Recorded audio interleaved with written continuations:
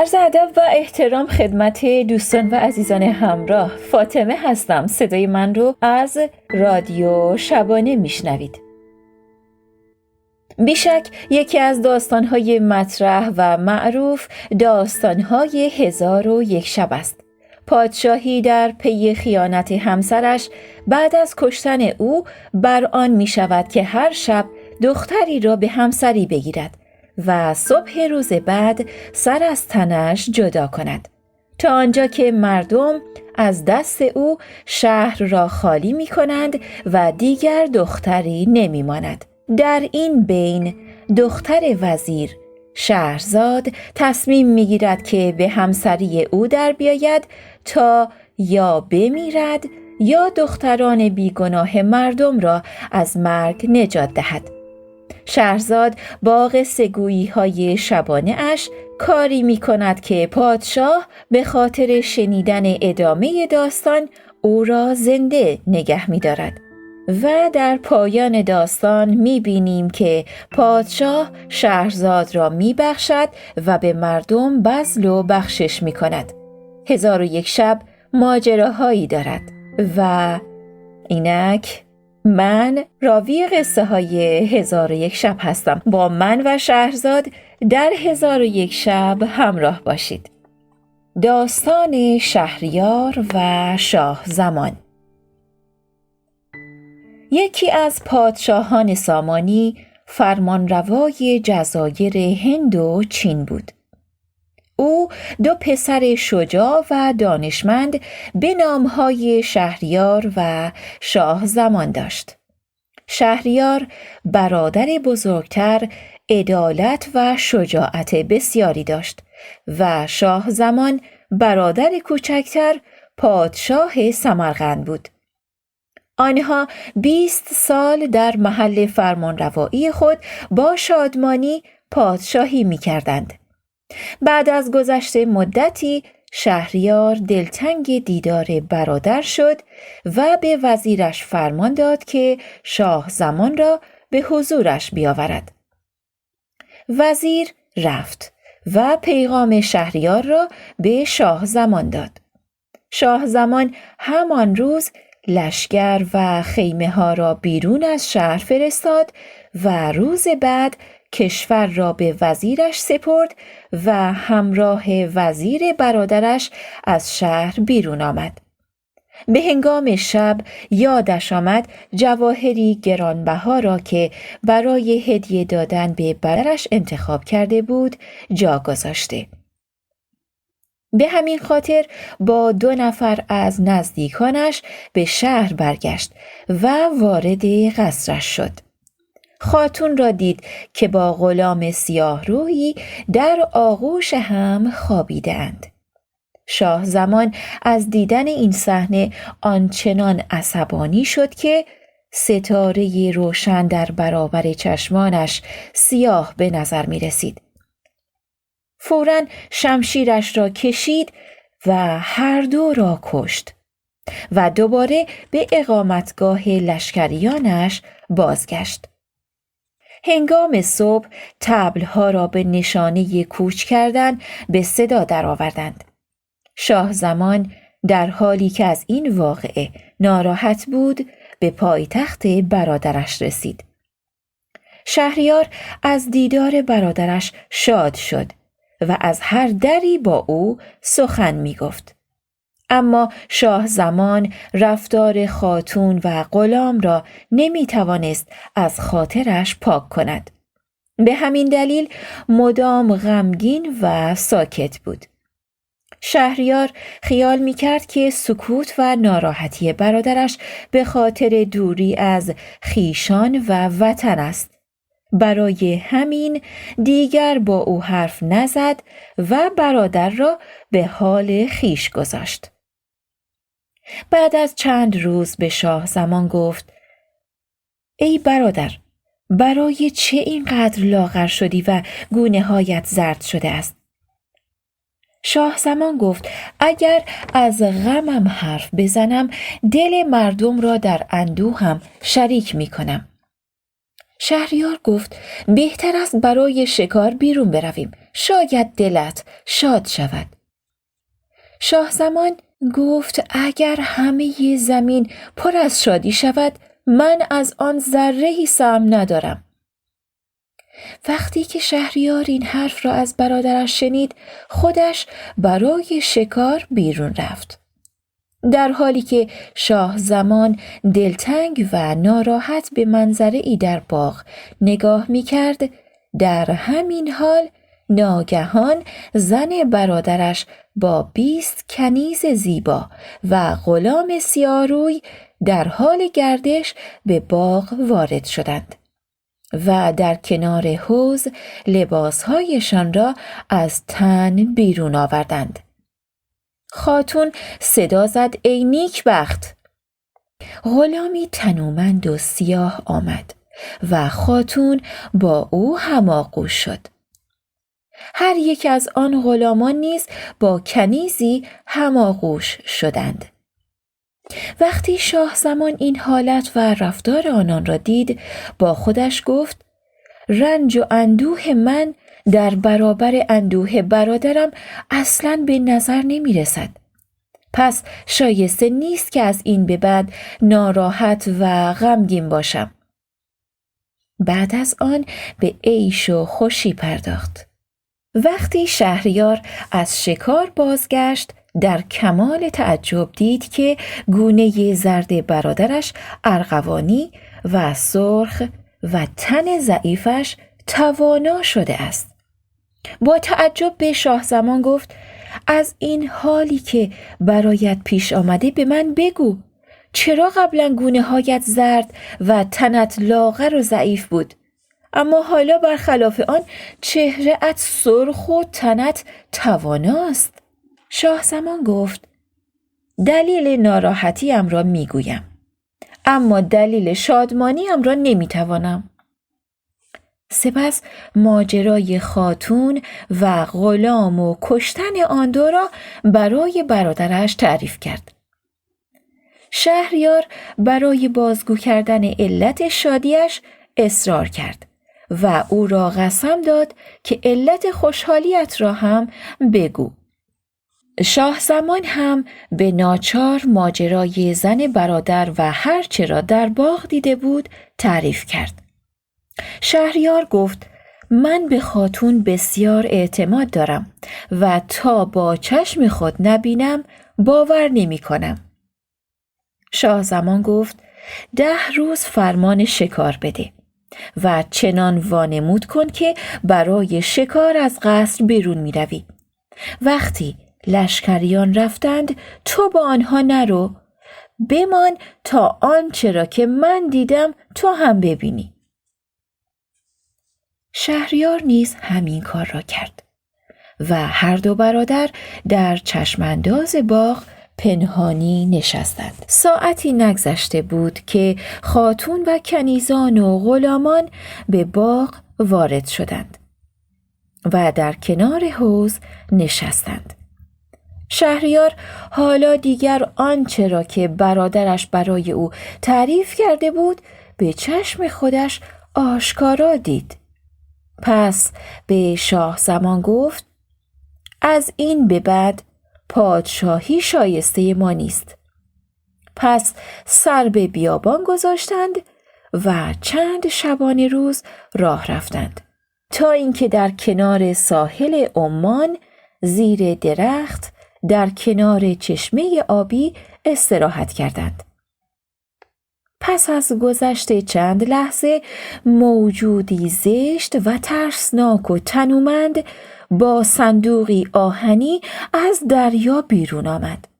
شاهزاده ها از ترس بالای درخت رفتند.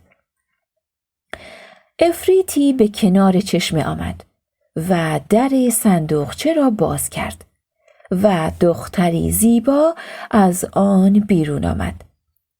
به او گفت ای پری رو، تو را شب زفاف از کنار داماد دزدیده و دل به عشق تو داده ام. حالا تو پاسبانی کن که وقت خواب من است. سپس سرش را کنار دختر ماهروی گذاشت و خوابید. نگاه دختر به شاهزادگانی که در بالای درخت بودند افتاد. سر آن موجود ترسناک را آهسته بر زمین گذاشت و به شاهزادگان اشاره کرد که از بالای درخت به پایین بیایند. آن دو را از آن عفریت ترساند.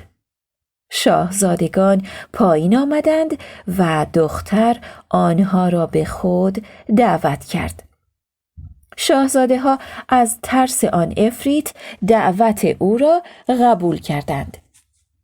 بعد از آن دختر بندی از جنس ابریشم بیرون آورد که 570 انگشتری در آن بود. رو به شاهزاده ها کرد و به آنان گفت: می دانید که این انگشترها چیستند؟ دختر بندی از جنس ابریشم بیرون آورد که 570 انگشتری در آن بود. رو به شاهزاده ها کرد و به آنان گفت: می دانید که انگشترها چیستند؟ شهریار و شاه زمان گفتند: به خدا که نه، نمی دانیم. دختر گفت: صاحبان این انگشترها در پیش این عفریت با من آنچه که شما کرده اید کرده اند. سپس انگشتر به من داده اند. شما هم انگشتر به من بدهید و بدانید که عفریت در شب اول مرا از داماد دزدیده و در صندوق آهنین کرده. او در میان این دریای بی انتها از من نگهداری می کند و غافل از آن است که ما را به دم پیر نگه نتوان داشت. در خانه دلگیر نگه نتوان داشت. شهریار و شاه زمان این دو شاهزاده از شنیدن این سخنان شگفت زده شدند و گفتند: داستان این عفریت زشت و ترسناک از ماجرای ما عجیبتر و غم و غصه اش بیشتر است. دیدن و شنیدن این حادثه سبب شد که ما بر رنج خود صبور باشیم. پس به شهر خود برگشتند. شاه زمان ترجیح داد که مجرد و به دور از وابستگی ها و مردم زندگی کند. اما شهریار خاتون و کنیزان و غلامان را کشت و طعمه سگها کرد. پس از آن هر شب دختر دوشیزه ای را به عنوان همسر آورده و هنگام صبح او را می کشت. 3 سال به همین ترتیب گذشت. مردم دیگر خسته شده بودند. آنها دختران خود را بر می داشتند و از شهر می رفتند. تا جایی که دیگر دختری در شهر نماند.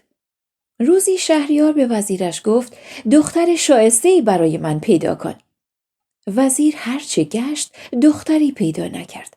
از ترس کشته شدنش به دست پادشاه ناراحت به خانه خود رفت و غمگین در گوشه‌ای نشست. وزیر 2 دختر به نامهای شهرزاد و دنیازاد داشت. شهرزاد دختر بزرگتر دانا و از احوال شاعران و ادیبان و پادشاهان پیشین آگاه بود. وقتی غم و اندوه پدر را دید علت آن را پرسید و گفت: تا کی می‌خواهی بار غم دنیا را بر دلت بکشی؟ وزیر قصه پادشاه را برایش تعریف کرد. شهرزاد گفت: ای پدر، مرا به عقد شاه در بیاور. یا من هم کشته می شوم و یا این بلا را از دختران مردم دور می کنم. وزیر به دخترش گفت: تو را به چنین مهلکه ای انداختن دور از صواب و خلاف عقل درست است. می ترسم آنچه که برای زن دهقان اتفاق افتاد برای تو نیز اتفاق بیفتد. شهرزاد گفت: حکایت زن دهقان چیست؟ و وزیر شروع میکنه به داستان گفتن. داستان دهقان و خرش. کشاورزی مال و گوسفندان بسیاری داشت و با زبان حیوانات آشنا بود. روزی به طویله رفت. گاو را در حالی دید که نزدیک خر ایستاده است. به محل خشک او حسادت می کند و می گوید خوش باشد برای تو این نعمت و راحتی، ولی من شبان روز خود را با رنج و سختی در حال شخم زدن زمین و یا گرداندن سنگ آسیاب می گذرانم. در حالی که تو کاری نداری به جز اینکه صاحب خانه ثروتمندمان سوارت شود و به طویله بیاید و برگردد به خانه. خر در جواب گاو گفت وقتی فردا ابزار شخم زدن زمین را بر گردنت انداختند بخواب و هرچه کتکت زدند تا بلند شوی از جایت بلند نشو. هرچه پیشت گذاشتند که بخوری لب نزن و نخور. وقتی مدتی به همین روش رفتار کنی از رنج و سختی رها می شوی. آن دو در حال صحبت بودند، در حالی که صاحب آنها به حرفهایشان گوش می داد. وقتی صبح شد خدمتگزار طویله به آنجا رفت و دید که گاو غذایی نخورده و قوت و زوری ندارد. ضعیف بودن گاو را به صاحبش خبر داد. صاحب خانه گفت خر را برای کار آماده کن و طناب شخم زنی را به گردنش بیانداز. خدمتگزار هم همین کار را کرد. شب شد و خر از کار برگشت. گاو به سویش رفته و از خوبی هایی که در حقش کرده بود تشکر کرد. خر جوابی نداد، چرا که از کار خود و راهنماییش به گاو پشیمان بود. روز بعد هم خر را به جای گاو برای شخم زنی بردند و شب با تنی خسته از کار برگشت. دوباره گاو برای سپاس و قدردانی پیشش آمد. خر گفت میدانی که من برای تو دوستی دلسوز هستم و تو را نصیحت می کنم. از صاحب خانه شنیدم که به خدمتگزار می گفت فردا گاو را به صحرا ببر. اگر باز ضعیف بود و نتوانست کار کند به دست قصاب بده تا آن را بکشد. من برای دلسوزی این نصیحت و حرف را به تو زدم. روز بعد وقتی گاو صاحبش را دید دمش را راست کرد و بالا و پایین پرید. صاحبش شروع کرد به خندیدن. آنچنان می خندید که به پشت بر روی زمین افتاد. همسرش علت خنده هایش را از او پرسید. اما او در جوابش گفت این یک راز است و نمی توانم آن را فاش کنم. همسرش گفت تو به من می خندی. از آنجایی که صاحب خانه همسرش را خیلی دوست داشت گفت من به خاطر تو این رازم را فاش می کنم. اما بعد از آن دیگر زنده نمی مانم. آن وقت صاحب خانه فرزندان و خویشاوندان خود را حاضر و برایشان وصیت کرد. سپس برای وضو گرفتن وارد باغ شد. سگ و خوک و مرغ‌های خانگی در آن باغ بودند.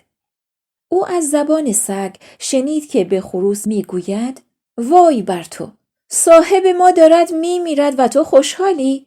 خروس جواب داد صاحب ما کم عقل است، چرا که من 50 زن دارم و با هر کدامشان به نرمی یا درشتی رفتار میکنم، در حالی که او یک زن بیشتر ندارد و نمیداند با او چگونه رفتار کند. چرا چند تکه از شاخه‌های درخت را بر نمی دارد و با آنها زنش را نمی زند که یا بمیرد و یا چنان توبه کند که دیگر رازهای او را نپرسد؟ صاحب خانه تا این حرفها را شنید فوراً چند شاخه از درخت برید و با آنها چنان همسرش را زد که از حال رفت. وقتی زنش به هوش آمد از همسرش معذرت خواهی کرد و پایش را بوسید تا او را ببخشد. حالا ای شهرزاد، می ترسم آن بلایی که دهقان بر سر زنش آورد ملک شهریار بر سر تو بیاورد. شهرزاد گفت تمام تلاشم را می کنم تا آنچه را که می خواهم به دست آورم. وقتی وزیر دید تا این حد اصرار می کند، از جایش بلند شد و به قصر پادشاه رفت. تخت پادشاهی را بوسید و پادشاه را از وجود دخترش شهرزاد آگاه کرد. از این طرف شهرزاد هم خواهر کوچکترش دنیازاد را صدا زد و به او گفت: وقتی مرا پیش پادشاه بردند، از او میخواهم تو را بخواهد و صدا بزند. وقتی که پیش او آمدی از من تقاضا کن تا قصه ای بگویم، شاید اینطوری از مردن نجات یابم. وقتی شب شد، دختر وزیر را زیبا کرده و به قصر پادشاهی بردند. پادشاه به اتاق زیبایی که برای او آماده شده بود رفت. اما تا خواست روبند از روی صورت دختر بردارد، شهرزاد شروع کرد به گریه کردن و گفت: ای شاه، من خواهر کوچکتری دارم که همیشه همراه و مونس و غمخوار من بوده است. حالا میخواهم صدایش کنی تا او را ببینم و خداحافظی کنم. پادشاه خواست تا دنیازاد بیاید. پس از آن با شهرزاد به خوابگاه رفت و خوابید. سپس شهرزاد از تخت پایین آمد و در کنار خواهرش نشست. دنیازاد گفت: ای خواهر، من از بیخوابی رنج میبرم. سخن و داستان تازه‌ای بگو تا رنج بیخوابی از من برود. شهرزاد گفت: اگر پادشاه اجازه دهد داستانی بازگو میکنم.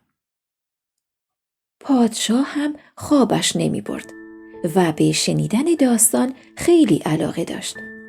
به همین دلیل به شهرزاد اجازه داد داستان بگوید.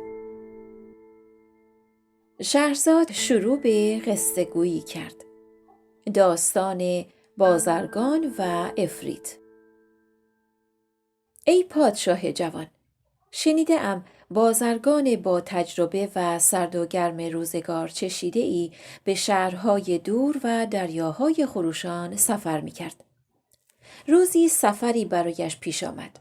از خانه بیرون آمده و می رفت تا اینکه از گرمی هوا به سایه درختی پناه برد تا استراحت کند.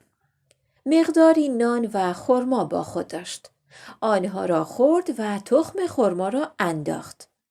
در همین لحظه فوراً عفریت زشت و ترسناکی با شمشیر دست ظاهر شد و به بازرگان گفت: وقتی تخم خرما را انداختی، از سینه فرزند من گذشت و همان لحظه مرد. حالا میخواهم تو را به قصاص او بکشم. بازرگان گفت: ای جوان مرد عفریتان، من مال بسیار و چند پسر دارم. به من مهلت بده تا به خانه بروم. ثروتم را بین فرزندانم تقسیم کرده، وصیتی نیز بکنم و بعد از 1 سال پیش تو بیایم.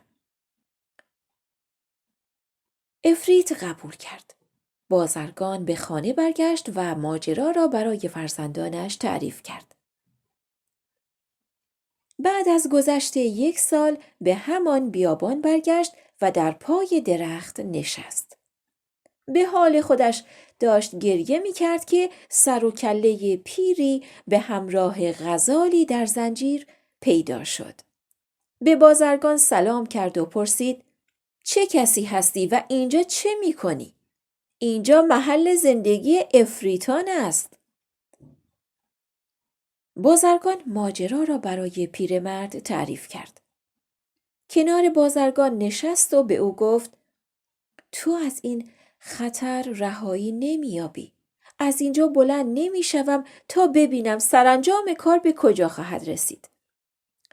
بازرگان گریه می‌کرد که پیر دیگری با 2 سگ سیاه از راه رسیدند. به آن 2 سلام کرد و پرسید: در این مکان برای چه نشسته اید؟ ایشان داستان خود را به او گفتند. هنوز آن پیرمرد و سگ‌هایش نشسته بودند که پیرمردی سوار بر قاطر از راه رسید. به آنها سلام کرد و دلیل بودنشان را در آن محل پرسید. آنان نیز ماجرا را برای او بازگو کردند. ناگهان گرد و غباری بلند شد و از میان آن همان عفریت با شمشیری در دست ظاهر شد. دست بازرگان را گرفت تا او را بکشد. بازرگان و آن سه پیرمرد گریه می کردند. پیرمردی که غزال در زنجیر داشت از جایش بلند شد. دست عفریت را بوسید و گفت: ای بزرگ عفریتان، من با این آهو داستانی تازه و شنیدنی دارم. داستان را میگویم، اگر خوشت آمد از خون او بگذر. عفریت گفت: تعریف کن. و پیرمردی که غزال در دست داشت شروع میکنه به داستان گفتن. پیرمرد گفت: ای بزرگ عفریتان، این غزال دختر عموی من است. او 30 سال مونس و همدمم بود، اما کودکی برایم به دنیا نیاورد. به همین خاطر کنیزکی گرفتم و از او صاحب پسری شدم. وقتی پسرم 15 ساله شد برای تجارت به شهر دیگری سفر کردم. دختر عمویم که در کودکی جادوگری و ساحری یاد گرفته بود، کنیز و پسرم را به گاو و گوساله‌ای تبدیل کرده به چوپانی سپرده بود. بعد از چند روز که از سفر برگشتم سراغ کنیز و پسرم را گرفتم. دختر عمویم گفت: کنیز مرد و پسرت هم فرار کرد. من از این حرف ناراحت و گریان شدم و 1 سالی اندوهگین بودم تا عید قربان رسید. کسی را به نزد چوپان فرستادم و از او گاو چاقی خواستم تا قربانی کنم. چوپان گاو چاقی را آورد که در حقیقت کنیز من بود. من آستینم را بالا زدم و با چاقویی در دست آماده شدم تا او را قربانی کنم. گاو ناله کرد. دلم سوخت و خودم او را نکشتم و به چوپان گفتم او را کشت. وقتی پوستش را کند و استخوان بیگوشت او را دیدم پشیمان شدم. ولی پشیمانی من سودی نداشت. بنابراین آن را به چوپان دادم و به او گفتم گوساله‌ای برایم بیاورد که آن نیز پسرم بود. وقتی گوساله مرا دید طنابش را پاره کرد و پیش من آمد. روی خاک می غلتید و گریه می کرد. دلم برایش سوخت. به شبان گفتم او را ول کن و گاو دیگری برایم بیاور. وقتی قصه به اینجا رسید صبح شد و شهرزاد داستان را ادامه نداد. دنیازاد گفت: خواهرم چه داستان خوبی گفتی. شهرزاد گفت: اگر امروز پادشاه مرا نکشد شب بعد داستانی خوبتر میگویم. پادشاه هم با خود میگفت او را نمیکشم تا ادامه داستانش را بشنوم. وقتی روز شد پادشاه به دیوان و دفتر محاسبه و اداره خود رفت. تا عصر مشغول رسیدگی به کار کشور شد. وزیر هم همه آن روز را منتظر بود که خبر کشته شدن دخترش را بشنود، ولی خبری نشد. از این بابت تعجب کرده بود. پادشاه بعد از اتمام کارها به حرم سرایش رفت تا با دختر وزیر شروع به حرف زدن کند.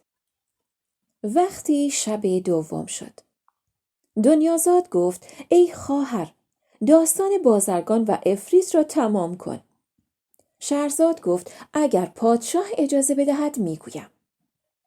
پادشاه اجازه داد و شهرزاد گفت: صاحب غزال به عفریت گفت وقتی گوساله پیشم آمد و در خاک غلتید و گریه کرد دلم برایش سوخت.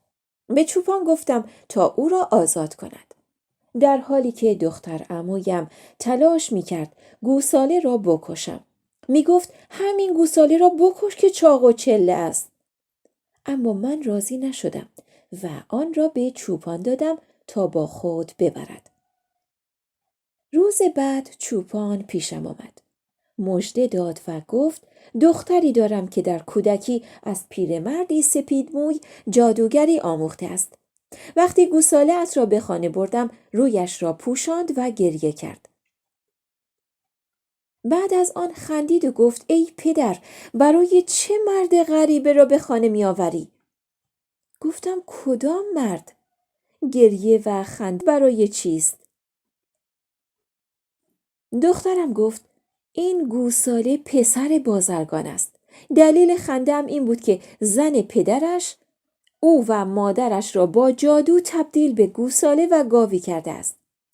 اما گریه‌ام به خاطر مادرش بود که بازرگان او را کشته و سر بریده است. ای بزرگ افریتان، وقتی این حرفها را از چوپان شنیدم از خانه بیرون آمدم و از شادی سر از پا نمی شناختم. همچنان می رفتم تا به خانه چوپان رسیدم. دختر چوپان به من سلام کرد و دستم را بوسید و کنار ایستاد. بعد همان گوساله پیش من آمد و رویش را بر زمین مالید و بر خاک غلتید. به دختر چوپان گفتم آیا حرفهایت در مورد این گوساله درست و راست است؟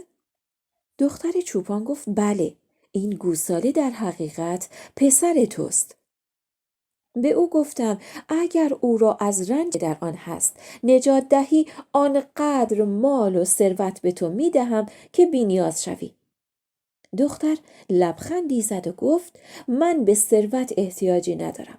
فقط به من قول بده وقتی جادوی او را باطل کردم مرا به عقد او در بیاوری و اجازه بدهی کسی را که به او جادو کرده جادو کنم، وگرنه از او در امان نخواهد بود. به او گفتم خون دختر عموی من بر تو حلال است. هرچه میدانی انجام بده. دختر ظرفی را پر از آب کرد. وردی بر آن خواند و بر گوساله پاشید. فوراً گوساله به صورت انسان درآمد. من او را بوسیدم و دختر چوپان را به عقدش درآوردم. دختر چوپان نیز دختر عمویم را با جادو به غزالی بدل کرد و این غزال همان دختر عموی من است. هر کجا که میروم او را با خود میبرم، تا اینکه به اینجا رسیدم و بازرگان را در این مکان دیدم. داستانش را شنیدم، ایستادم و صبر کردم تا از سرانجام کار او آگاه شوم. این بود داستان من و غزال. داستان پیرمرد دوم و دو سگش. افریت گفت داستان عجیبی بود. تا اندازه‌ای از خون او گذشتم. در آن لحظه پیرمرد دوم صاحب سگ‌های شکاری جلو آمد و گفت ای بزرگ افریتان، این دو سگ برادران من هستند. وقتی پدرم مرد 3000 دینار زر به ارث گذاشت. من در دکانی خرید و فروش می کردم و برادرانم به سفر رفته بعد از سالی دست خالی بازگشتند. من آن دو را به دکانم بردم و 1000 دینار سرمایه به آنها دادم. مدتی با من بودند تا اینکه برادرانم تصمیم گرفتند سفر بروند. از من خواستند تا آنها را همراهی کنم. من به سفر تمایلی نداشتم و با آنها همراه نشدم. رنج و سختی سفر را برایشان توضیح دادم و روشنشان کردم. آنها هم سفر نکردند. 6 سال به همین منوال گذشت. هر یک جداگانه در دکانی نشستیم. بعد از آن من هم با آنان موافقت کردم تا به سفر برویم. پس سرمایه من را شمردیم. 6000 دینار بود. من گفتم نصف این پول را در زیر خاک پنهان کنیم تا اگر به سرمایه ما آسیبی رسید نیمی را سرمایه کنیم و نیمی دیگر را برای تجارت برداریم و استفاده کنیم. دوراندیشی من مورد پسند آنها قرار گرفت. همان کاری را که گفتم انجام دادند. آنگاه سفر کردیم و در کشتی نشستیم. 1 ماه بر کشتی بودیم تا به شهری رسیدیم. کالای خود را به قیمت زیادی فروختیم و 10 برابر سود کردیم. بعد از آن به قصد سفر به کنار دریا آمدیم. در آنجا دختری را دیدیم که لباس کهنه‌ای به تن داشت. گفت می شود به من خوبی کنی و پاداش خوبیت را بگیری؟ گفتم بله. گفت مرا به عقد خود در بیاور و به شهرت ببر. دلم برایش سوخت. او را با خودم به کشتی آوردم. لباسهای گرانبها تنش کردم و در محل خوبی نشاندم. دل به مهر او سپردم. از برادرانم کناره گرفتم و شب و روزم را با او می‌گذراندم. برادرانم به من حسادت و به مالم طمع کردند. پس برای کشتنم هم پیمان شدند. هنگامی که من با دختر خوابیده بودم، مرا به دریا انداختند. آن دختر فوراً شبیه عفریتی شد و مرا از دریا برداشت و به جزیره‌ای برد. ساعتی از من پنهان بود و پس از آن پیش من آمد و گفت من از پریانی هستم که به رسول خدا صلوات الله ایمان آورده. چون مهر تو در دلم جا گرفته بود مثل آدمیان شدم و پیش تو آمدم. حالا بدان که برادرانت را به جزای رفتار بدشان خواهم کشت. قصه او به نظرم عجیب آمد. او را از کشتن برادرانم بازداشته و قسمش دادم و گفتم آنها در هر صورت برادران من هستند. آن پری مرا گرفت و به هوا بلند شد و در یک چشم بر هم زدنی کنار خانه‌ام گذاشت. در را باز کردم و آن 3000 دینار را که زیر خاک پنهان کرده بودیم برداشتم. بعد به دکان رفتم و در آنجا نشستم. شب هنگام وقتی که به خانه آمدم این 2 سگ را به زنجیر دیدم. وقتی مرا دیدند در حالی که اشک از چشمانشان میریخت به دامنم چنگ زدند. حالان که من از حقیقت حالشان با خبر نبودم. ناگهان آن دختر پیش من آمد و گفت این 2 سگ برادران تو هستند و تا 10 سال به همین صورت خواهند بود. حالا من هم این 2 سگ را برداشته و با خود می گردانم تا بلکه این 10 سال به آخر رسد و برادرانم از این حالت رها شوند. وقتی به این محل رسیدم ماجرای این جوان را شنیدم. از اینجا تکان نخوردم و ماندم تا ببینم سرانجام کار او به کجا خواهد کشید. وقتی سخن پیرمرد به اینجا رسید عفریت گفت قصه خوبی گفتی. از 1/3 خون او گذشتم. پیرمرد سوم که سوار بر قاطر بود به عفریت گفت من هم داستانی دارم عجیبتر از این 2 داستان که شنیدی. اگر اجازه بدهی برایت تعریف کنم. اگر مورد پسندت واقع شد از باقی خون این جوان درگذر. عفریت گفت بگو. پیرمرد و قاطرش.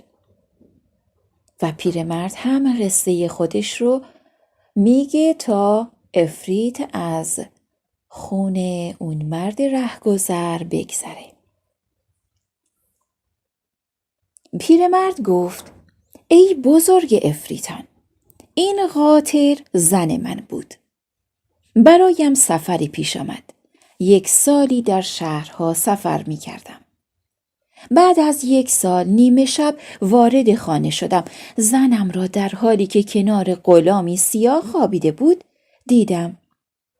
وقتی چشمش به من افتاد از جایش بلند شد، کوزه آبی به دست گرفت و بر آن ورد و افسونی خواند و روی من پاشید. فوراً شبیه سگی شدم. او مرا از خانه بیرون راند. من بیرون آمدم و در کوچه و بازار می رفتم تا به دکان قصابی رسیدم. شروع کردم به استخوان خوردن. هنگامی که قصاب خواست به خانه برود، من هم سریع به دنبال او رفتم. وقتی به خانه رسیدم، دختر قصاب مرا دید و رویش را از من پوشاند. به پدرش گفت: ای پدر، چرا مرد غریبه را به خانه آوردی؟ قصاب گفت: کدام مرد غریبه؟ دختر گفت: همین سگ را میگویم. او مردی است که زنش او را به وسیله جادو به این شکل درآورده است. من میتوانم او را به صورت اولش برگردانم. قصاب خواهشمند آزادی من شد. دختر کوزه آبی خواست، افسونی بر آن خواند و فوت کرد. سپس آب را روی من پاشید و من به صورت اصلی خودم برگشتم. دست و پای دختر را بوسیدم و از او خواستم که زنم را تبدیل به قاطری کند. او هم کمی از آن آب را به من داد و گفت: وقتی زنت را دیدی، از این آب بر رویش بپاش. هرچه بخواهی همان می شود.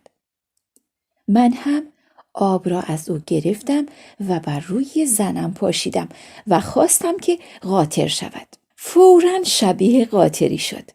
حالا این قاطر همان زن من است. عفریت از شنیدن این ماجرا شگفت زده شد و از قاطر پرسید: این ماجرا راست است؟ قاطر سرش را تکان داد و با اشاره درستی کلام پیر را تصدیق کرد. عفریت هم از نهایت تعجب به شادی پرداخت و از خون بازرگان گذشت. وقتی شهرزاد قصه را به اینجا رسانید، صبح شده بود. خواهر کوچکترش دنیازاد گفت: ای خواهر، داستان عجیب و تازه‌ای گفتی. شهرزاد گفت: اگر پادشاه مرا نکشد و از کشته شدن نجات پیدا کنم، شب آینده داستانی زیباتر و خوشتر از این داستان میگویم. پادشاه هم با خودش گفت: داستان جالبی میگوید. او را نمیکشم تا بقیه داستان را بشنوم. وقتی روز شد، پادشاه به دفتر محاسبه و امور اداری رفت و به کار کشورداری پرداخت. هنگام عصر از آنجا بلند شد و به حرمسرا رفت. وقتی شب سوم شد، شهرزاد گفت: صیادی پیر و فقیر به همراه زن و فرزندانش زندگی می کرد. او هر روز تورش را بر می داشت و به کنار دریا می رفت.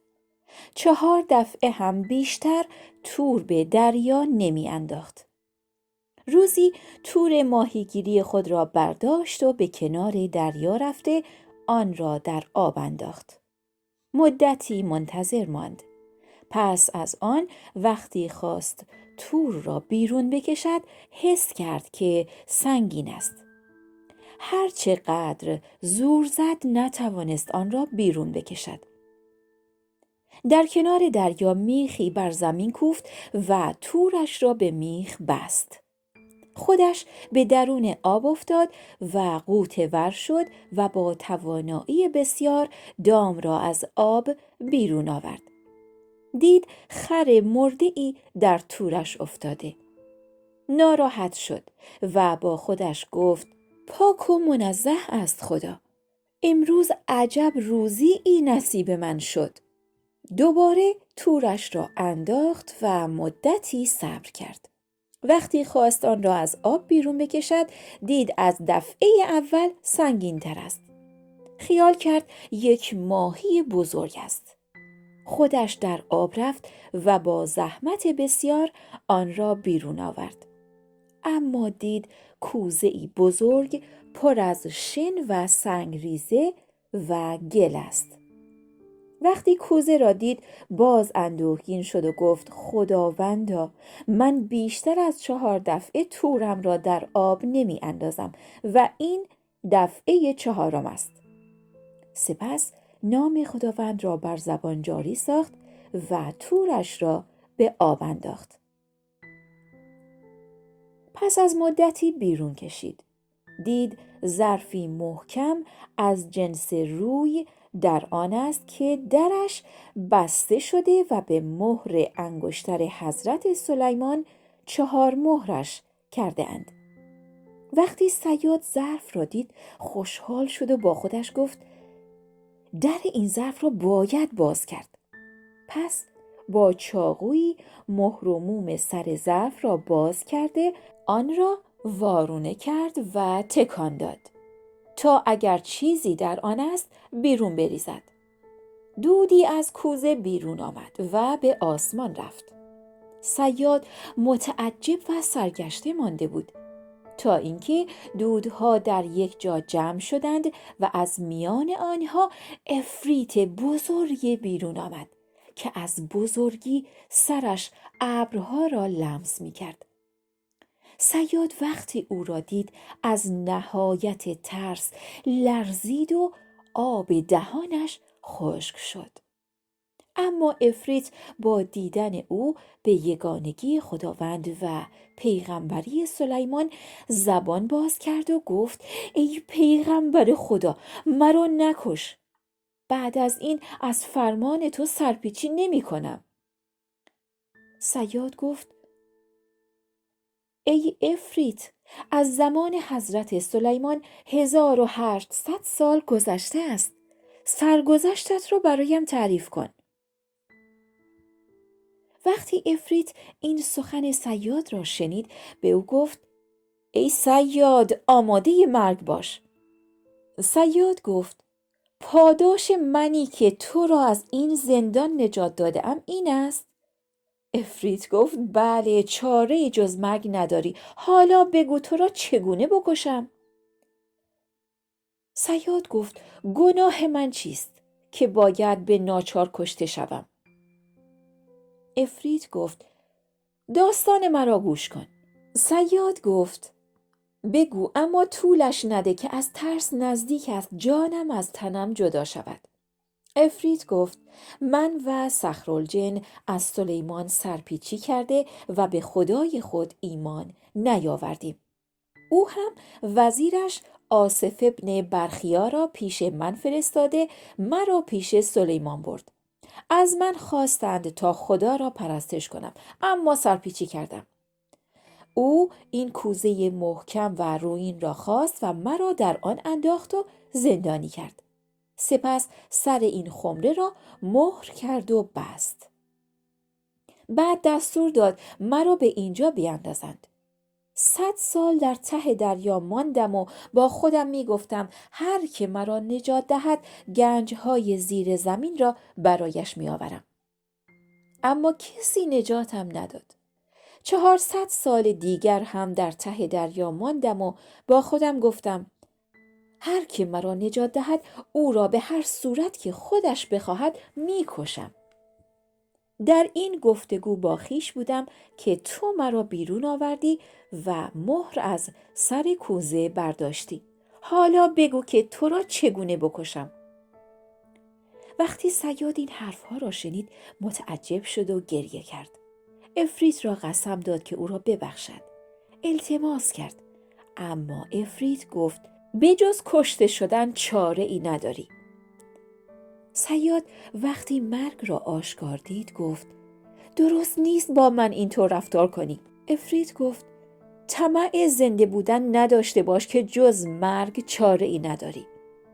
صیاد با خود اندیشید من آدمی زادم و این عفریت از جنیان، باید برای کشتنش چاره ای بیاندیشم. پس به عفریت گفت حالا که میخواهی مرا بکشی تو را به خدا قسم میدهم که راستش را بگویی. تو با این هیکل بزرگ چگونه در این کوزه جا گرفته بودی؟ افریت گفت مگر خیال میکنی من در کوزه نبودم؟ صیاد گفت تا به چشمم آشکارا نبینم باور نمیکنم. وقتی قصه به اینجا رسید صبح شده بود و شهرزاد لب از داستانگویی فرو بست. شب 4 شد. شهرزاد قصه را ادامه داد و گفت وقتی صیاد به افریت گفت تا آشکارا نبینم باور نمی کنم، افریت دودی شد و در هوا چرخید و به درون کوزه فرو رفت. صیاد فوراً مهر بر سر کوزه گذاشت و فریادی بر سر افریت زد و گفت حالا بگو با تو چه کنم؟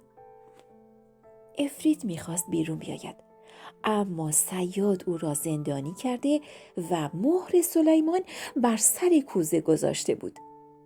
صیاد کوزه را برداشت و به دریا رفت. افریت گفت میخواهی چه کنی؟ صیاد پاسخ داد میخواهم تو را به دریا بیاندازم که تا ابد در آن باشی. افریت ناله کرد و گفت اگر مهر از سر کوزه برداری به پاداش خوبی میرسی. صیاد در جوابش گفت دروغ میگویی، مثل من و تو مثل وزیر یونان و حکیم رویان است و آن حکایت چنین بود. و شهرزاد داستان وزیر یونان و حکیم رویان رو تعریف میکنه. در سرزمین فرس و رویان پادشاهی بود که به او پادشاه یونان میگفتند. روی تنش برس بود. برس یعنی پیسی کک و مک سفید. و پزشکان از درمان آن ناتوان. روزی حکیمی پیر و سال خورده به نام رویان به آن شهر آمد. او خواص خوب و بد گیاهان را خوب می‌دانست. وقتی شنید که سلطان بیماری برص دارد و پزشکان نمی‌توانند آن را درمان کنند، به حضور پادشاه آمد. دانش پزشکی خود را به نمایش گذاشت و گفت شنیده‌ام تنت را بیماری برص پوشانده. تصمیم دارم آن را بدون اینکه شربتی بخوری و روغنی بمالی درمان کنم. پادشاه متعجب شد و گفت چگونه به این صورت معالجه می‌کنی؟ اگر درمانم کنی آرزوهای تو را برآورده می‌کنم. اما بگو چه وقت و چه روزی معالجه را شروع خواهی کرد؟ برای این کار عجله کن. حکیم رویان زمین را بوسید و به منزل بازگشت و برای درمان پادشاه آماده شد. وقتی پادشاه با گوی و چوگان به میدان رفت، حکیم رویان جلو آمد. چوگان را گرفت و به پادشاه داد و گفت اینطوری بگیر و با نیروی بازویت به گوی ضربه بزن تا دست و تنت خسته شده دارو بر دست تو اثر کند و تمام تنت را بگیرد. آن وقت به حمام برو. زمانی را هم بخواب تا سلامتیت را به دست آوری. پادشاه یونان سوار اسب شد و چوگان را به دست گرفت. بر گوی چنان ضربه میزد که دست و تنش خسته شد. حکیم یونان وقتی فهمید دارو بر تن پادشاه نفوذ کرده گفت حالا به خانه برگرد و به حمام برو. پادشاه به خانه رفت و وارد حمام شد. پس از شستشوی از حمام بیرون آمده و خوابید. وقتی از خواب بیدار شد دید بیماریش از بین رفته و تنش مانند نقره سفید شده است. شادمان و خوشحال شد. روز دیگر حکیم رویان به قصر پادشاه آمد و زمین را بوسید و عرض ادب کرد. سمت شاه ایستاد و گفت تنت به ناز طبیبان نیازمند مباد. بعد از خوانده شدن این شعر توسط حکیم، پادشاه از جایش بلند شد و او را پهلوی خود نشاند. سپس سفره غذا را چیدند و خوردنی ها را خوردند. آن دو تا ظهر به صحبت و همنشینی مشغول بودند. آنگاه پادشاه با خوشحالی برای قدردانی به او 1000 دینار زر و هدیه‌های گرانبها داد. حکیم به خانه برگشت. روز دیگر پادشاه به دفتر محاسبه نشست و حکیم نیز به قصر آمد و زمین را بوسید. پادشاه او را در پهلوی خود جای داد. وقتی حکیم خواست برگردد، پادشاه 1000 دینار زر با لباس و هدیه‌های بسیار به او بخشید. کار پادشاه و حکیم به اینجا رسید. اما وزیر پادشاه مردی خسیس و بدخواه بود. وقتی بخشش‌های پادشاه را در حق حکیم دید، به او حسادت کرد و کینه و بدخواهی او را به دل گرفت. پس پیش پادشاه رفت و گفت: ای پادشاه، بر خدمتگزاران قصر واجب است که پادشاه را از آنچه می‌بینند با خبر و پندی را که سودمند باشد بازگو کنند. پادشاه گفت: نصیحتت را بگو. وزیر گفت: پیشینیان گفته اند هر که به عاقبت کارش فکر نکند در رنج و سختی میافتد. من پادشاه را در راه نادرستی میبینم که بر دشمن و بدخواه خودش این گونه بذل و بخشش میکند. از این کار بسیار میترسم. وقتی پادشاه این سخن را شنید، چهره اش را در هم کشید. رنگش شروع کرد به پریدن و از وزیرش پرسید: بدخواه من کیست؟ وزیر گفت: حکیم رویان دشمن جان پادشاه است. پادشاه گفت: چگونه دشمن من است در حالی که بدون زحمت مرا از رنج آن ناخوشی و بیماری نجات داده؟ اگر او را شریک پادشاهی و سرزمین فرمانرواهی خود بکنم، باز هم 1/100 از پاداش نیکی او نخواهد بود. گمان می کنم تو این سخنان را از روی حسادت بر زبان می آوری و می خواهی تا من او را کشته و سپس پشیمان شوم، همان گونه که پادشاه سند آباد پشیمان شد. وقتی قصه به اینجا رسید، صبح شد و شهرزاد لب از داستانگویی فرو بست. شب 5 شد. وقتی شب 5 شد، شهرزاد داستان پادشاه سند آباد رو برای ملک شهریار تعریف میکنه. شهرزاد در داستان ادامه داد و گفت: وزیر گفت آن داستان چگونه است؟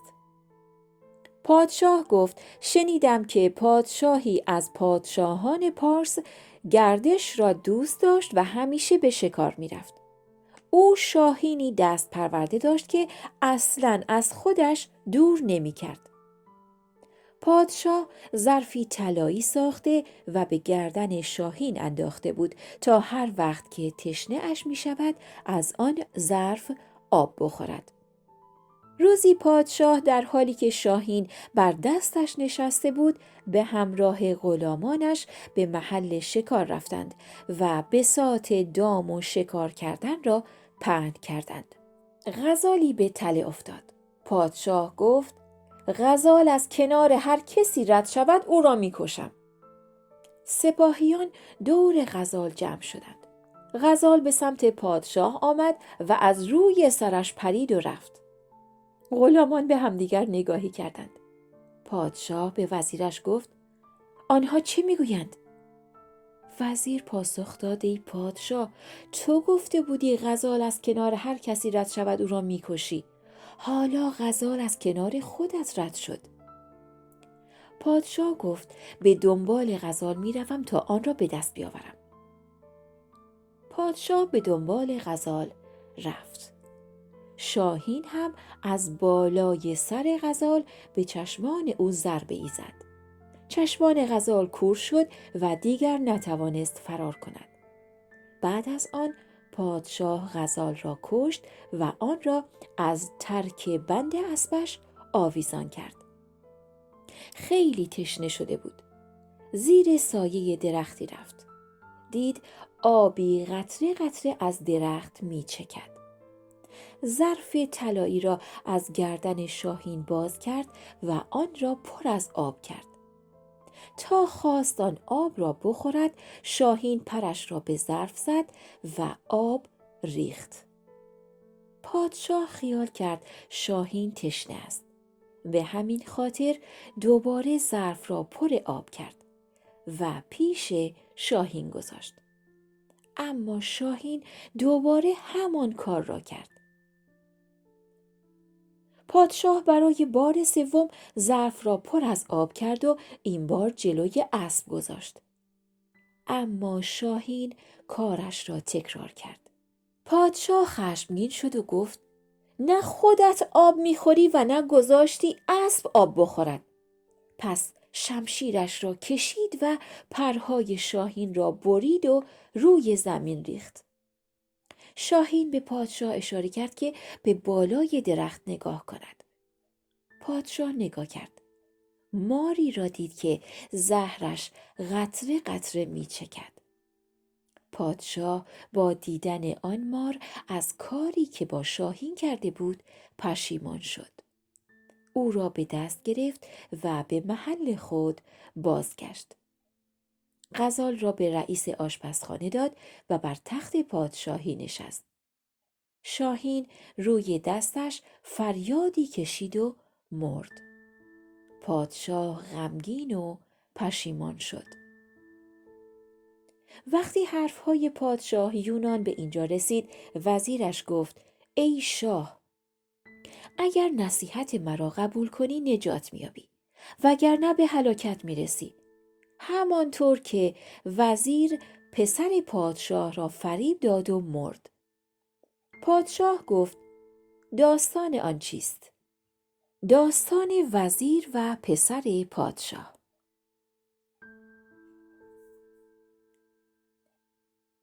وزیر گفت پادشاهی پسری داشت. وقتی پسر خواست برای شکار برود، شاه وزیرش را به همراه او فرستاد. آنها شکار می‌کردند تا اینکه به غزالی رسیدند. وزیر گفت این غزال را بگیر.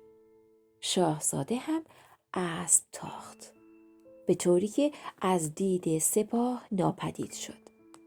شاهزاده در بیابان سرگشته شده بود و نمی‌دانست از کدام طرف برود.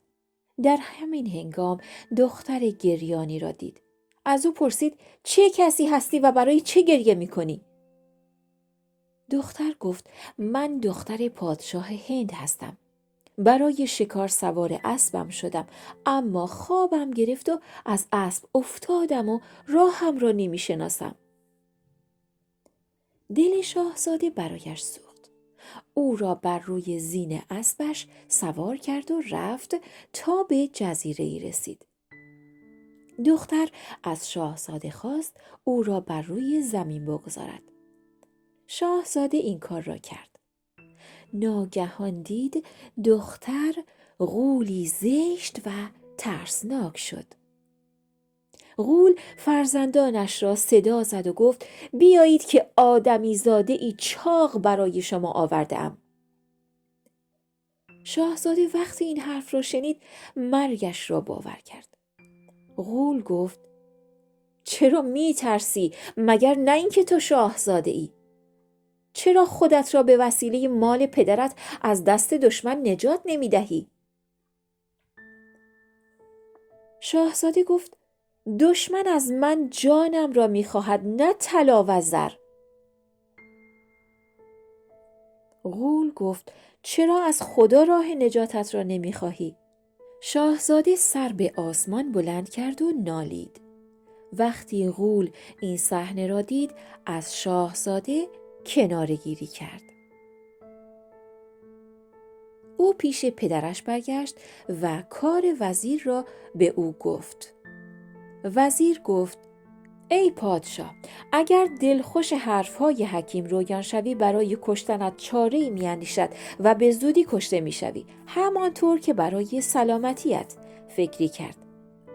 پادشاه یونان گفت: راست میگویی. همانطور که او مرا به آسانی از بیماری برص نجات داد، میتواند دست گلی هم به من بدهد تا آن را بو کنم و بمیرم. حالا بگو فکر درست چیست؟ وزیر گفت: ای پادشاه، راحت باش. پس پادشاه فوراً حکیم را خواست. حکیم رویان حاضر شد و عرض ادب و سلام کرد. پادشاه گفت: میدانی که برای چه خواستمت؟ حکیم گفت: هیچ کسی از غیبت من خبر ندارد مگر خدا. پادشاه گفت: تو را برای کشتن احضار کردم. تو جاسوسی و با هدف کشتن من آمده ای. اما قبل از آن که تو مرا بکشی، من تو را میکشم. آنگاه پادشاه جلاد را خواست و دستور کشتن حکیم را داد. حکیم گفت: مرا نکش تا خدا تو را نکشد. پادشاه گفت: اگر تو را نکشم نمیتوانم در امنیت زندگی کنم. میترسم با کوچکترین چیزی مرا بکشی، همانطور که چوگان به دستم دادی و از برص نجاتم دادی. حکیم گفت: ای پادشاه، پاداش خوبی من این است. پادشاه گفت: چاره ای نداری، باید کشته شوی. حکیم یونان مرگش را باور و با ناراحتی گریه کرد. از خوبی که در حق پادشاه کرده بود پشیمان شد. جلاد به سوی حکیم رفت. شمشیرش را کشید و از شاه اجازه خواست تا او را بکشد. حکیم رویان گریه کرد و به پادشاه گفت: ای شاه، تو بر سر مردم سایه عدل خدایی. من لایق بخششم، پس من بیچاره را ببخش. پاداش من این نبود. تو به من پاداشی دادی که صیاد به نهنگ داد. پادشاه گفت: داستان آن چگونه است؟ حکیم گفت: ای شاه، چگونه میتوانم زیر شمشیر برایت داستان بگویم؟ از خونم بگذر. من اینجا غریبم. به خاطر غریبیم مرا ببخش که خدای تعالی بخشندگان را میبخشد. در این هنگام یکی از نزدیکان شاه پایه تخت را بوسید و گفت: ای شاه، او را ببخش. ما از او گناهی ندیدیم. پادشاه گفت: اگر او را نکشم خودم کشته میشوم. فکر میکنم او جاسوسی است که با هدف کشتن من آمده. باید او را کشت. وقتی حکیم فهمید بالاخره کشته می شود گفت: ای پادشاه، حالا که آماده کشتن من هستی به من اجازه بده به خانه بروم و وصیت کنم. کتابی هم به عنوان هدیه برای تو بیاورم. پادشاه گفت: چه جور کتابی؟ حکیم گفت: کتابی است با فایده های بسیار. کمترین فایده آن این است که اگر بعد از آن که سر از تنم جدا شد پادشاه کتاب را باز کند و از صفحه سمت چپ 3 خط بخواند، سرم به حرف می آید و هر سؤالی که پادشاه داشته باشد جواب می دهد. پادشاه از این حرف تعجب کرد. حکیم را به دست نگهبانی سپرد و اجازه داد برود. حکیم به خانه اش رفت. 2 روز آنجا بود. روز سوم با کتابی قدیمی و ظرف دارویی در دست در قصر پادشاه حاضر شد. سینی خواست و کمی از آن دارو را در آن ریخت و گفت: ای پادشاه، این کتاب را بگیر. وقتی سرم را بریدند دستور بده در همین سینی بگذارند و به این دارو بمالند تا خونش قطع شود. آن وقت کتاب را باز کن و همانطور که گفتم 3 خط بخوان و از سر من هر چه می‌خواهی بپرس. پادشاه کتاب را گرفت و خواست آن را باز کند، اما دید ورقهایش به هم چسبیده اند. انگشتانش را با آب دهانش تر کرد و چند ورقی را هم باز کرد. ورقها به آسانی از هم باز نمی شد. وقتی ورق ششم را باز کرد دید در کتاب چیزی نوشته نشده. رو به حکیم کرد و گفت من که در کتاب نوشته ای نمی بینم. گفت چند ورق دیگر هم بزن. پادشاه چند ورق دیگر هم باز کرد تا اینکه زهری که حکیم در کتاب به کار برده بود به پادشاه اثر کرد. پادشاه فریادی بلند کشید. یکی از اطرافیانش وقتی این حالت او را دید گفت به تو نگفتم از آه دلهای خسته دوری کن؟ هنوز حرفهایش تمام نشده بود که پادشاه مرد. وقتی حرفهای صیاد به اینجا رسید گفت ای افریت، بدان که اگر پادشاه یونان تصمیم می گرفت حکیم را بکشد خدای تعالی او را نمی کشت. وقتی قصه شهرزاد به اینجا رسید صبح شد و شهرزاد لب از قصه گویی فرو بست.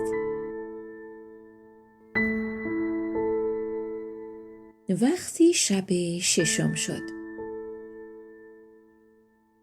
شهرزاد همچنان به داستانگویی از زبان صیاد برای افریت ادامه میده.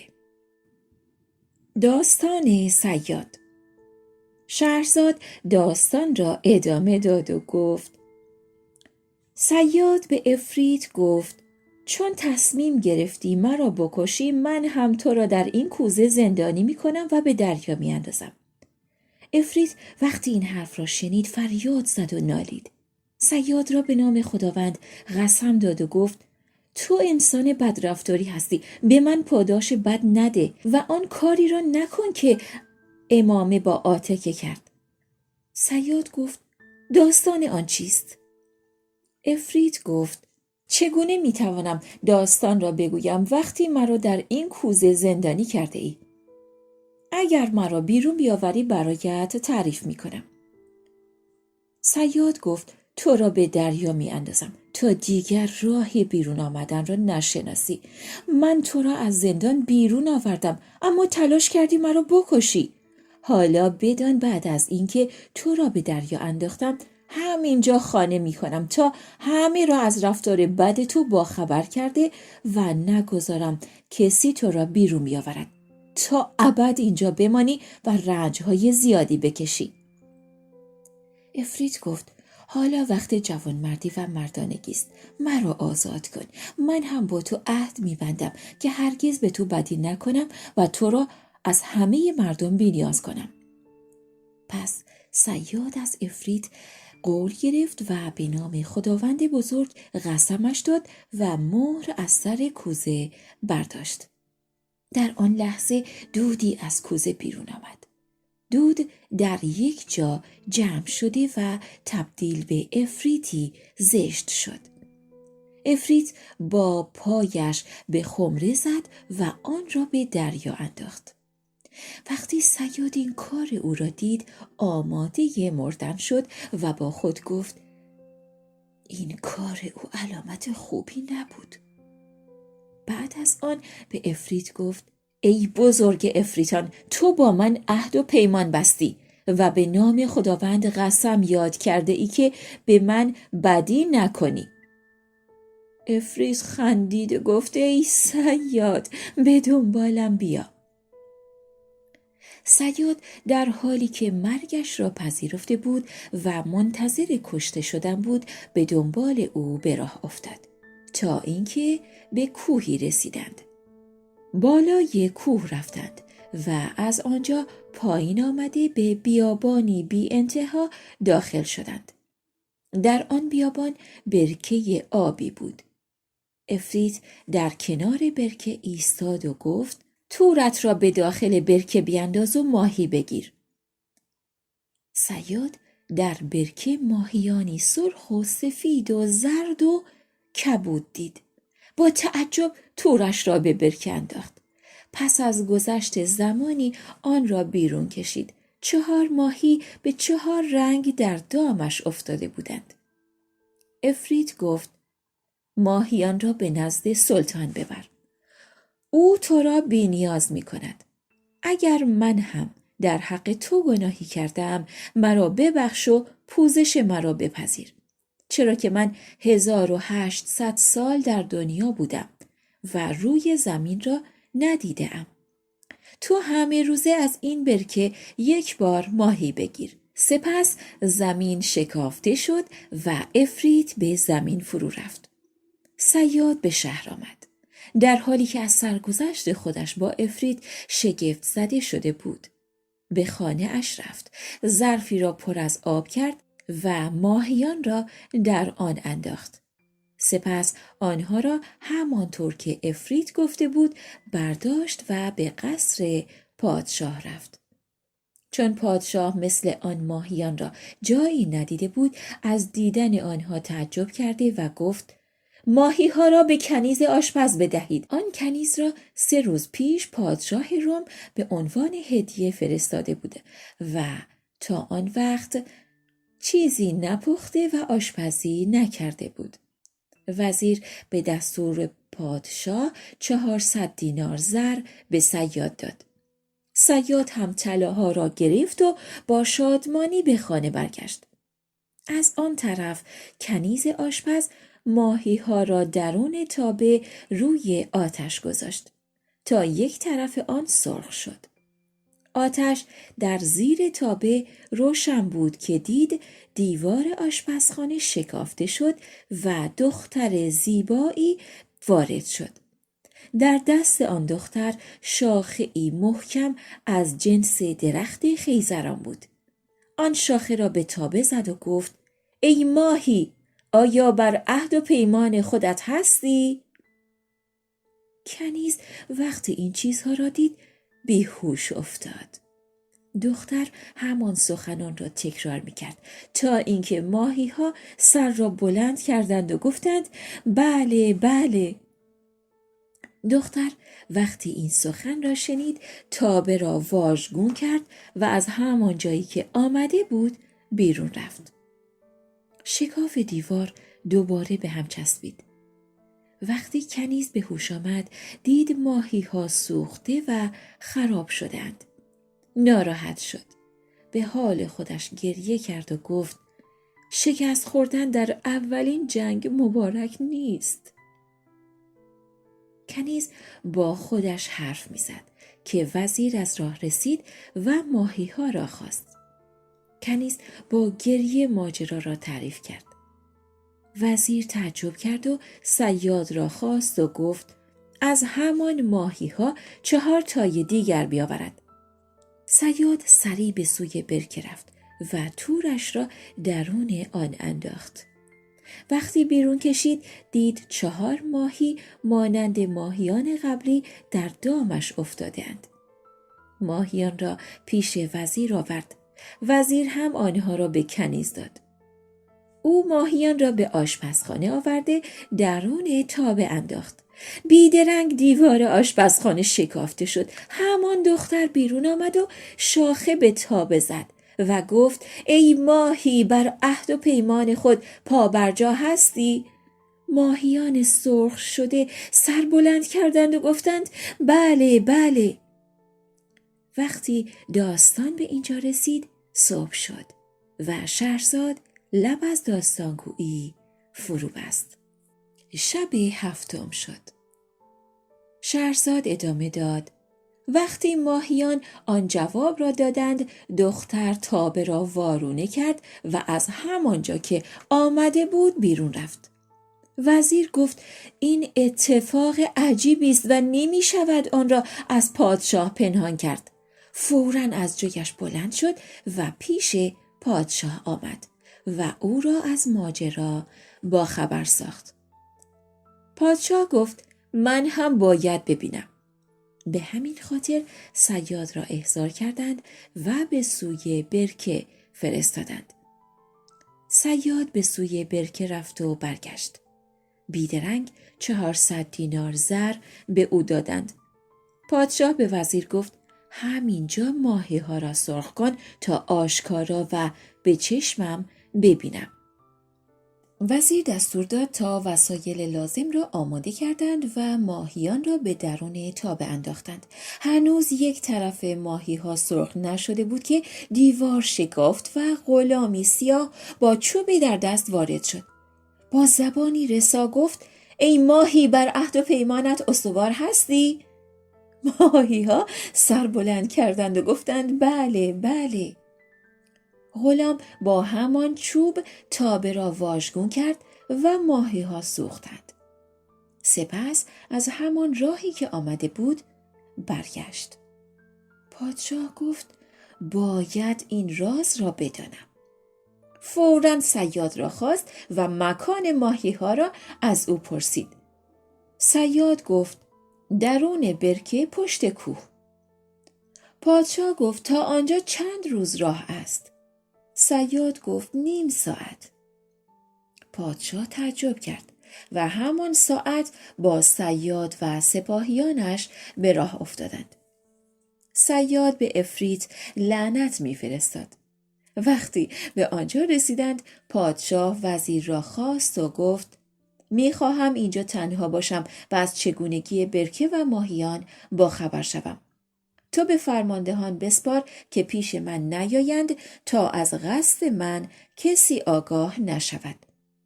وزیر همان کاری را کرد که پادشاه دستور داده بود. وقتی شب شد، پادشاه شمشیر به دست اطراف را می‌گشت. ناگهان از دور سیاهی دید. خوشحال شد و نزدیک رفت. قصری از زرخام و مرمر با دری آهنی دید. یکی بسته و دیگری باز. شادمان نزدیک رفت و ایستاد و آهسته در زد. صدایی نشنید. بار دوم و سوم هم در زد، اما صدایی نشنید. دفعه چهارم محکم تر زد. صدایی نیامد. شجاعانه وارد دالان شد. فریاد زد: ای ساکنان قصر، مردی مسافر و فقیرم. خوراک اندکی به من بدهید. 2-3 بار این سخن را گفت. جوابی نشنید. با دل و جرأت بیشتر به میان قصر آمد. آنجا هم کسی را ندید. فرش ها پهن شده و وسط آن حوضی از جنس بلور بود. در 4 گوشه آن شیرهایی از زر سرخ وجود داشت که از دهانش مروارید به جای آب می‌ریخت. پادشاه شگفت زده شد، ولی افسوس می‌خورد که کسی نیست تا از او درباره برکه و ماهیان سؤال کند. حیرت زده به گوشه‌ای نشست و به فکر فرو رفت. ناگهان آواز غمگینی شنید. پادشاه به سمت صدا رفت. پرده آویزان بود. وقتی پرده را برداشت، دید پسر زیبایی بالای تخت نشسته است. آن تخت به اندازه یک ذرع از زمین فاصله داشت و در هوا معلق بود. آن پسر در زیبایی و نمکین بودن مثل آفتاب و مهتاب بود. پادشاه از دیدنش خوشحال شد، اما جوان دل‌آزرده و غمگین بود.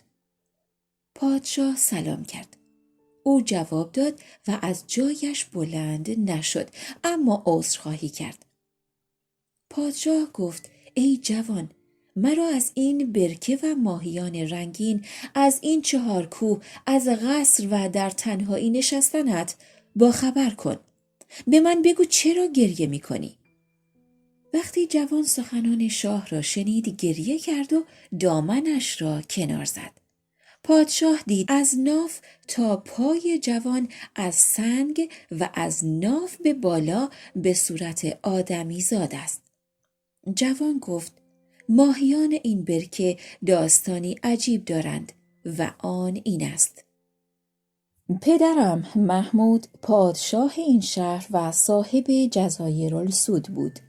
70 سال پادشاهی کرد. پس از آن مرد و فرمانروایی به من رسید. من دختر عمویم را به عنوان همسر انتخاب کردم. او مرا بسیار دوست داشت. بدون من سفره را پهن نمی کرد و چیزی نمی خورد. 5 سال به این منوال گذشت. روزی به حمام رفت و به رئیس آشپزخانه گفت غذایی برای شام آماده کند. من هم بالای تخت رفتم تا بخوابم. اما خوابم نمی برد. به 2 کنیزم گفتم مرا باد بزنند. یکی از آن 2 زیر پایم و دیگری بر بالینم نشستند و مرا باد زدند. چشمم بسته بود، اما بیدار بودم. کنیزی که بر بالین من نشسته بود به دیگری گفت 100 افسوس به جوانی سرورمان که گرفتار زن بدکاره شده.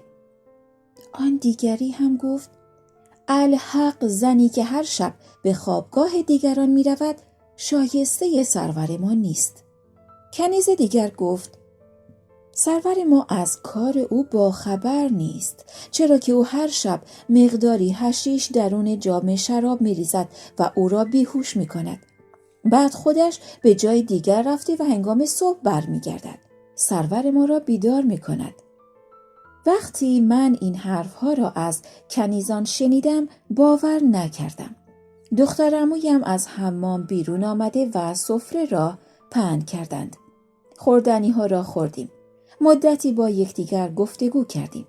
بعد از آن شراب خواستیم. شراب آوردند. دختر عمویم کاسه ای خودش خورد و کاسه ای هم به من داد. من چنان وانمود کردم که شراب می‌خورم، اما پنهانی جام را ریختم و خوابیدم. شنیدم که میگفت بخواب که بلند نشوی. سپس بلند شد و لباس حریر و طلایی پوشید و خودش را آرایش کرده در را باز کرد و رفت. من هم به دنبال او رفتم تا به دیوار قلعه‌ای رسیدم. دختر عمویم به خانه‌ای گلی که در وسط دیوار بود رفت. من هم بالای خانه رفتم. چشمم را بر روی سوراخی گذاشتم تا درون خانه را ببینم. دیدم که او به غلام سیاهی سلام کرد و زمین را بوسید. غلام سرش را بلند کرد و با تندی به او گفت تا الان کجا بودی؟ چرا دیر کردی؟ سیاهان اینجا بودند و هر کدامشان معشوقه‌ای در آغوش داشتند و شراب می‌خوردند. چون تو اینجا نبودی من شراب نخوردم. دختر گفت سرورم، خودت میدانی شوهری دارم که اصلا دوستش ندارم. اگر به خاطر تو نبود این شهر را زیر و رو می‌کردم. غلام گفت ای بدکاره، دروغ میگویی. به جان سیاهان و به جوانی حبشیان سوگند میخورم که دیگر به سمتت نگاهی نکنم و به تنت دست نزنم. پیش من آمدنت از روی میل نیست. غلام این سخنان را می گفت و دختر ایستاده گریه می کرد و می گفت ای سرور، دل و روشنایی چشمم، به جز تو کسی را ندارم. از هر دری مرا برانی از در دیگر خواهم آمد. القصه. دختر چنان گریه کرد که دل غلام به حالش سوخت و اجازه داد که بنشیند. دختر شادمان نشست و به غلام گفت سرورم، خوردنی و نوشیدنی می‌خواهم. غلام گفت در آن کاسه تکه‌ای گوشت موش است و در آن کوزه سفالی هم ته مانده شراب، آنها را بخور. دختر بلند شد و آنها را جلویش گذاشت و خورد و نوشید. آنگاه لباسش را درآورد و روی حصیر کنار غلام خوابید. من از سوراخ خانه آنها را می دیدم و حرفهایشان را می شنیدم. آنگاه از پشت بام پایین آمدم. شمشیرم را بیرون کشیدم و خواستم هر دو را یک دفعه بکشم. شمشیر بر گردن غلام زدم و خیال کردم که کشته شده. وقتی قصه به اینجا رسید صبح شد و شهرزاد لب از داستانگویی فرو بست. شب 8 شد. جوان جادو شده به پادشاه گفت گمان می کردم که غلام مرده. به همین خاطر از خانه بیرون آمدم و با عجله به سوی قصر رفتم و در خوابگاه هم خوابیدم. وقتی صبح شد دختر عمویم را در حالی دیدم که موهایش را بریده و لباس عزا پوشیده. پیش من آمد و گفت دیشب شنیدم یکی از برادرانم را مار گزیده و برادر دیگرم از پشت بام افتاده. پدرم هم به جنگ دشمنان رفته و هر سه مرده‌اند. حالا شایسته است که عزادار باشم و گریان و دل آزرده گوشه‌ای بنشینم. به او گفتم هر کاری که می‌خواهی بکن. 1 سال عزادار بود. بعد از 1 سال گفت باید درون قصر خانه‌ای بسازم، شکل قبری در آنجا درست کنم و نامش را بیت الحزن بگذارم و به عزاداری بنشینم. گفتم هر چه می‌خواهی بکن. او خانه و صندوقی ساخت و غلام را به آنجا آورد. چرا که غلام نمرده بود، اما از زخمی که با شمشیر به او زده بودم به سختی زندگی می‌کرد و نمی‌توانست حرف بزند. دختر همه روز صبح و شب به بیت الحزن می‌رفت و بر زخم غلام پماد و مرهم می‌گذاشت. شراب و شربت به او می‌خوراند تا اینکه روزی به دنبال او رفتم. دیدم فریاد می‌کشد و سر و سینه خود را چنگ می‌زند و می‌گوید خیال تو هر لحظه به من امید وصال می‌دهد.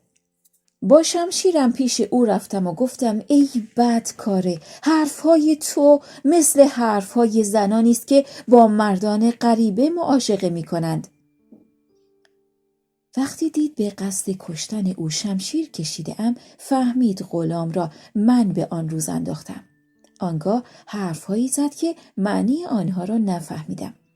به من گفت جادوی من نیمی از بدنت را تبدیل به سنگ می کند. بیدرنگ من نیمه سنگ شدم. بعد از آن شهر و مردم را جادو کرد. در شهر 4 گروه از مردم بودند: مسلمان، نصارا و یهود و زرتشتی که تبدیل به 4 نوع ماهی شدند. شهر هم که برکه آبی شد. 4 جزیره تبدیل به 4 کوه شدند. بعد از آن همه روزه دختر پیش من می آید و مرا برهنه می کند. بر تنم شلاق و تازیانه چنان می زند که خون جاری می شود. سپس لباس پشمی بر تنم می کند. وقتی جوان این سخنان را گفت به گریه افتاد. پادشاه گفت ای جوان، غمم را زیاد کردی. بگو آن دختر کجاست؟ جوان گفت صبح و شب کنار شکل قبری که غلام در آنجاست می آید و هنگام رفتن به سراغم آمده تنم را با تازیانه کبود می کند. پادشاه وقتی داستان جوان را شنید به او گفت ای جوان، به تو خوبی هایی می کنم که بعد از من در دفترها بنویسند و به زبانها بگویند. پادشاه بلند شد و به قرارگاه خود برگشت. روز دیگر هنگام شب شمشیر به دست گرفته و به جایی که غلام بود آمد. دید چراغ‌ها و شمع‌ها را روشن کرده و عود سوزانده اند. غلام سیاه خوابیده بود. فوراً شمشیرش را کشید و او را کشت و درون چاه انداخت. سپس لباسهایش را پوشیده و در جای او خوابید. در حالی که شمشیرش را پهلویش گذاشته بود، ساعتی گذشت. دختر به قصر آمد و پسر عموی خودش را برهنه کرد و بر او تازیانه زد. جوان مینالید و میگفت به من رحم کن، همان حالتی که دارم برایم کافی است، دیگر تازیانه نزن. دختر گفت تو چرا رحم نکردی و معشوق مرا به آن روز نشاندی؟ بعد از آن لباس پشمی تن پسر عمویش کرد و خودش لباس حریری پوشید. با جامی شراب در دست پیش غلام آمد. در حالی که گریه میکرد گفت سرورم، از این شراب جرعه‌ای بنوش و با من حرف بزن. پادشاه به زبان سیاهان و حرف زدنی شبیه به حرف زدن حبشیان گفت آه آه. وقتی دختر صدای او را شنید از خوشحالی بیهوش شد. چون به هوش آمد گفت سرورم، مرا امیدوار کردی. آنگاه پادشاه با صدایی غمگین گفت ای بدکاره، شایسته نیست که با تو حرف بزنم. دختر گفت به چه دلیل؟ پادشاه گفت به خاطر اینکه هر روز شوهرت را با شلاق میزنی و او را شکنجه میکنی. داد و بیداد او خواب را بر من حرام کرده، وگرنه تا حالا 100 بار من از این بیماری خلاص شده بودم. دختر گفت اگر تو اجازه بدهی او را آزاد میکنم. پادشاه گفت او را آزاد کن و با این کارت به من راحتی ببخش. دختر فوراً پیش پسر رفت. ظرفی را پر از آب کرد و وردی بر آن خواند.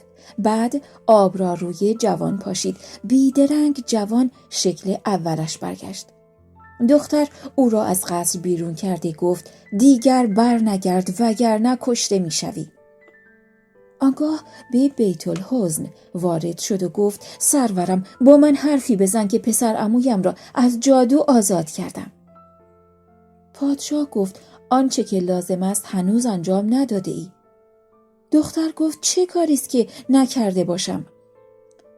پادشاه گفت شهر و مردمش را به حال اولشان برگردان، چرا که هر شب ماهیان سر بلند کرده و مرا نفرین می کنند.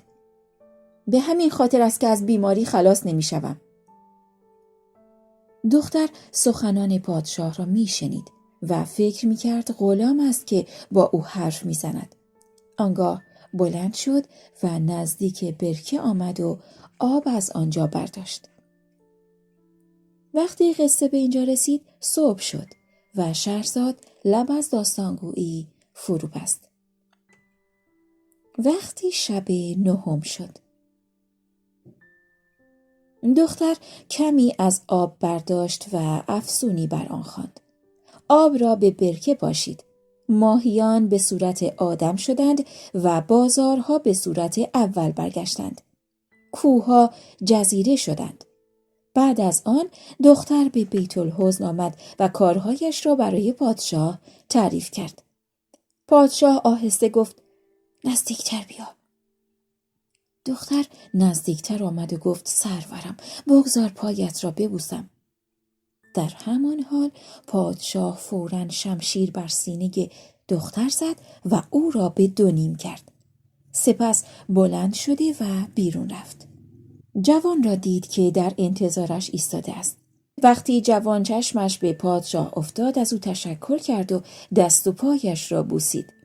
پادشاه هم آزادیش را تبریک گفت و از او سوال کرد حالا در شهر خودت میمانی یا با من میایی؟ جوان پاسخ داد تا جان در بدن دارم از تو جدا نخواهم شد. بگو از اینجا تا شهر تو چقدر راست؟ پادشاه گفت 2 روز. جوان گفت از اینجا تا شهر تو 1 سال راه است. تعجب پادشاه زیادتر شد. شاهزاده آماده سفر شد و به وزیر گفت میخواهم به زیارت مکه بروم. سپس شاهزاده 1 سال با سواران و همراهان خود رفتند تا به شهر رسیدند.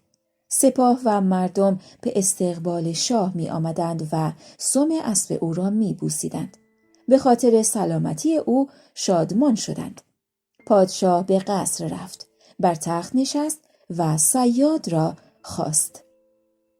لباسی گرانبها به او داد و تعداد فرزندانش را پرسید.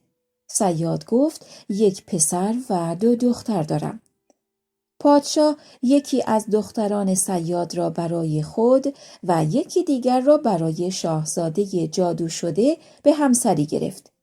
فرماندهی لشکر را به پسر و فرمانروایی شهر شاهزاده و جزایرالسود را به خود صیاد واگذار کرد. آنها تا هنگام مرگ روزگار به خوشی می‌گذراندند.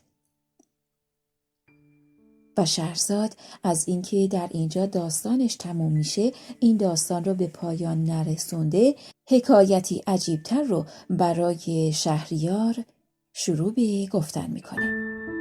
داستان مرد حمال و دختران. حکایت شهرزاد که صیاد و داستانش بود به اتمام میرسه و برای اینکه شهرزاد خودش رو از مرگ نجات بده داستان دیگری رو شروع میکنه. با همدیگه داستان حمال و دختران رو که شهرزاد برای نجات خودش شروع به گفتنش میکنه با همدیگه دنبال میکنیم. مرد حمالی در بغداد بود. روزی از روزها در بازار ایستاده بود که دختری دهری پدیدار شد. به حمال گفت سبد را بردار و با من بیا. حمال سبد را برداشت و به دنبال دختر رفت تا اینکه به دکانی رسیدند. دختر 1 دینار درآورد و مقداری زیتون خرید.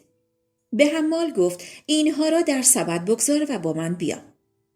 حمال زیتونها را در سبد گذاشته آنها را برداشت و رفتند تا به دکانی رسیدند. آنجا سیب شامی، به عمانی، انگور حلبی، شفتالوی دمشقی، لیموی مصری و ترنج سلطانی از هر کدام 3 کیلو خرید و به حمال گفت اینها را بردار و با من بیا. حمال هم آنها را در سبد گذاشته به همراه دختر رفت. به دکانی رسیدند. دختر مقداری ریحان، بابونه، یاسمین و شقایق خریده و به حمال گفت آنها را بردار و با من بیا. حمال هم آنها را برداشت و با دختر رفت. به دکان قصابی رسیدند. دختر مقداری گوشت خریده و به حمال داد و با هم رفتند. به حلوایی رسیدند. دختر همه نوع حلوا خرید و به حمال گفت آنها را هم در سبد قرار بده. حمال گفت اگر به من گفته بودی 1 خر با خودم می آوردم تا این بار سنگین را بکشد. دختر لبخندی زد و به راه افتاد. همچنان می رفتند تا به عطاری رسیدند. از هر نوع عطری 1 شیشه خرید و به حمال داد. بعد از آن به جایی دیگر رسیدند. دختر شمعی خرید و به حمال داد. او همه را در سبد گذاشت. دختر از پیش و حمال به دنبال او می رفت. تا به خانه ای محکم که دیواری بلند داشت رسیدند. در زدند. دختر زیبارویی در را باز کرد. حمال دید دختر دربان چهره ماهی دارد. از دیدن او چنان مست شد که نزدیک بود سبد از روی دوشش بر زمین بیفتد. با خود گفت فالم امروز مبارک است. پا به خانه گذاشت. دید دختر صاحب خانه از 2 دختر دیگر زیباتر است و بر بالای تختی نشسته. دختر از تخت پایین آمد و گفت چرا این بیچاره را زیر این بار سنگین گذاشته اید؟ دختران با یاری هم بار را از روی دوش حمال برداشته و روی زمین گذاشتند. سبد را خالی کرده و هر چیز را سر جای خودش قرار دادند. سپس 2 دینار به حمال دادند و گفتند بیرون برو. حمال نگاهی به خوبی و زیبایی دختران کرد. چون مردی در خانه نبود و همه نوع خوردنی و نوشیدنی آماده بود دلش نمی آمد که بیرون برود. دختران گفتند چرا نمی روی؟ اگر مزد کم گرفته ای 1 دینار دیگر هم بگیر. حمال گفت 10 برابر مزد خود را گرفتم، اما از کار شما حیرت زده ام که چرا به این صورت نشسته اید و به چه دلیل در میان شما مردی نیست تا با شما انس بگیرد. چرا که گفته‌اند سقف باید 4 ستون داشته باشد تا بیشتر پا بر جا بماند. اکنون شما 3 نفر هستید و 4مین نفرتان باید مردی آزاده، عاقل، سخنشناس و رازدار باشد.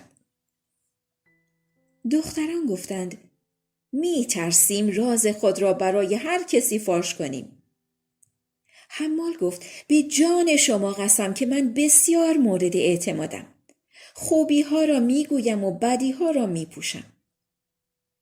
وقتی دختران خوش صحبتی او را دیدند گفتند میدانی که مال بسیاری برای این مجلس هزینه کرده ایم.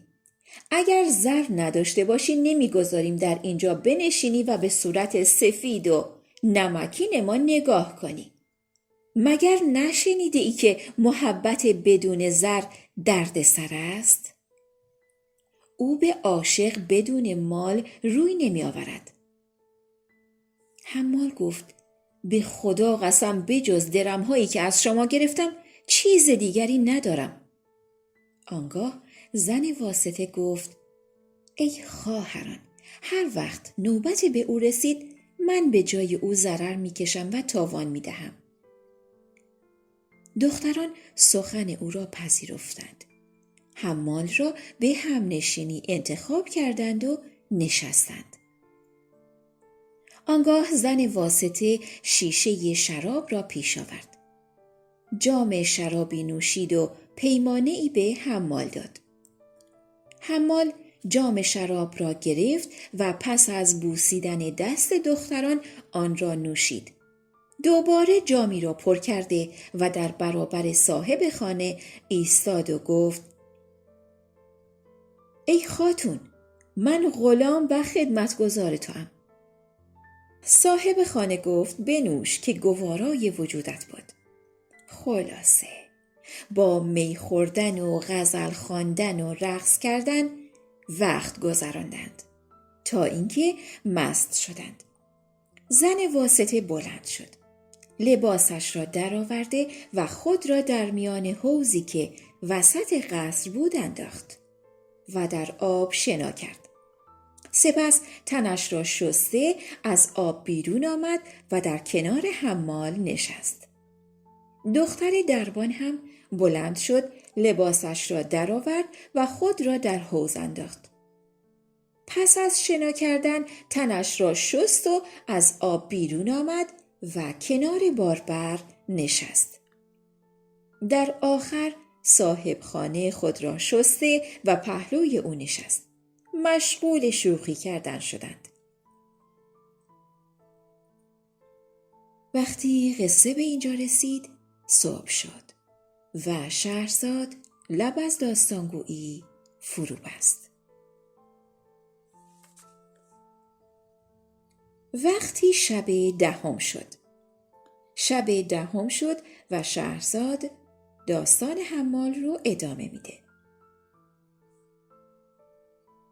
شهرزاد گفت حمال با دخترانی که کنارش نشسته بودند مشغول شوخی کردن شد. آنها میخندیدند. به شوخی او را میزدند و نیشگون میگرفتند تا اینکه شب شد. دختران گفتند حالا وقت آن است که از خانه بیرون بروی و زحمت ما را کم کنی. باربر گفت مردن برایم آسانتر از بیرون رفتن از اینجاست. امشب هم بگذارید اینجا بمانم. فردا صبح دنبال کارم میروم. زن واسطه گفت اشکالی ندارد اگر او را امشب نگه داریم. 2 دختر دیگر گفتند به شرط اینکه در مورد چیزهایی که می‌بیند سؤال نکند و تا از او سؤالی نشده حرفی نزند. حمال شرط را قبول کرد. پس گفتند بلند شو و آنچه بر طاق نوشته اند بخوان. باربر بلند شد. دید نوشته اند هرچه می‌بینی سؤال نکن و تا نپرسند جواب نده. حمال با آنان عهد بست. کنار هم نشستند. آنگاه زن واسطه شمع روشن کرد و عود سوزاند. سفره بزرگ خوردنی آوردند. در آن هنگام در قصر کوبیده شد. زن واسطه بلند شد و به سمت در رفت. 3 گدای یک چشم با چانه‌ای تراشیده جلوی در ایستاده بودند. برگشت و به خواهران گفت: کسانی که در می‌زدند 3 نفرند. چشم چپ هر کدامشان نابیناست. چانه‌شان تراشیده و هر یک به شکلی هستند. اگر به خانه بیایند به خاطر حالتی که دارند اسباب خنده ما را فراهم خواهند کرد. پس 2 دختر دیگر اجازه دادند، به شرط آنکه از هرچه می‌بینند سؤال نکنند و نپرسیده جواب ندهند. زن واسطه بیرون آمد. با آنها عهد بست و ایشان را به خانه آورد. آنان سلام کرده و با اجازه دختران نشستند. وقتی حمال را دیدند با هم گفتند: این هم شکل ماست. باربر وقتی این حرف را شنید عصبانی شد و با تندی گفت: بیهوده گویی نکنید و چیزی نگویید مگر آنچه بر طاق نوشته اند را نخوانده اید. دختران از این حرف حمال خندهشان گرفت و گفتند: حمال و این 3 گدا اسباب خوشی و خنده امشب ما را فراهم خواهند کرد. سپس خوردنی ها را خوردند و برای صحبت و همنشینی کنار هم نشستند. بعد از زمانی شراب حاضر شد. آنقدر خوردند تا مست شدند. باربر به گدایان گفت: ما را لحظه‌ای مشغول و سرگرم کنید. گدایان برپا شدند. هر کدام ابزار شادی به دست گرفتند و می نواختند. دختران در حال آواز خواندن بودند که دوباره در زدند. زن واسطه پشت در آمد و در را باز کرد. دید 3 نفر بازرگان هستند. آنها خلیفه هارون الرشید، جعفر برمکی و خادمشان مسرور بودند که به شکل بازرگان از آنجا عبور می کردند. وقتی به در خانه رسیدند آواز چنگ و چغانه شنیدند. خلیفه گفت: می‌خواهم علت این آواز خواندن را بدانم. به همین خاطر به مسرور دستور داد که در بزند. وقتی در باز شد جعفر گفت: ما 3 نفر بازرگان طبرستانیم. مهمان دوستی بودیم. اکنون از مهمانی برگشتیم و راه منزل را نمی‌شناسیم. امشب را به ما جا بدهید. زن واسطه با دیدن بازرگانان برگشته خواهرانش را باخبر کرد. از آنها اجازه گرفت و بازرگانان را درون خانه راه داد. وقتی داخل شدند دختران بلند شده آنها را جای خوبی نشاندند و گفتند: به شرط آنکه از هر چه می‌بینید سؤال نکنید و تا از شما سؤال نشده جواب ندهید. آنان عهد کردند. سپس زن واسطه دوباره شروع کرد به شراب چرخاندن. به همه داد تا اینکه به خلیفه رسید. خلیفه گفت: ما تشنه ایم. دختر دربان مقداری یخ روی ظرفی که لیمو و شکر در آن مخلوط شده بود گذاشت و پیش خلیفه آورد. خلیفه با خودش گفت: فردا پاداش خوبی به این دختر می دهم. وقتی آنان به خوردن باده مشغول شدند و بیشتر از 7 بار شراب دور چرخید مست شدند. دختران از خانه بیرون آمدند و کنار حوض ایستادند. باربر را صدا زدند تا پیش آنها برود. باربر رفت و دید 2 سگ سیاه به زنجیر بسته شدند. سپس صاحب خانه بلند شد.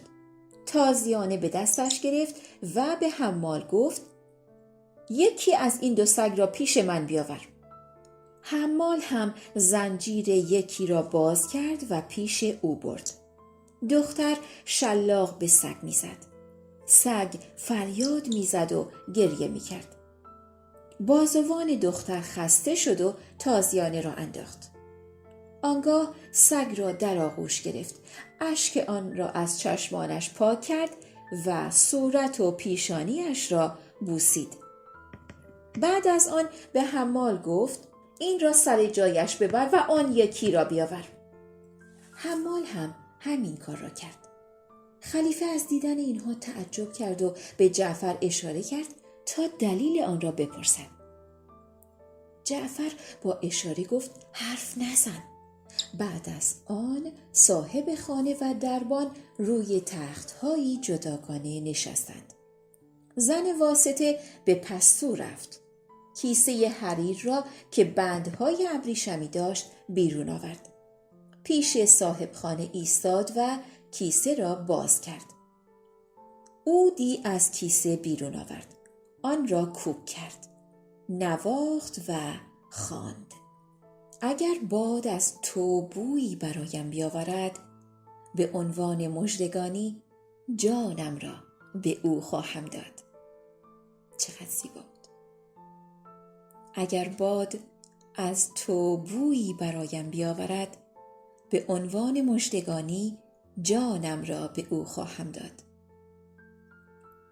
وقتی دختر این را شنید، لباس تنش را پاره کرد و بیهوش بر زمین افتاد. با پاره شدن لباس تنش نمایان و اثر تازیانه روی آن دیده شد. وقتی خلیفه اثر تازیانه را روی تنش دید، تعجب کرد و به او زل زد. دربان بلند شد و گلاب به رویش پاشید. او را به هوش آورد و لباس تنش کرد. خلیفه به جعفر گفت من طاقت ندارم سؤال کنم تا دلیل تازیانه های روی تنش را ندانم و از ماجرای این دو سگ با خبر نشوم آرام نمیگیرم. جعفر گفت ای خلیفه، از ما قول گرفتند در مورد چیزی که میبینیم سؤال نکنیم. بعد از آن زن واسطه بلند شد، ساز زد و آواز خواند: دوش در حلقه ما قصه گیسوی تو بود، تا دل شب سخن از سلسله موی تو بود. دربان با شنیدن این شعر از خود بیخود شد و لباسش را پاره کرد. اثر تازیانه بر تنش پیدا شد. زن واسطه گلاب رویش پاشید و لباسش را پوشاند. گدایان گفتند ای کاش ما درون خرابه بودیم و اینجا قدم نمی گذاشتیم. خلیفه گفت مگر اهل این خانه نیستند؟ جواب دادند فکرش را هم نمی کردیم که به اینجا بیفتیم. فکر کنیم خانه متعلق به این مرد است. و اشاره به حمال کرد.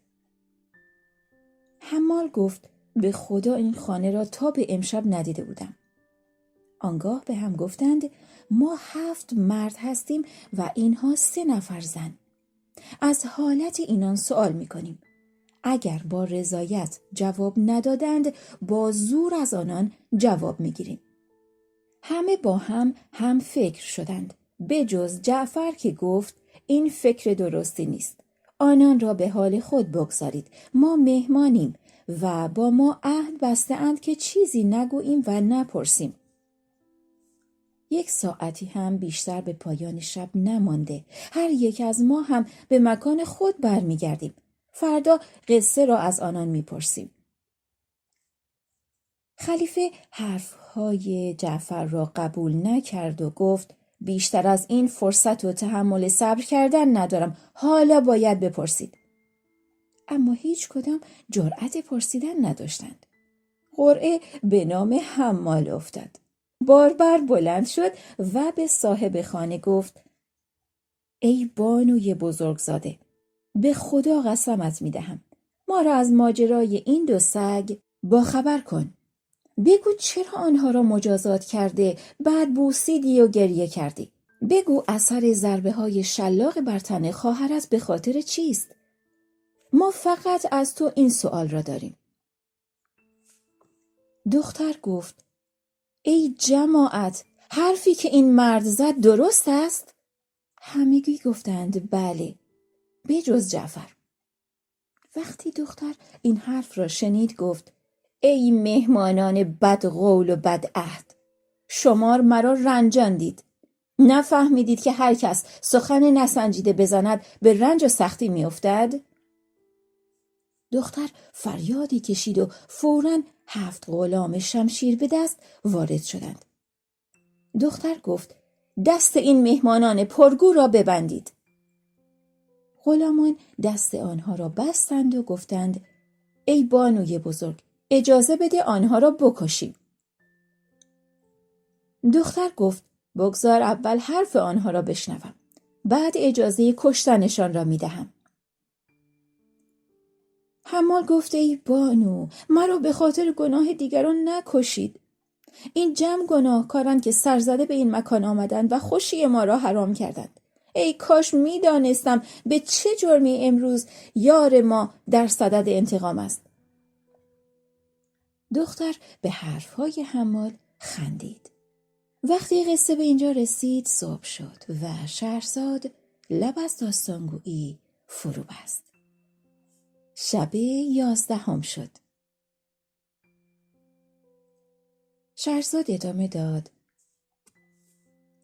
دختر با همه خشمی که داشت به حرفهای حمال خندید و گفت از زندگی شما ساعتی بیشتر نمانده، هر کدام داستان خود را بگویید. بعد از آن رو به گدای اول کرد و پرسید شما 3 نفر برادرید؟ گفتند نه به خدا، من چشم داشتم و نابینایی من داستان جالبی دارد. دختر از 2 گدای دیگر سوال کرد.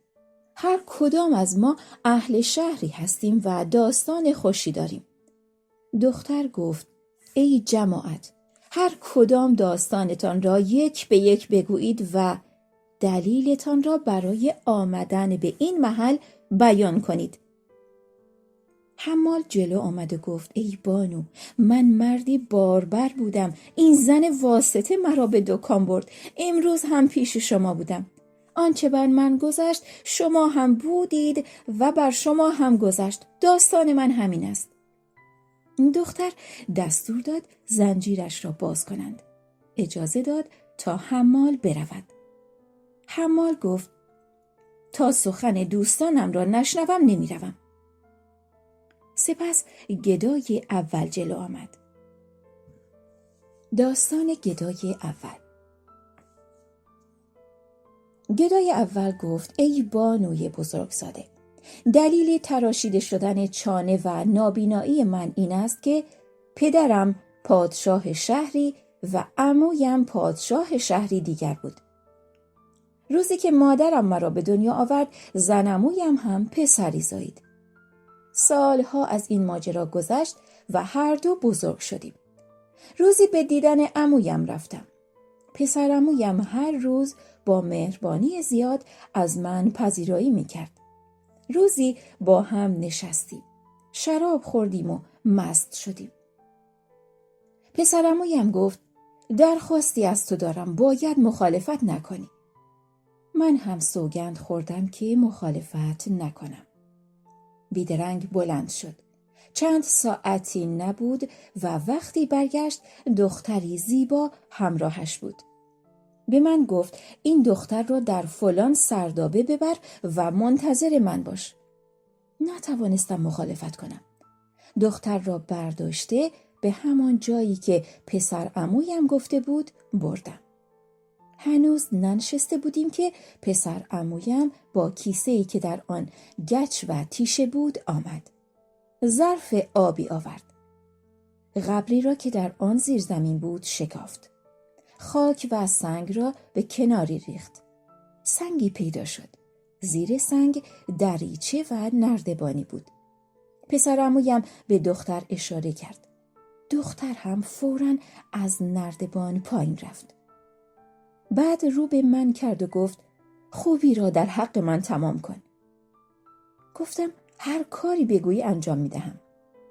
گفت وقتی از نردبان پایین رفتم سنگ بر دریچه بگذار و خاک بر رویش بریز.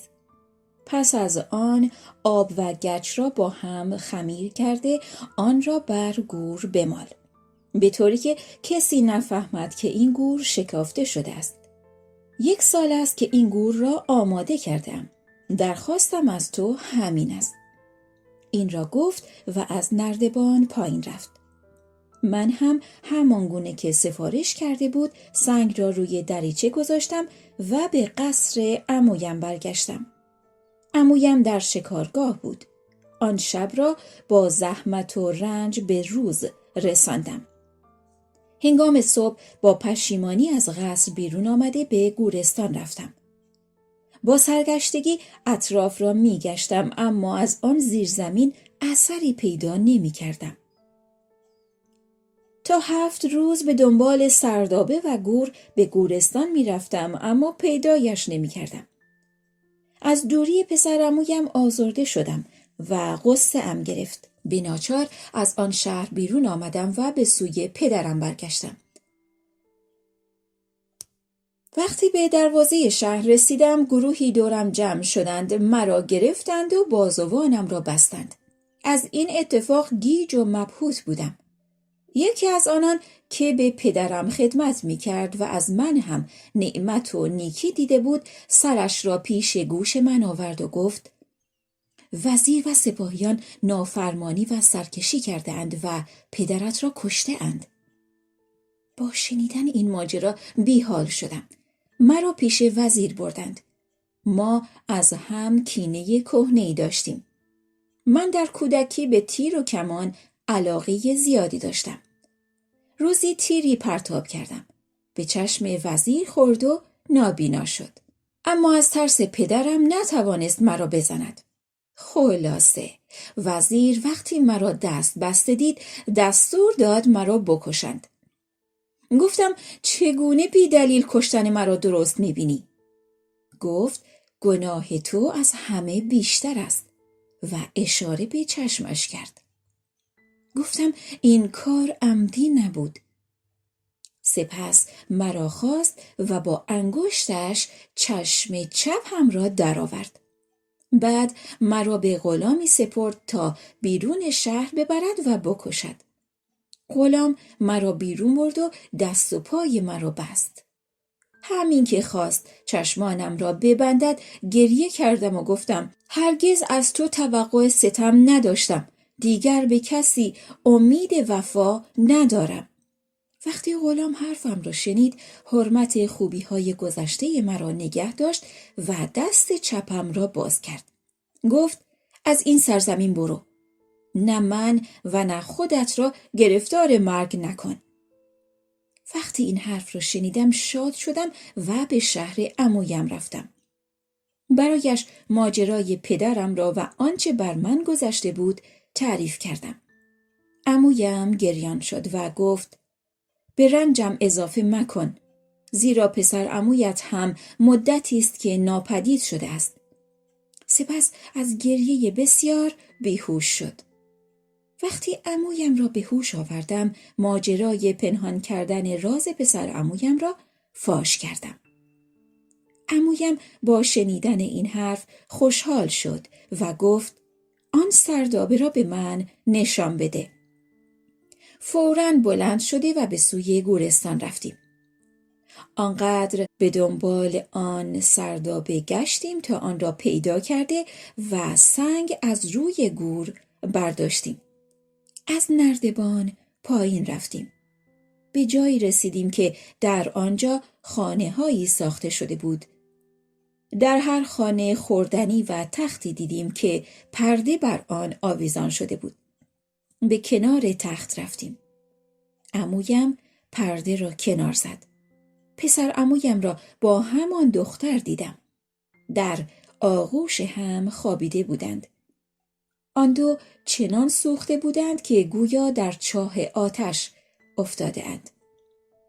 عمویم فریاد زد و گفت ای ناپاک، تو سزاوار بیشتر از این هستی. این مکافات دنیاست. عذاب آخرت هم به دنبالش است. وقتی قصه به اینجا رسید صبح شد و شهرزاد لب از داستانگویی فرو بست. وقتی شب 12 شد گدای نابینا گفت وقتی پسر عمویم را در آن حالت پیدا کردیم بسیار ناراحت شدیم. من از رفتار عمویم تعجب کردم. به او گفتم عمو، مگر سوختن برایشان کافی نبود که حالا نفرینشان هم میکنی؟ گفت ای فرزند، این پسر در کودکی خواهرش را خیلی دوست داشت. من او را از این کار نهی میکردم. با خودم میگفتم هنوز کودکند. اما وقتی بزرگ شدند با هم آمیزش کردند. هنگامی که این مسئله را فهمیدم به پسرم گفتم از این کارها بترس و دوری کن. کاری نکن که تا ابد به سرزنش مردم گرفتار شوی. سپس دختر را از این کار منع کردم. اما او هم دوستدار پسر بود. وقتی آنان دیدند از همدیگر پنهانشان میکنم، با راهنمایی ابلیس این مکان را ساختند و همه نوع خوراکی در اینجا جمع کردند. در روزهایی که من به شکار میرفتم فرصت پیدا میکردند و به اینجا میآمدند. اما خدای تعالی از رفتار آنها خشمگین شد و آنها را این گونه سوزاند. سپس هر دو گریان از نردبان بالا آمده سنگ روی دریچه گذاشتیم. با ناراحتی می رفتیم که صدای طبل سپاهیان بلند شد و گرد و غبار سم اسب‌ها همه جا را پر کرد. عمویم علت این اتفاق را پرسید. گفتند وزیر برادرت او را کشته و حالا به این شهر آمده. چون عمویم توان مقاومت و مقابله نداشت، از او اطاعت و فرمانبرداری کرد. با خودم گفتم اگر یک بار دیگر دستگیر شوم از دست وزیر جان سالم به در نمیبرم. به ناچار چانه ام را تراشیدم و لباس کهنه به تن کردم. به نیت دارالسلام از شهر بیرون آمدم تا شاید کسی مرا به خلیفه برساند. امشب به این شهر رسیدم. فکرم به جایی نرسید و جایی را نمی شناختم تا اینکه سر و کله این گدای یک چشم پیدا شد. به او نشان دادم که گدا هستم. او هم گفت من هم غریبم. از این حرف ها می زدیم که این گدا رسید و گفت من هم غریبم. هر سه سرگردان می گشتیم تا اینکه هوا تاریک شد. سرنوشت ما را به اینجا راهنمایی کرد. دختر دستور داد بند او را نیز باز کردند و اجازه داد برود. گدا گفت تا سخن دوستانم را نشنوم نمی روم. شهرزاد در ادامه داستان خودش میره برای تعریف داستان گدای دوم. گدای دوم جلو آمد و گفت ای بانوی بزرگ، نابینایی من حکایت جالبی دارد و آن این است. من پادشاه و شاهزاده ام. در 10 سالگی به 7 سورت قرآن را قرائت می کردم و همه علوم را به خوبی می دانستم. سخن ادبا و شعرا را یاد گرفتم. به همین سبب مقامم از هر کسی بیشتر شد. آواز ادیبی و دبیریم به گوش پادشاهان دیگر کشورها رسید.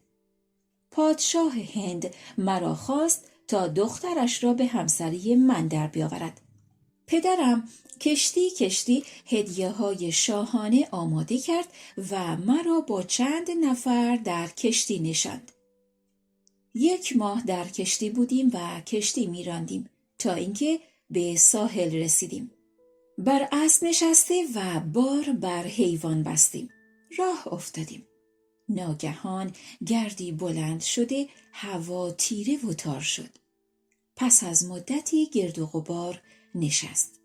خوب که نگاه کردم دیدم از راه زنان قبایل عرب هستند که بر اسبانی تیزرو سوار و نیزه‌هایی بلند در دست دارند. برایشان روشن کردیم که هدایا برای سلطان هند است و ما هم سفیر هستیم. گفتند ما نه به فرمان پادشاه هند و نه در سرزمین او هستیم. سواران به ما حمله کردند و همه را کشتند. چند نفر هم فرار کردند. بالای کوه رفتم و در غاری جا گرفتم. صبح از کوه پایین آمده راه افتادم و رفتم تا به شهر آبادی رسیدم. به دکان خیاطی رسیدم و سلام کردم. با رویی گشاده جواب داد و از مقصدم پرسید. ماجرا را تعریف کردم. ناراحت و محزون شد. گفت ای فرزند، حکایتت را به کسی نگو. مبادا شاه بشنود. او با پدرت کینه قدیمی دارد. آن شب را با هم به سر بردیم. خیاط گفت چه کار و پیشه‌ای بلدی؟ گفتم مردی حکیمم و علوم را میدانم. گفت کالای تو در این شهر خریداری ندارد. مردم اینجا تمایلی به علم ندارند. تیشه و ریسمانی به دست بیاور و با خارکنان به صحرا برو و خارکنی کن. خودت را هم به کسی نشناسان که کشته میشوی. پس تیشه و ریسمانی برایم آماده کرد و مرا با خارکنان به صحرا فرستاد. تا اینکه روزی به صحرا رفته و به جایی رسیدیم که درختانی قدیمی داشت. من تیشه به دست گرفتم و پای درختی را کندم. حلقه‌ای مسی نمایان شد. خاک را کندم. دیدم حلقه مسی به دری محکم شده و چسبیده است. حلقه را گرفتم و تخته را برداشتم. نردبانی پیدا شد. از نردبان پایین رفتم. قصری با ستونهای محکم دیدم. در آنجا دختر ماهرویی بود. گفت تو از جنیان هستی یا از آدمیان؟ چگونه به اینجا آمدی؟ من 25 سال است که در این مکان هستم و روی آدمیزاد را ندیدم. گفتم ای پری رو، خدا را شکر که مرا به اینجا آورد تا با دیدن تو اندوهم از بین برود. سپس احوال خود را بیان کردم. دختر زیبا به حال من گریان شد. گفت من هم دختر پادشاه آبنوسم. مرا به همسری پسر عمویم درآوردند. در شب زفاف افریتی مرا از کنار داماد دزدید و به اینجا آورد. همه نوع خوراکی برایم آماده کرد. هر 10 روز یک شب به این محل آمده و کنار من میخوابد. به من یاد داده اگر کاری پیش آمد دستم را به این 2 سطری که بر برآمدگی سقف نوشته بگذارم تا فوراً افریت پیدایش شود. اکنون 4 روز است که افریت رفته و پس از 6 روز خواهد آمد. آیا دوست داری که 5 روز پیش من بمانی و 1 روز قبل از آمدن افریت بروی؟ گفتم بله، سپاسگزارم. خوشحال شد. شربتی آورد و به من نوشاند.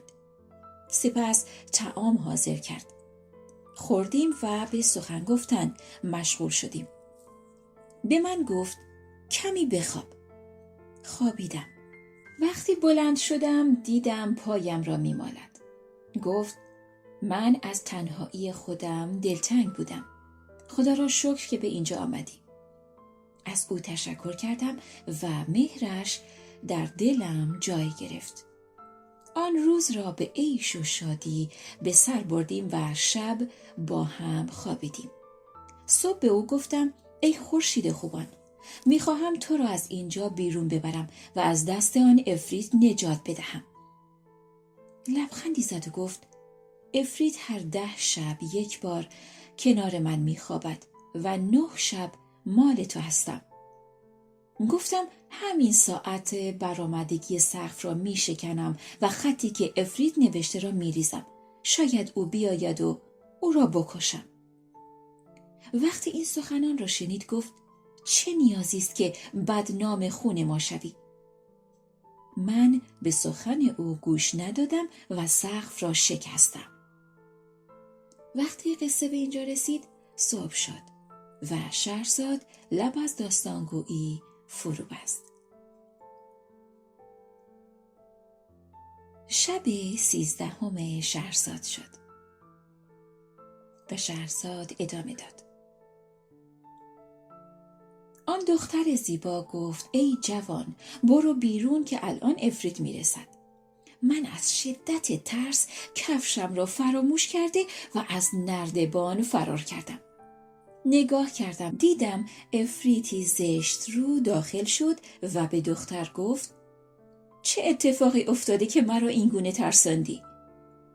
دختر گفت جز این که در آرزوی دیدار تو بودم اتفاق دیگری نیفتاده. عفریت گفت ای بدکار، دروغ هم میگویی؟ آنگاه اطراف را نگاه کرد و کفش و تیشه را دید. گفت هر دوی اینها برای آدمیان است. دختر گفت تا حالا آنها را ندیده بودم، شاید تو با خودت از بیرون آورده ای. عفریت گفت ای حیله‌گر، میخواهی به من کلک بزنی؟ پس او را به 4 میخ بست و تازیانه زد. من ترسان و هراسان بیرون آمدم و از کارم پشیمان بودم. وقتی پیش خیاط آمدم گفت دیشب کجا بودی؟ من به انتظار تو نخوابیدم. از مهربانی او قدردانی کردم و گوشه‌ای حیران نشستم. خیاط پیشم آمد و گفت مرد عجمی در دکان نشسته و کفش و تیشه‌ات را آورده. میگوید آنها را در مسجد پیدا کرده و نمیدانسته مال کیست. کسی او را به بازار خیاطان راهنمایی کرده و آنها هم نشانی اینجا را دادند. حالا در دکان نشسته و تو را میخواهد. وقتی این حرف را شنیدم گونه‌ام زرد شد و دلم شروع کرد به تپیدن. ناگهان زمین شکافت و مرد عجمی نمایان شد. دیدم همان عفریت است. بیدرنگ مرا دزدید و به هوا بلند شد. پس از ساعتی پایین آمد و به همان قصر وارد شد. دختر برهنه و خون از تنش جاری بود.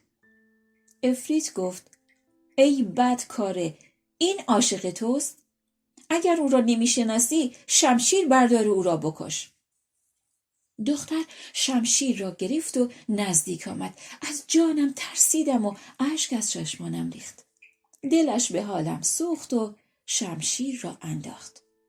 عفریت شمشیر را برداشت و به دست من داد و گفت تو او را بکش و آزاد شو. شمشیر را برداشتم و جلو رفتم. دختر اشک ریخت و من هم شمشیر را انداختم و گفتم ای عفریت، این کار را نمی کنم. عفریت شمشیر را برداشت و سر از تن دختر جدا کرد. آنگاه رو به من کرد و گفت ای آدمیزاد، در آیین ما باید زن بدکاره را کشت. اما تو خیانتی به من نکردی، تو را نمی کشم. ولی سالم هم نمی گذارم از اینجا بروی. خودت بگو تو را به چه شکلی در بیاورم؟ بسیار زاری کردم و گفتم مرا ببخش تا خدا تو را ببخشد. گفت زیاد حرف نزن، از خونت گذشتم، اما باید به وسیله جادو به شکل دیگری در بیاورمت. روی قله کوهی پایین آمد. مشتی خاک برداشت و افسونی بر آن خواند و روی من پاشید. فوراً به شکل یک بوزینه شدم. وقتی خود را به آن حال دیدم گریان و نالان از کوه پایین آمدم. رفتم تا به کنار دریایی رسیدم. گروهی را دیدم که در کشتی نشسته و تصمیم دارند حرکت کنند. خودم را به طوری که مردم نبینند به درون کشتی انداختم. 1 روز پنهان بودم. وقتی مرا دیدند یکی گفت به دریا بیندازید. دیگری شمشیری به دست ناخدا داد و گفت او را بکش. من با 2 دستم به شمشیر ناخدا آویزان شدم و اشک ریختم. دل ناخدا به حالم سوخت. گفت این بوزینه به من پناه آورده. کسی او را اذیت نکند. پس پیش ناخدا ماندم. هرچی میگفت میدانستم و انجام میدادم تا اینکه به شهر بزرگی رسیدیم و از کشتی به بیرون آمدیم. در آن ساعت خدمتگزاران سلطان آن شهر لوحی پیش بازرگان آورده و گفتند هر کدام خطی روی این لوح بنویسید. من بلند شدم و لوح را از دست خادم گرفتم. آنها ترسیدند که مبادا لوح را بشکنم. مرا زدند و خواستند آن را بگیرند. با اشاره فهماندم که میخواهم خط بنویسم. ناخدا گفت بگذارید تا بنویسد. من او را به فرزندی قبول کرده ام. چنین بوزینه دانشمندی ندیده بودم. من قلم گرفتم و با انواع خطوط شعرهایی نوشتم. سپس لوح را به خادم دادم و آن را پیش سلطان بردند. سلطان به جز خط من خط کس دیگری را نپسندید. دستور داد و گفت به صاحب این خط لباسی گرانبها بپوشانید و سواره پیش من بیاورید. خدمتگزاران همه خندیدند. پادشاه از دیدن خنده آنها خشمگین شد. گفتند ما به صاحب خط میخندیم چون بوزینه است و چیزی نمیداند. پادشاه تعجب کرد و گفت آن بوزینه را برایم بخرید، لباسی فاخر تنش کنید و پیشم بیاورید. خادمان پادشاه مرا از ناخدا گرفتند. لباسی گرانبها تنم کردند و پیش او بردند. من زمین را بوسیدم و عرض ادب کردم. اجازه نشستن داد. دور از او نشستم. حاضران از ادب من تعجب کردند. وقتی پادشاه حاضران را مرخص کرد و به جز خادمان محرم کسی نماند، سفره پهن کردند و همه نوع خوردنی آوردند. پادشاه به من اجازه خوردن داد. من هم بلند شدم و زمین را 3 بار بوسیدم و به اندازه کافی خوردم. وقتی سفره را جمع کردند من به کناری رفتم و دستانم را شستم. سپس دورتر از پادشاه نشستم. او شطرنج خواست و گفت بیا بازی کنیم. جلو رفتم و مهره ها را چیدم. صفهای سواره و پیاده را منظم کردم. مهره سرباز پیاده را حرکت دادم. اسب را تاختم و وزیر را برداشتم. پادشاه فوراً مات شد. دوباره مهره ها را چیدم و باز پادشاه مات شد. تعجب کرد و گفت اگر این بوزینه از دسته آدمیان بود گوی سبقت را از همه میرو بود و از همه جلوتر میزد. سپس غلام محرم را به دنبال دخترش فرستاد.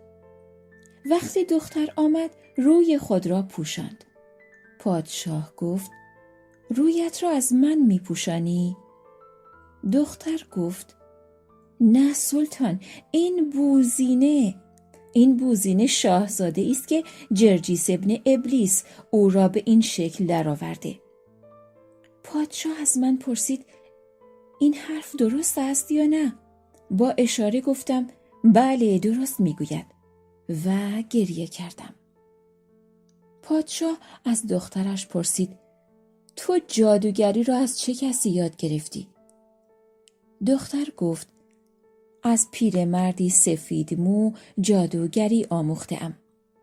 پست‌ترین جادویم این است که سنگ‌های این شهر را پشت کوه قاف ریخته و مردم را به شکل ماهی در بیاورم.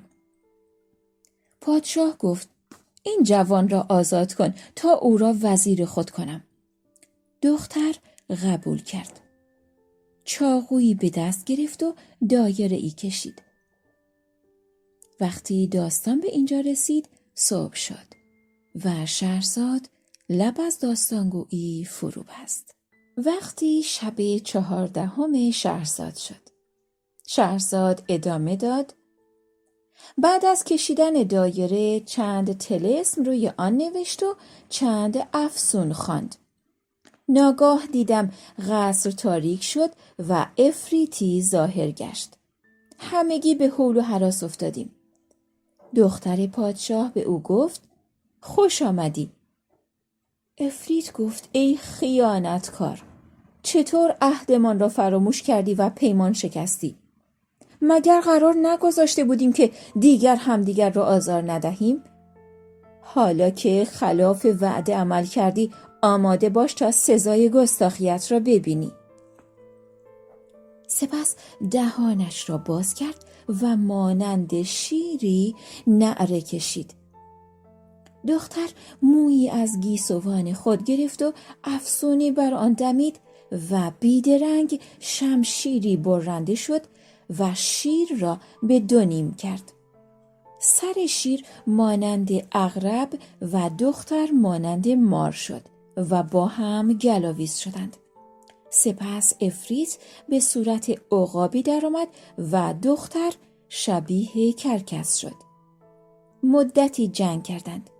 این بار عفریت به شکل گربه‌ای سیاه درآمد و دختر شبیه گرگ شد. بعد عفریت شبیه انار شد، به هوا بلند شد، به زمین افتاد و شکست. دانه های آن به اطراف پاشید. زمین قصر از دانه های انار پر شد. فوراً دختر شبیه خروسی شد و دانه ها را جمع کرد. دانه ای به سمت حوض رفت. خروس فریاد کشید و بال زد و با منقارش اشاره کرد.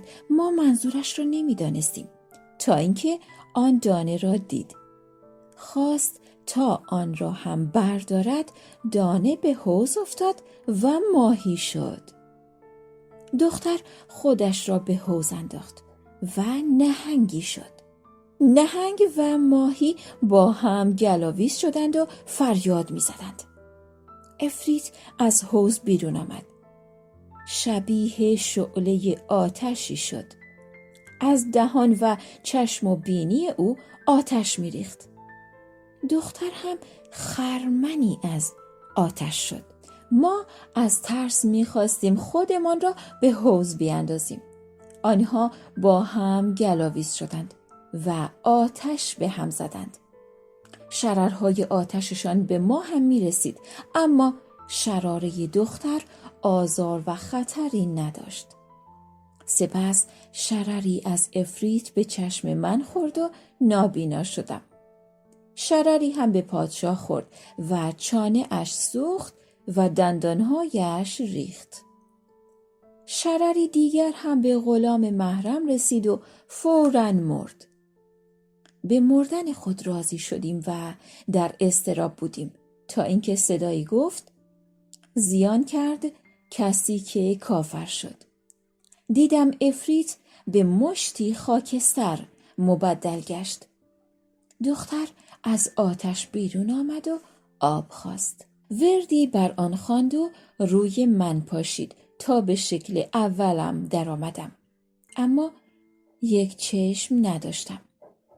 دختر هم گفت: ای پدر، من هم میمیرم. اگر آن دانه انار را قبل از اینکه به حوض بیفتد میگرفتم، سالم میماندم، ولی از آن غفلت کردم. از تقدیر نمی شود فرار کرد. دختر در حال گفتگو بود که شرری به سینه اش خورد و مشتی خاکستر شد. همگی حیران شده بودند و من می گفتم ای کاش می سوختم و این بت زیبا را این گونه نمی دیدم. پادشاه 7 روز به عزای دخترش نشست. بعد از آن خاکستر عفریت را برباد داد و روی خاکستر دخترش بارگاه و گنبدی بنا کرد. هر روز به آنجا می رفت و گریه می کرد تا اینکه خود پادشاه به بیماری سختی دچار شد. پس از آن 1 ماه بهبودیش را به دست آورد. مرا به نزد خود خواند و گفت: ای کاش روی نامبارک تو را ندیده بودم. چرا که مرا به این روز سیاه نشاندی و باعث مردن دخترم شدی. سریع از این شهر برو. من به حمام رفته چانه‌ام را تراشیدم و از شهر بیرون رفتم. کوه و دشت را طی می کردم و با سرعت به سوی دارالسلام می رفتم تا شاید خلیفه را از حالم باخبر کنم. وقتی به اینجا رسیدم گدای اول را دیدم. او همان لحظه رسیده بود. در حال حرف زدن بودیم که گدای سوم هم از راه رسید. با همدیگر می گشتیم. تقدیر ما را به این محل پرخطر راهنمایی کرد.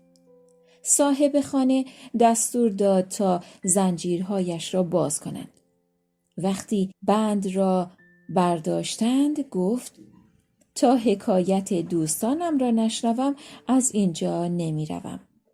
در آن هنگام گدای سوم جلو آمد و ادامه میده. ای خاتون، داستان من عجیبتر از 2 داستان دیگر است. من شاهزاده بودم. وقتی پدرم مرد من به تخت نشستم و به رعایت عدل و داد بین مردم و سپاه مشغول شدم.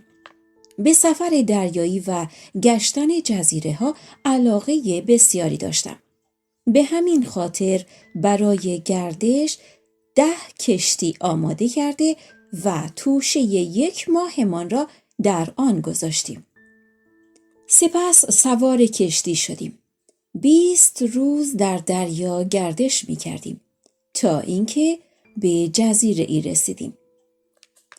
2 روز آنجا ماندیم و دوباره به کشتی برگشته و 20 روز دیگر هم در دریا می راندیم.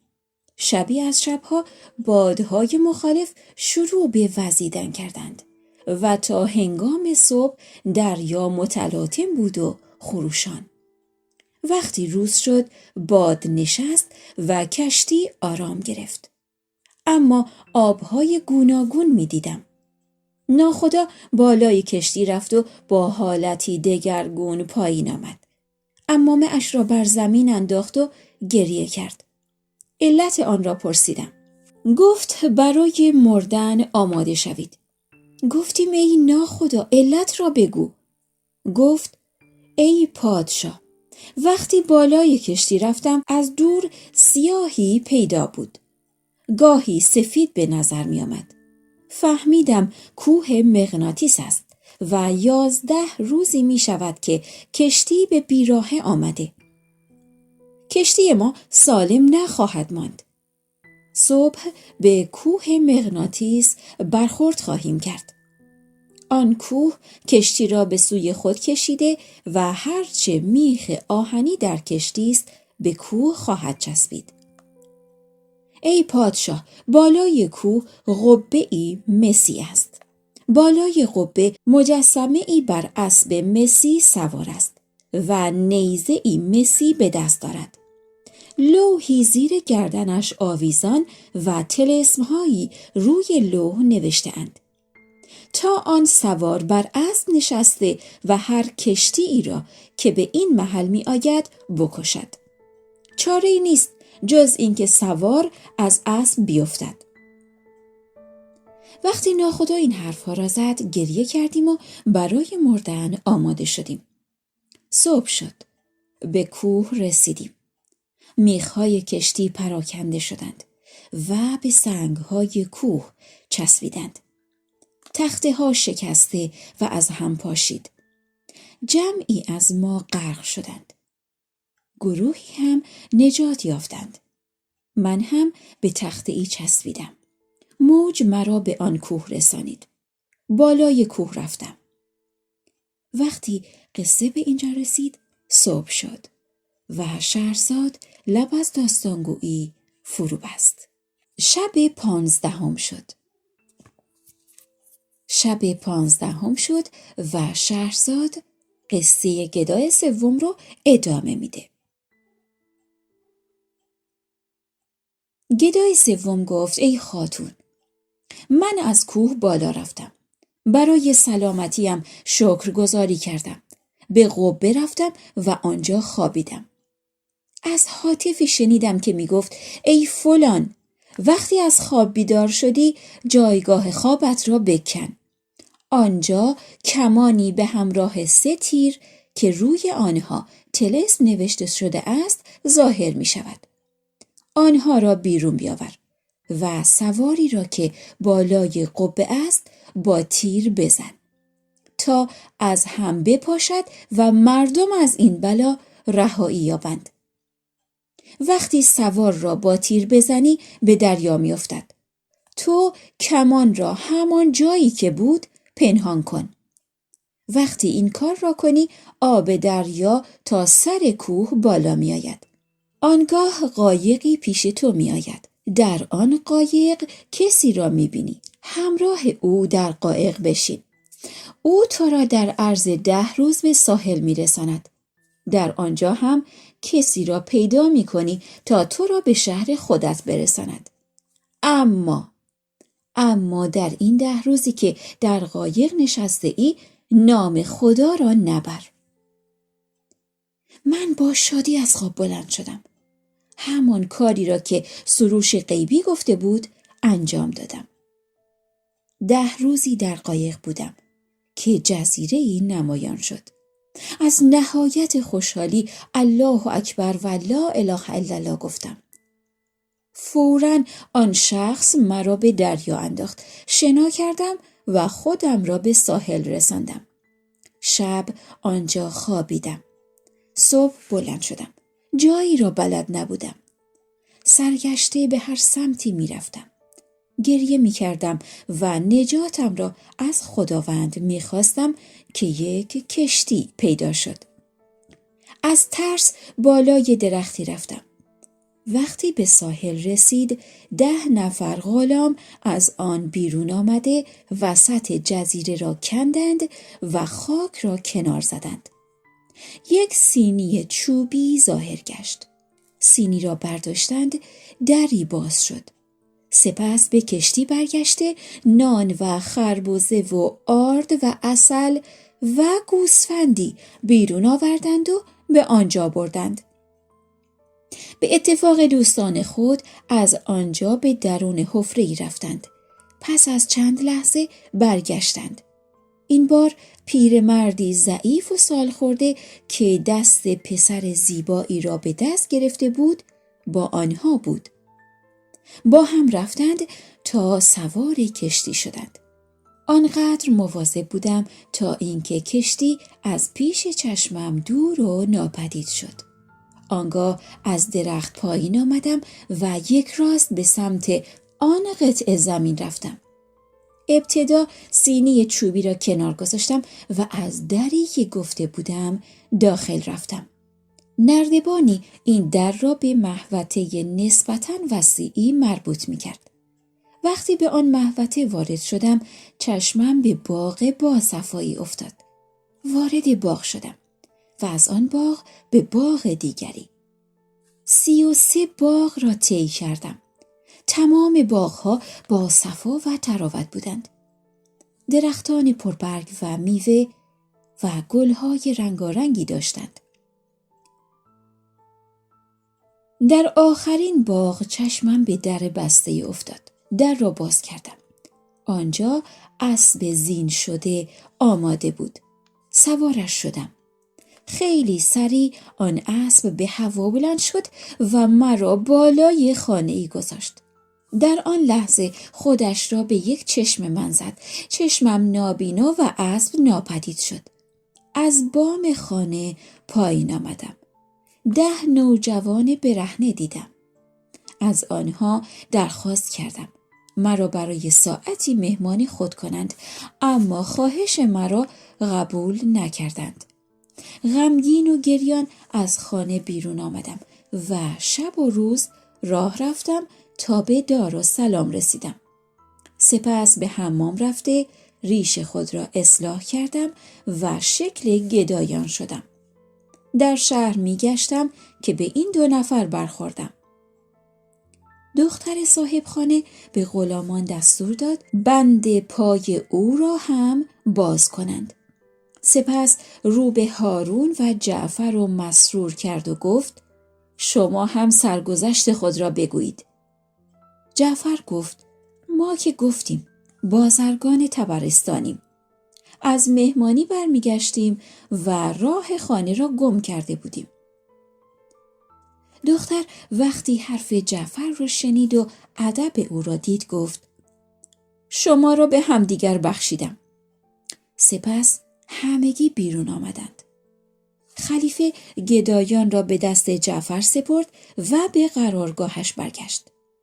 صبح فردا خلیفه بر تخت نشست و آن 3 دختر را به همراه گداها و سگها احضار کرد. وقتی آنها را حاضر کردند خلیفه به دختران گفت چون شما از خون ما گذشتید ما هم به پاس آن از خون شما می‌گذریم. اگر مرا نشناختید حالا بشناسید. من هارون و رشیدم. پس حقیقت را بگویید. وقتی قصه به اینجا رسید صبح شد و شهرزاد لب از داستانگویی فرو بست. وقتی شب 16 شد داستان بانو و 2 سگش. شهرزاد داستان بانو و 2 سگش رو شروع میکنه به گفتن. یکی از دختران گفت ای خلیفه 2 سگ خواهران پدری من هستند و من خواهر بزرگترم. وقتی پدرمان مرد 5000 دینار زر به ارث گذاشت. خواهرانم جهیزیه گرفته و شوهر کردند. بعد از مدتی شوهرانشان پول آنها را گرفته کالایی خریدند و برای تجارت رفتند. 4 سال در غربت بودند و سرمایه را هدر دادند. شوهرانشان آنها را رها کرده و ایشان هم مانند گدایان پیش من آمدند.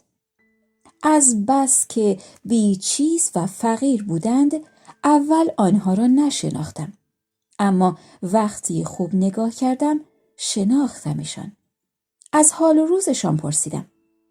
گفتند تعریف کردن قصه ما فایده‌ای ندارد. سرنوشت ما این بوده است. من آنان را به حمام فرستادم و لباس پوشاندم و به بزرگی انتخاب کردم. گفتم من ثروت زیادی دارم و برای همه ماست. هر روز بیشتر از روز قبل به آنها خوبی می کردم. تا اینکه 1 سال گذشت. آنان از مال من برای خود پسندازی کردند و گفتند ما می خواهیم شوهر کنیم. گفتم مرد خوب در دنیا کم است. دوباره شوهر کردن شما فایده ای ندارد. بعد از مال خودم جهیزیه گرفتم و آنها را شوهر دادم. هر یک با همسرانشان رفتند. بعد از مدتی شوهرانشان آنها را فریب داده و هر چه داشتند از آنها گرفتند. ایشان دست خالی پیش من برگشتند. معذرت خواهی کردند و گفتند که دیگر اسم شوهر را بر زبان نمی آورند. من عذرشان را پذیرفتم و بیش از پیش به آنها خوبی کردم. 1 سال از این ماجرا گذشت. من کالای زیادی خریدم. به قصد رفتن به بصره در کشتی نشستم و خانه را به آنها سپردم. آنان گفتند ما طاقت جدایی تو را نداریم. من آنان را سوار کشتی کردم و شبانه روز می رفتیم تا اینکه ناخدا غفلت کرد و کشتی ما از مسیرش منحرف گشت. پس از چند روز از دور شهری پیدا شد. از ناخدا پرسیدم این چه شهری است؟ گفت نمی شناسم. چون در تمام عمر کشتیرانیم همچین شهری ندیده بودم. حالا که به اینجا آمدیم کالایتان را به شهر ببرید و بفروشید. اگر خریدار نبود 2 روز استراحت می کنیم و آذوقه برای سفر برمی داریم. سپس ناخدا بلند شد. به شهر رفت و فوراً برگشت. گفت بلند شوید و به شهر بیایید و قدرت خداوند را ببینید. ما به شهر رفتیم و دیدیم که مردم شهر همگی به سنگ سیاه تبدیل شدند، اما کالا و زر و سیم آنان سر جایش است و تغییر نکرده. تعجب کردیم. از یکدیگر جدا شدیم و برای گردش به هر کوچه و محله ای رفتیم. من با شتاب به سمت قصر پادشاه رفتم. در آنجا پادشاه بالای تخت و خادمان در پیش او ایستاده همگی سنگ شده بودند. جنس همه ظروف از طلا و نقره بود و مثل ستاره ها برق می زدند. سپس به حرمسرا رفتم. آنجا فرش های حریر و دیبا پهن کرده بودند. تاج آراسته شده، گردنبند جواهر نشان و طلایی ملکه به حالت خود بودند، اما ملکه سنگ سیاه شده بود. آنجا دری بود. از در وارد شدم و چیزهای عجیب بسیاری دیدم. از دیدن آنها به ترس افتادم. شب شد و خواستم از قصر بیرون بیایم، اما راه برگشت را نشناختم و در همانجا خوابیدم.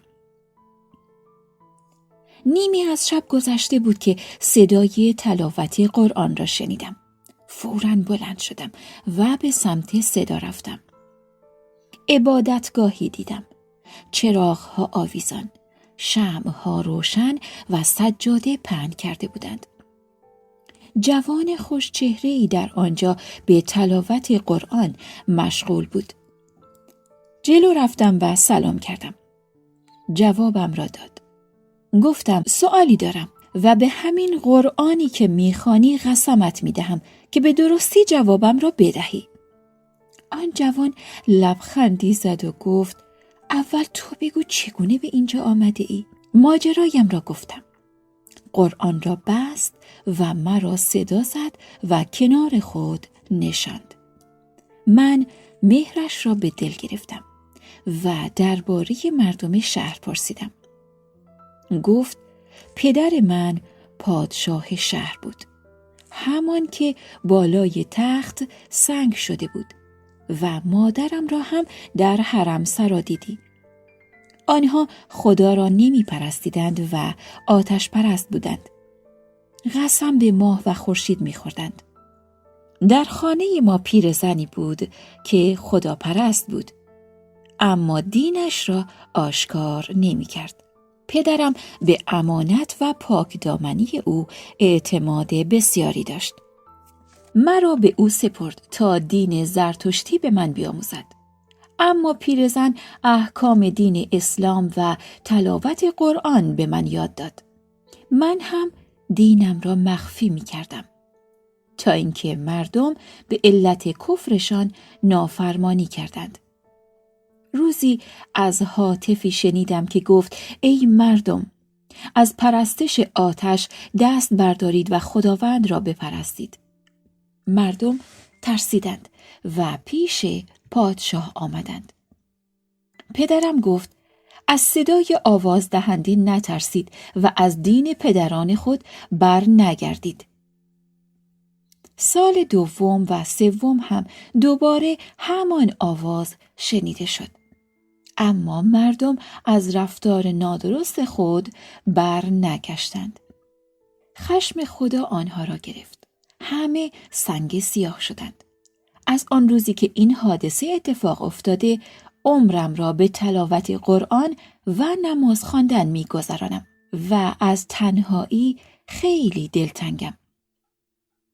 گفتم در بغداد حکیم و دانشمند وجود دارد. اگر به آنجا بروی از آنها علم و حکمت می‌آموزی. بدان که من هم نژادی بزرگ دارم و صاحب کنیزم. یک کشتی قیمتی با خود آورده‌ام. سرنوشت ما را به این سو کشاند تا همدیگر را ببینیم. او خواهش مرا برای رفتن به بغداد پذیرفت. وقتی قصه به اینجا رسید، صبح شد و شهرزاد لب از داستانگویی فرو بست. شب 17 شد. دختری که صاحب 2 سگ بود داستانش رو ادامه میده. 2 سگی که خواهراش بودن و طلسم شده بودن. شهرزاد ادامه داد: دختر گفت شاهزاده را تشویق کردم به بغداد بیاید. او سخنم را قبول کرد و آن شب را با شاهزاده به سر بردم. وقتی صبح شد هر دو پیش ناخدا آمدیم. اهل کشتی در جستجوی من بودند. وقتی مرا دیدند خوشحال شدند و علت غیبتم را پرسیدند. من ماجرا را تعریف کردم. وقتی خواهرانم شاهزاده را همراهم دیدند به من حسادت کردند و کینه ام را به دل گرفتند. سوار کشتی شدیم. باد وزید و کشتی را به حرکت درآورد. خواهرانم مدام از من میپرسیدند با این پسر چه میخواهی بکنی؟ گفتم او را به همسری خود انتخاب میکنم. شاهزاده مال من و هر چیزی در کشتی دارم برای شما. اما خواهرانم برای کشتنم متفق و یک دل بودند و من نمیدانستم. شب هنگام به بصره نزدیک شدیم. درختان باغ پیدا شدند و همانجا لنگر انداختیم. نیمی از شب گذشت و خوابیدیم. خواهرانم من و شاهزاده را با رخت خواب به دریا انداختند. شاهزاده چون شنا کردن بلد نبود غرق شد. اما من روی تخته نشستم و شنا کردم تا به جزیره ای رسیدم. آن شب را در آن جزیره صبح کردم. صبح اطرافم را گشتم تا راهی پیدا شد و جای پای انسان را در آن دیدم. آن راه به بیابان می رفت. من هم راهم را گرفتم و به سوی بیابان رفتم. دیدم که ماری در جلو و اژدهایی از پشت او می دود. من مهر مار را به دل گرفتم و سنگ برداشتم و اژدها را کشتم. بیدرنگ مار مانند مرغی شد و پرید. تعجب کردم و به خاطر رنج زیادی که تحمل کرده بودم در همانجا خوابیدم. وقتی بیدار شدم دیدم دختری پایم را میمالد. خجالت کشیدم. نشستم و به او گفتم تو کیستی؟ گفت 1 ساعت نیست که تو دشمنم را کشتی و به من خوبی کردی. من همان ماری هستم که تو از دست اژدها نجاتش دادی. بدان که من و اژدها هر دو از جنیان بودیم. چون باعث نجات من شدی من هم به کشتی رفتم، هرچه مال داشتی به خانه‌ات بردم و خواهرانت را به وسیله جادو تبدیل به 2 سگ سیاه کردم. آن وقت مرا در بر گرفت و با آن 2 سگ بالای خانه آورد. دیدم هرچه در کشتی بود همه را آورده. بعد از آن مار گفت اگر هر روز به این 2 سگ 300 ضرب شلاق نزنی به نقش انگشتر سلیمان قسم که تو را هم به این شکل در می آورم. ای خلیفه، من از ترس آن جن به خواهرانم شلاق می زنم و با هر زدنی گریه می کنم. خلیفه از حکایت دختر تعجب کرد و به دختر دیگر گفت تو بگو علت زخم تازیانه روی تنت چیست؟ دختر تازیانه خورده ادامه میده. دختر گفت ای خلیفه، پدری داشتم که با مردنش مال بسیاری به ارث گذاشت. بعد از مدتی مردی از بزرگان روزگار را به عنوان شوهر انتخاب کردم. 1 سال نگذشته بود که او هم مرد و 8 دینار زر سرخ به ارث گذاشت. چه خوش شانس بود. من هر روز 1 لباس گرانبها می پوشیدم و خوشگذرانی می کردم. تا اینکه یک روز پیر سفید مویی با گرهی در ابرو و چینی در پیشانی پیش من آمد. خلاصه پیرمرد به من سلام کرد و گفت دختر یتیمی دارم که امشب برایش جشن گرفتم. میخواهم به آن جشن بیایی. این را گفت. پایم را بوسید و التماس کرد و گریه کرد. دلم سوخت. خودم را آراستم و با چند کنیز رفتیم. تا به خانه بزرگی رسیدیم. وقتی از در وارد شدیم دیدم که فرش‌ها پهن شده، چراغ‌های بلور آویزان و شمع‌های کافوری روشن کرده‌اند. بالای خانه تختی از جنس مرمر و گوهر داشت و پرده حریر بر آن آویزان کرده بودند. دختری زیبا چهره با زلف‌هایی بلند از پشت پرده بیرون آمد. سلام کرد و نشست. مرا هم نشاند و گفت برادری دارم از تو خوبتر.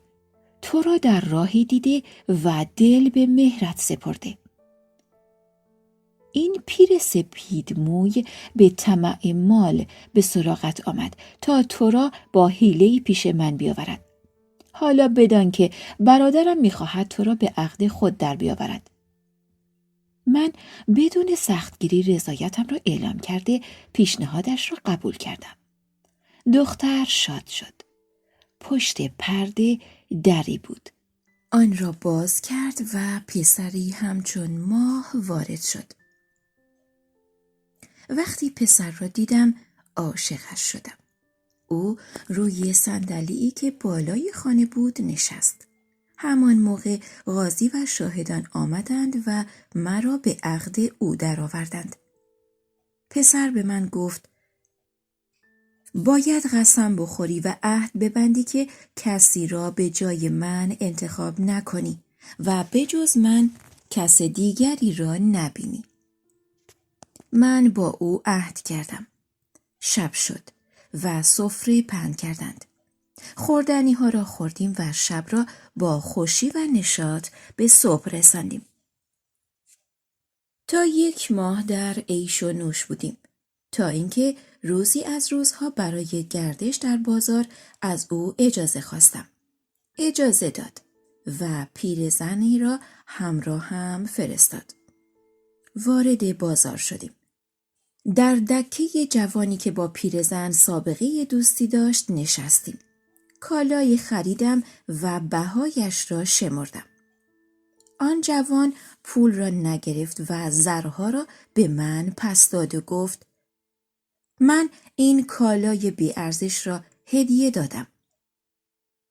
به پیرزن گفتم اگر پول را نگیرد کالا را قبول نمی کنم. جوان گفت هیچ کدام را بر نمی دارم. یک بوسه تو برایم خوشتر از زر و مال است. پیرزن به او گفت یک بوسه چه فایده‌ای برایت دارد؟ و به من گفت با یک بوسه که ضرر نمی کنی. گفتم میدانی که پیمان بسته ام و قسم خوردم. گفت اگر تو را ببوسد و تو حرفی نزنی خلف وعده نخواهی کرد. سپس آن پیرزن مرا به بوسه دادن تشویق کرد تا اینکه قبول کردم. سرم را جلو بردم و چشمانم را بستم. آن جوان لب بر لبم گذاشت و مرا چنان بوسید که لبم زخمی شد و خون آمد. بیهوش شدم. پیرزن مرا در آغوش کشید و به هوش آورد. دیدم که دکان بسته و پیرزن دل‌آزرده نشسته است. به من گفت بلند شو، به خانه برو و در بستر بیماری بخواب. من هر روز به زخمت مرهم می‌گذارم تا سلامتی حاصل شود. من و پیرزن سرگشته می‌رفتیم و بسیار ترس داشتیم.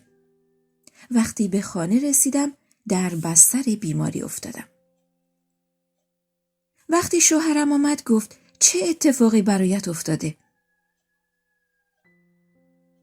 گفتم بیمارم.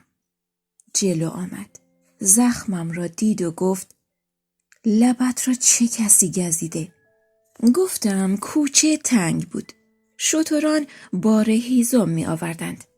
چوبی روبندم را پاره و صورتم را زخمی کرد. گفت فردا شکایت به حاکم میبرم تا همه هیزم فروشان را بکشد. گفتم گناه کسی را به گردن نگیر. من سوار خر بودم. خر رمید و من افتادم. چوب صورتم را خراشیده. گفت فردا به جعفر برمکی میگویم دارندگان خر را بکشد.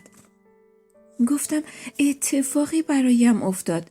چرا تو به خاطر من با همه کینه داری؟ وقتی حرفم را شنید خشمگین شد و گفت نگفتم که صورتت باغ من و تو باغبان منی؟ نگفتم به کسی از باغ من گل ندهی؟ بعد از آن فریادی زد.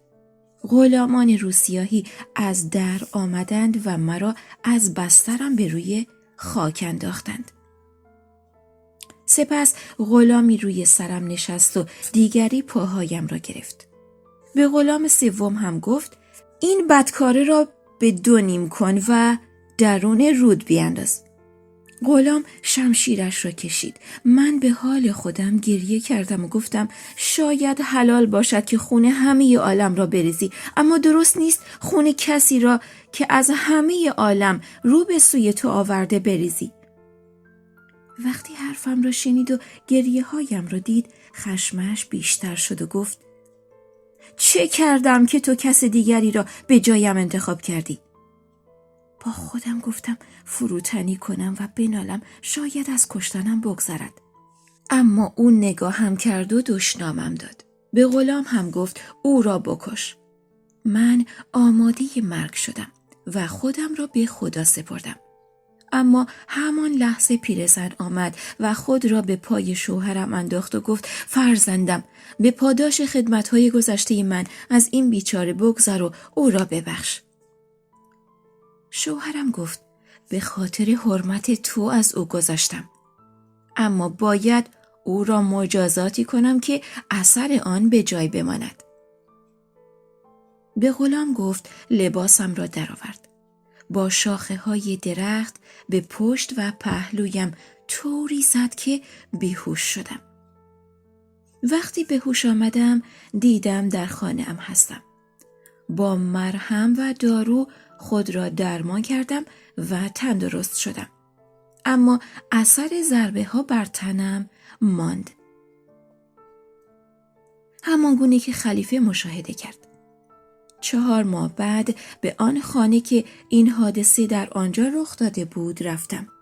دیدم اثری از خانه نیست. خانه ویران شده و جز تلی خاک اثری نمانده بود. دلیل آن را نفهمیدم. سپس پیش همین خواهرم آمدم و این 2 سگ را نزد او دیدم. سرگذشتم را برایش گفتم. او هم مرا از ماجرای خود باخبر کرد. هر دو کنار هم زندگی کردیم و تاکنون نام شوهر را بر زبان نیاورده ایم. این زن واسطه از روی مهربانی ضروریات زندگی را برای ما فراهم می کند. خیلی وقت بود که این گونه زندگی می کردیم تا اینکه دیروز خواهر ما طبق عادت معمول به بازار رفت و آنچه خریدنی بود خرید و باربر آورد. وقتی شب شد آن گداها و شماها هم به صورت بازرگان آمدید.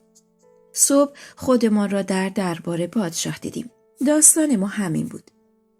خلیفه از شنیدن این سخن شگفت زده شد و دستور داد که داستان را بنویسند و همیشه نگه دارند. وقتی قصه به اینجا رسید صبح شد و شهرزاد لب از داستانگویی فرو بست. شب 18 شهرزاد شد. دوستان و عزیزان همراه، متشکرم که در 18 شب همراه من و شهرزاد در 1001 شب هستید. هارون الرشید از دختر بزرگتر پرسید آیا عفریت را بعد از جادو کردن خواهرانت دیده ای یا نه؟ دختر گفت ای خلیفه ندیدم، ولی مویی از گیسوان خود کنده و به من داده که هر وقت آن مو را بسوزانم حاضر شود. خلیفه مو را از دختر گرفت و سوزاند. بیدرنگ قصر به لرزه درآمد و عفریت ظاهر شد. چون مسلمان بود به خلیفه سلام کرد و گفت ای خلیفه، این دختر به من خوبی کرد و مرا از مرگ نجات داد.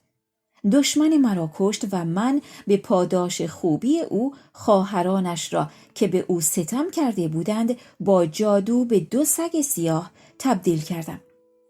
اگر خلیفه آزادی آنها را بخواهد آنها را آزاد می کنم و به شکل اول برمیگردانم. خلیفه گفت اول اینها را از جادو خلاص کن. بعد از آن من به دنبال آن ستمکاری می گردم که این دختر را آزار داده و تنش را اینگونه کرده است. عفریت گفت من هم او را می شناسم، بدان که از افراد نزدیک به خلیفه است. پس عفریت بر ظرف آبی افسونی خواند و روی آن 2 سگ پاشید. سگها فوراً به شکل اول برگشتند و 2 دختر زیبا شدند. پس از آن عفریت گفت آن کسی که تن این دختر را سیاه کرده پسر تو امین است. خلیفه تعجب کرد و گفت خدا را شکر که این 2 دختر زیبا با کوشش من آزاد شدند. سپس امین را خواست و ماجرا را پرسید. او هم راستش را گفت. خلیفه دستور داد قاضی را بیاورند. بعد دختر صاحب خانه و خواهرانش را به عقد 3 شاهزاده آواره درآورد و آنها را از نزدیکان خود قرار داد. دختری که زن امین بود به او داد و زن واسطه را هم به همسری خود درآورد. مدتی از آن ماجرا گذشت. شبی از شبها خلیفه به جعفر گفت میخواهم امشب در شهر بگردم و از احوال حکام باخبر شوم و هر کدام از آنها که به زیر دستان خود ستم کرده اند از کار برکنار کنم. خلیفه و جعفر و مسرور در شهر گشتند تا به کوچه‌ای رسیدند. مرد سال خورده ای را آنجا دیدند که کیسه‌ای بر دوش و سبدی بر سر گذاشته. عصایی هم به دست گرفته و آهسته آهسته می رود. خلیفه گفت این مرد بسیار فقیر است. پیش او رفت و پرسید ای مرد شغلت چیست؟ مرد گفت صیادم، زن و فرزند دارم. از ظهر تا الان خیلی تلاش کردم و خدا روزی امروزم را به من نرسانید. ناامید برگشتم. از زندگی خسته شدم و طلب مرگم را می کردم. خلیفه گفت اگر کنار رودخانه برگردی و به نیت شانس و اقبال من دام بیاندازی هر چه که در تور افتاد به 100 دینار زر از تو می خرم. صیاد از این سخن شادمان شد. همراه خلیفه کنار رودخانه برگشت و تورش را انداخت. پس از ساعتی تور را بیرون کشید. صندوق سنگینی در درون دام از آب بیرون آمد. خلیفه 100 دینار به صیاد داد و صندوق را گرفت و روی دوش مسرور گذاشت و به قصر آورد. وقتی صندوق را شکستند گلیمی در هم پیچیده در درون آن یافتند. وقتی گلیم را باز کردند جنازه دختری را پیچیده در چادر دیدند که تنش مانند نقره سفید بود. وقتی خلیفه او را دید گریه کرد و گفت ای وزیر بی تدبیر، چطور میتوانم تحمل کنم در زمان من مردم را بکشند و درون رود بیاندازند و گناهش به گردن من بماند؟ ناگزیرم که قاتل دختر را بکشم. به روح عباس ابن عبدالمطلب قسم، اگر قاتل دختر را پیدا نکنی آل برمک را میکشم. وقتی جعفر خشم خلیفه را دید مهلت خواست. خلیفه نیز 3 روز مهلت داد. جعفر از قصر پادشاه بیرون آمد، غمگین و ناراحت. سرگشته از آن بود که چگونه قاتل دختر را به دست آورد. چگونه انسان بیگناه دیگری را به جای قاتل به کشتن بدهد. به خانه اش رفت و با اضطراب و نگرانی نشست. روز 4 خلیفه او را خواست. در مورد قاتل دختر پرسید. جعفر گفت عالم به غیب کسی نیست بجز پروردگار. خلیفه خشمگین شد و گفت به خدا قسم امروز تو را میکشم. پس به جارچی دستور داد در کوچه و محل جار بزنند که جعفر را به دار خواهند آویخت. هر که میخواهد برای تماشا بیاید. وقتی جارچی جار زد مردم گروه برای تماشا آمدند. اما همه از شنیدن این خبر آزرده و گریان بودند و علت خشم خلیفه را نمیدانستند. وقتی مردم جمع شدند خدمتگزاران خلیفه چوبه دار را آماده کردند و چشم به حکم و گوش به فرمان او داشتند که ناگهان دیدند جوانی زیبا با لباسی نو با عجله می آید. وقتی میان جمع رسید خود را به پای جعفر وزیر انداخت و گفت ای بزرگ وزیران، دختری که در صندوق پیدا کردید من کشتم. باید مرا به قصاص او بکشید. وقتی جعفر این حرف را شنید برای آزادی خود شادمان و به اسیری جوان غمگین شد. ناگهان پیر سال خورده ای را دیدند که مردم را کنار میزند و شتابان میآید. وقتی به نزد جعفر آمد گفت ای وزیر، این جوان به خودش تهمت میزند. دختر را من کشته‌ام. مرا باید به قصاص او بکشید. پیرمرد رو به جوان کرد و گفت فرزندم، تو هنوز از جوانیت بهره ای نبرده ای و در دلت بسیار آرزو داری. کشته شدن سزاوار تو نیست. من پیرم و از زندگی سیر شدم. جانم را فدای تو و وزیرم میکنم. وقتی وزیر این حرفا را شنید شگفت زده شد و آن دو را پیش خلیفه برد و قاتل دختر معرفی کرد. خلیفه گفت کدام یک از این 2 نفر دختر را کشتند؟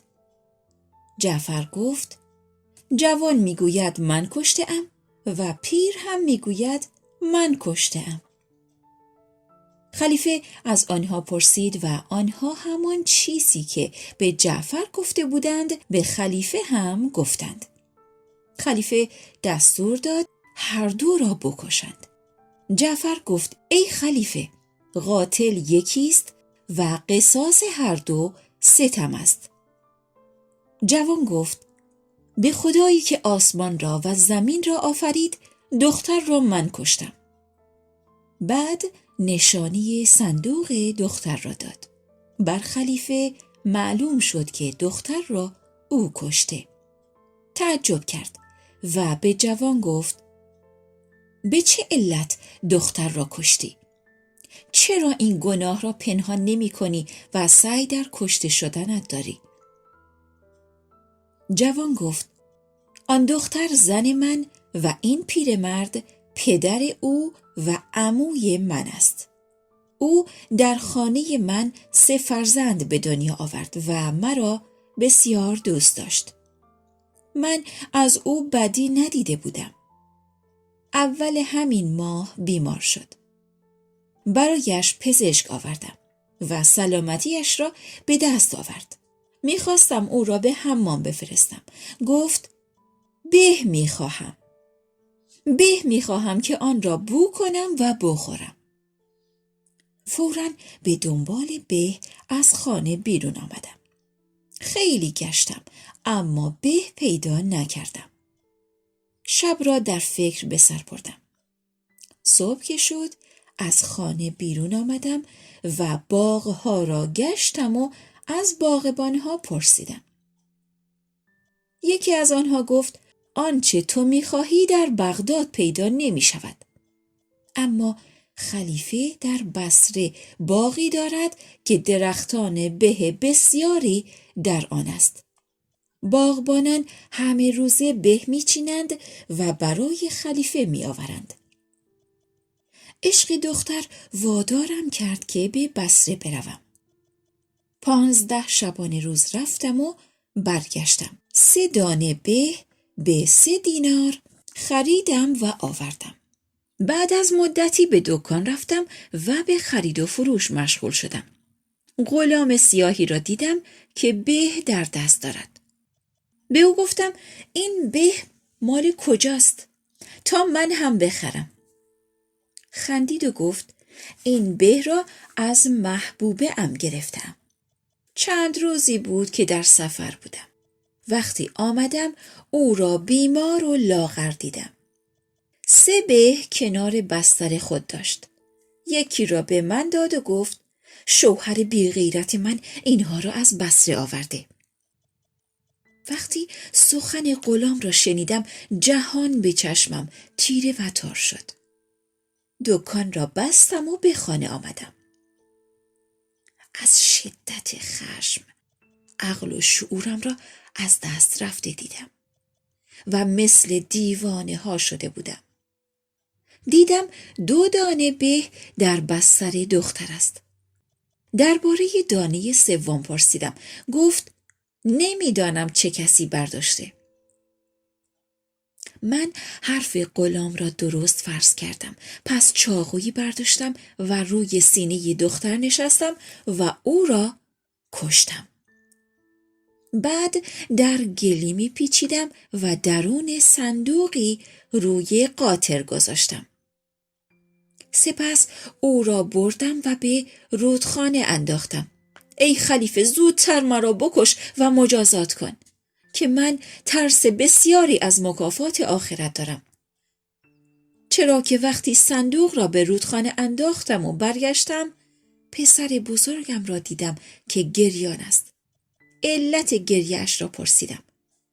گفت یکی از آن 3 به را که بر بستر مادرم بود برداشتم. در کوچه بازی می کردم که غلام سیاه قد بلندی آن را از من گرفت و گفت این به را از کجا آورده ای؟ گفتم مادرم بیمار است. پدرم به بصره رفته و 3 دانه به 3 دینار خریده و آورده تا مادرم آنها را بو کند. غلام به حرفم گوش نکرد و به را از من دزدید و رفت. من از ترس مادرم گریه می کنم.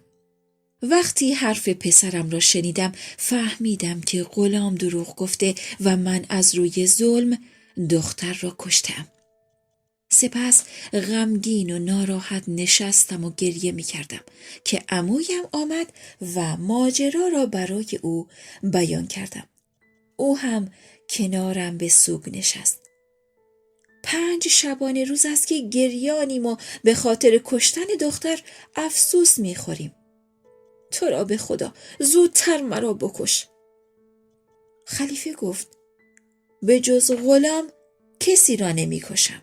وقتی قصه به اینجا رسید صبح شد و شهرزاد لب از داستانگویی فرو بست.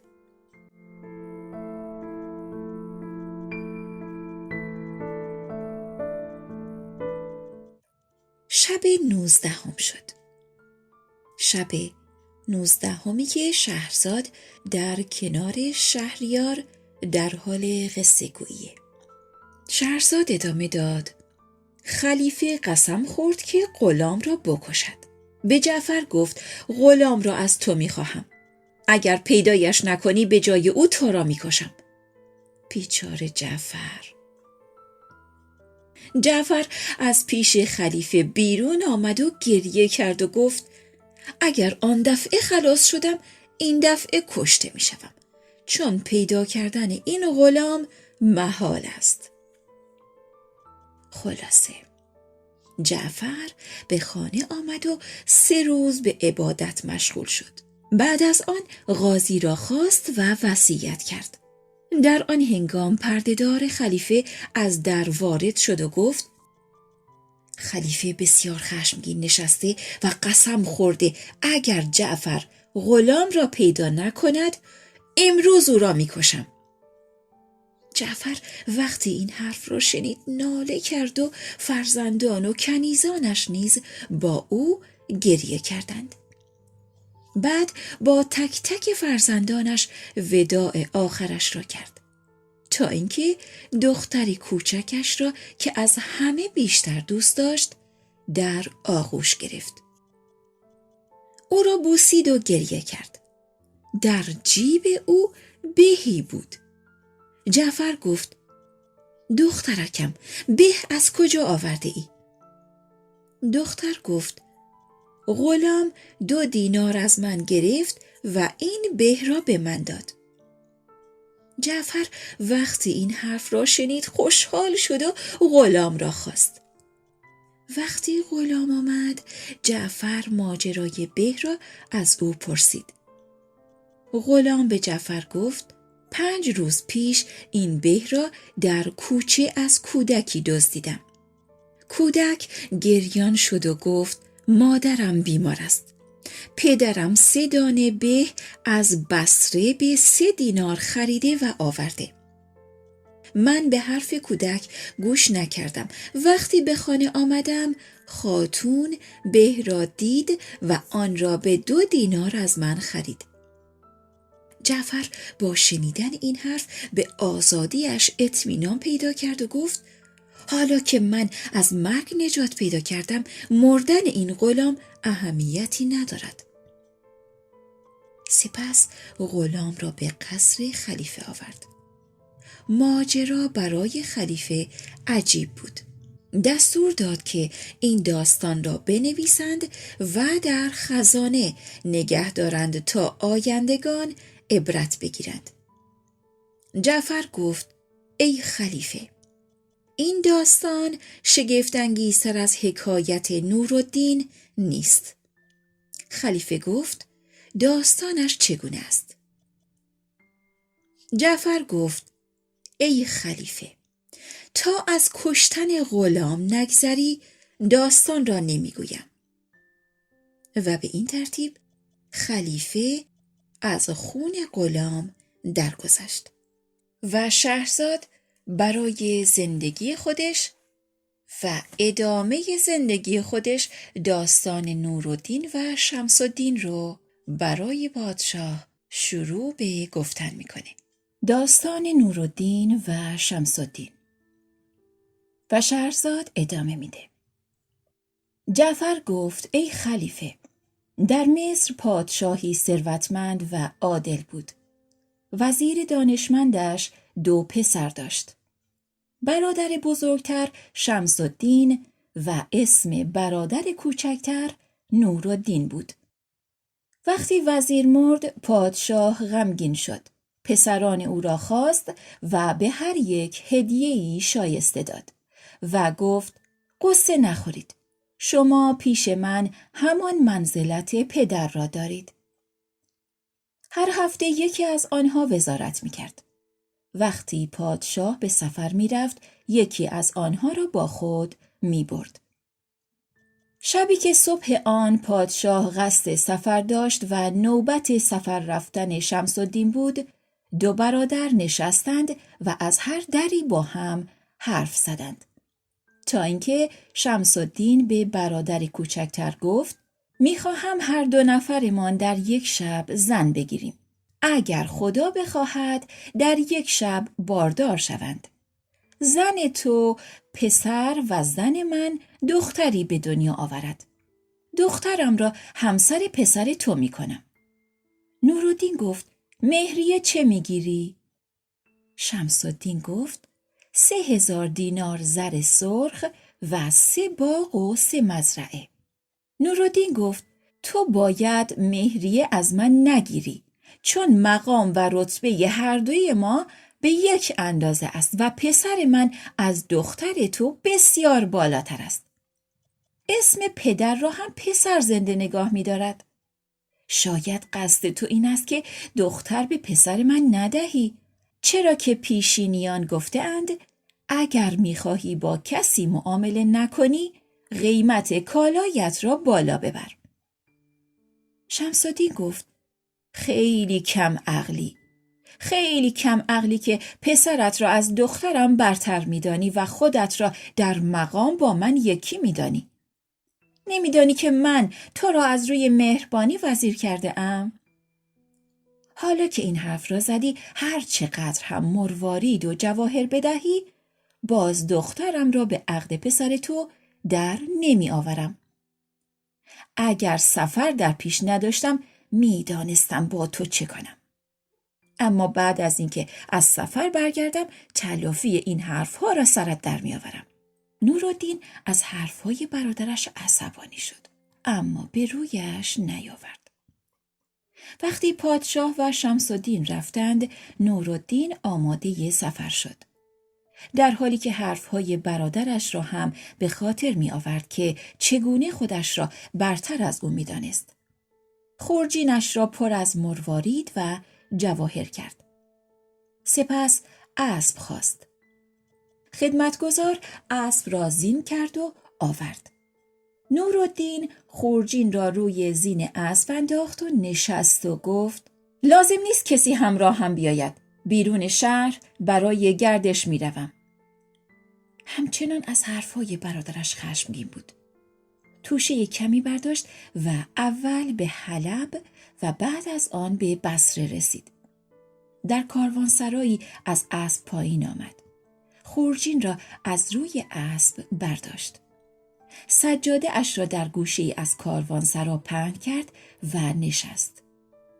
اسب را با زین طلایی و گوهرنشان به دربان کاروانسرا سپرد و گفت اسب را بگردان. او هم اسب را می چرخاند. اتفاقاً وزیر بصره در چشمانداز قصر خود نشسته بود. چشمش به اسب افتاد. افسار طلایی و گرانبهای او را دید. فکر کرد اسب یکی از وزرا یا اسب یکی از پادشاهان است. فوراً خادم کاروانسرا را خواست و در مورد صاحب اسب پرسید. خدمتگزار گفت صاحب اسب پسر 18 ساله نیکو صورتی است و از بازرگانان بزرگ است. وزیر با شنیدن این حرف بلند شد و به کاروانسرا آمد.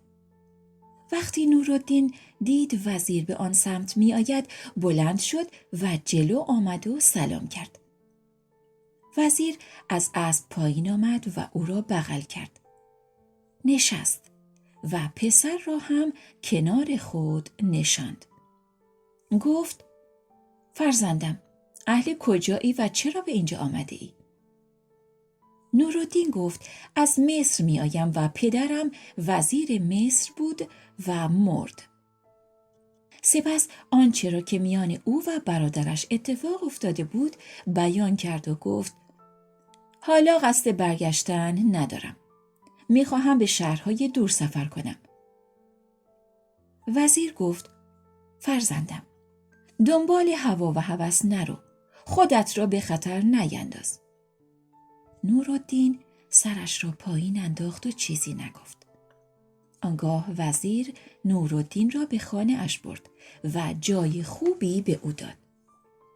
گفت آخر عمرم هست و از داشتن فرزند پسر بی نصیبم. دختری دارم. میخواهم او را به عقد تو در بیاورم. اگر قبول کنی پیش پادشاه میروم و میگویم پسر برادرم از مصر آمده. او را به جای من وزیر خودت کن. چرا که من پیر شده ام. نورالدین قبول کرد و وزیر شاد شد.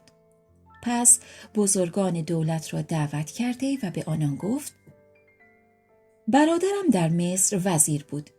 او 2 پسر داشت و می‌دانید که من 1 دختر بیشتر ندارم. برادرم با من پیمان بسته بود که دخترم را به یکی از پسران او بدهم. حالا برادرم می‌داند که وقت شوهر دادن دخترم است. به همین خاطر پسرش را پیش من فرستاده. من هم می‌خواهم دخترم را همسر او کنم. نظر شما در این باره چیست؟ همه فکر وزیر را پسندیدند.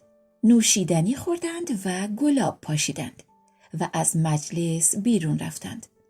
آنگاه وزیر به نورالدین لباس گرانبهایی پوشانده و به حمام فرستاد. وقتی قصه به اینجا رسید صبح شد و شهرزاد لب از داستانگویی فرو بست.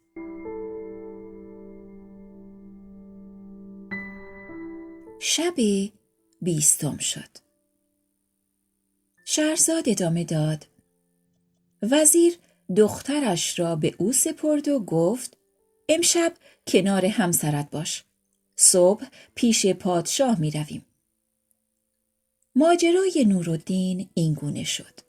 اما بشنویم از شمس‌الدین. شمس‌الدین وقتی از سفر برگشت برادر را سر جایش پیدا نکرد. از خادمان سراغش را گرفت. آنها گفتند روزی که تو با پادشاه رفتی او هم سوار اسبش شد و به قصد گردش بیرون رفت. شمس‌الدین به خاطر دوری برادر ناراحت شد و با خود گفت تنها دلیل مسافرت برادرم این بود که با او ترش‌رویی کردم و سخنان تلخ گفتم. بیدرنگ بلند شد و پیش پادشاه رفت و او را از ماجرا باخبر ساخت. پادشاه به اطراف نامه ها نوشت و قاصد فرستاد. اما آنها بیخبر برگشتند. شمس‌الدین از برادرش قطع امید کرد. خودش را ملامت کرد و از حرفهای بیخردانه‌اش پشیمان شد. بعد از مدتی شمس‌الدین دختر بازرگانی را گرفت. اتفاقاً همین که عروس را آوردند نورالدین نیز همان شب با دختر وزیر بصره به حجله رفت. هر دو در یک شب باردار شدند. زن شمس‌الدین دختر و زن نورالدین پسری به دنیا آورد. صبح روز عروسی وزیر نورالدین را به قصر پادشاه برد. نورالدین پسر شجاع و زیبا و خوش سخنی بود. پادشاه به آنها احترام گذاشت و از وزیر پرسید این پسر کیست؟ وزیر گفت من در مصر برادری داشتم که مرده. او 2 پسر داشت. پسر بزرگترش به جای او به وزارت نشسته و پسر کوچکترش پیش من آمده. من دخترم را به عقد او درآورده‌ام. او پسری هوشیار و دانشمند و جوان است. اما عمر من به آخر رسیده و چاره اندیشیم کم و چشمم ضعیف شده. از پادشاه تقاضا دارم برادرزاده ام را به جای من وزیر کند. پادشاه قبول کرد و وزارت را به نورالدین سپرد.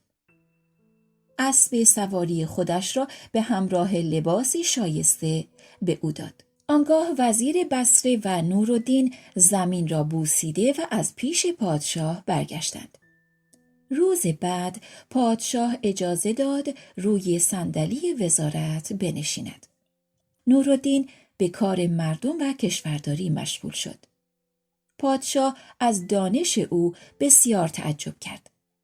وقتی کار کشورداری به پایان رسید نورالدین به خانه برگشت. کارهایش را برای وزیر توضیح داد و او را از دلجویی‌های پادشاه آگاه ساخت. به این ترتیب روزها می‌گذشت تا اینکه زن نورالدین پسری به دنیا آورد.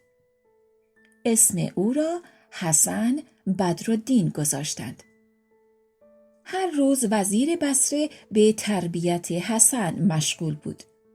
نورالدین پیش پادشاه می‌رفت و شغل وزارت را انجام می‌داد و شبانه روز از پادشاه جدا نمی‌شد تا اینکه مال بسیاری جمع کرد.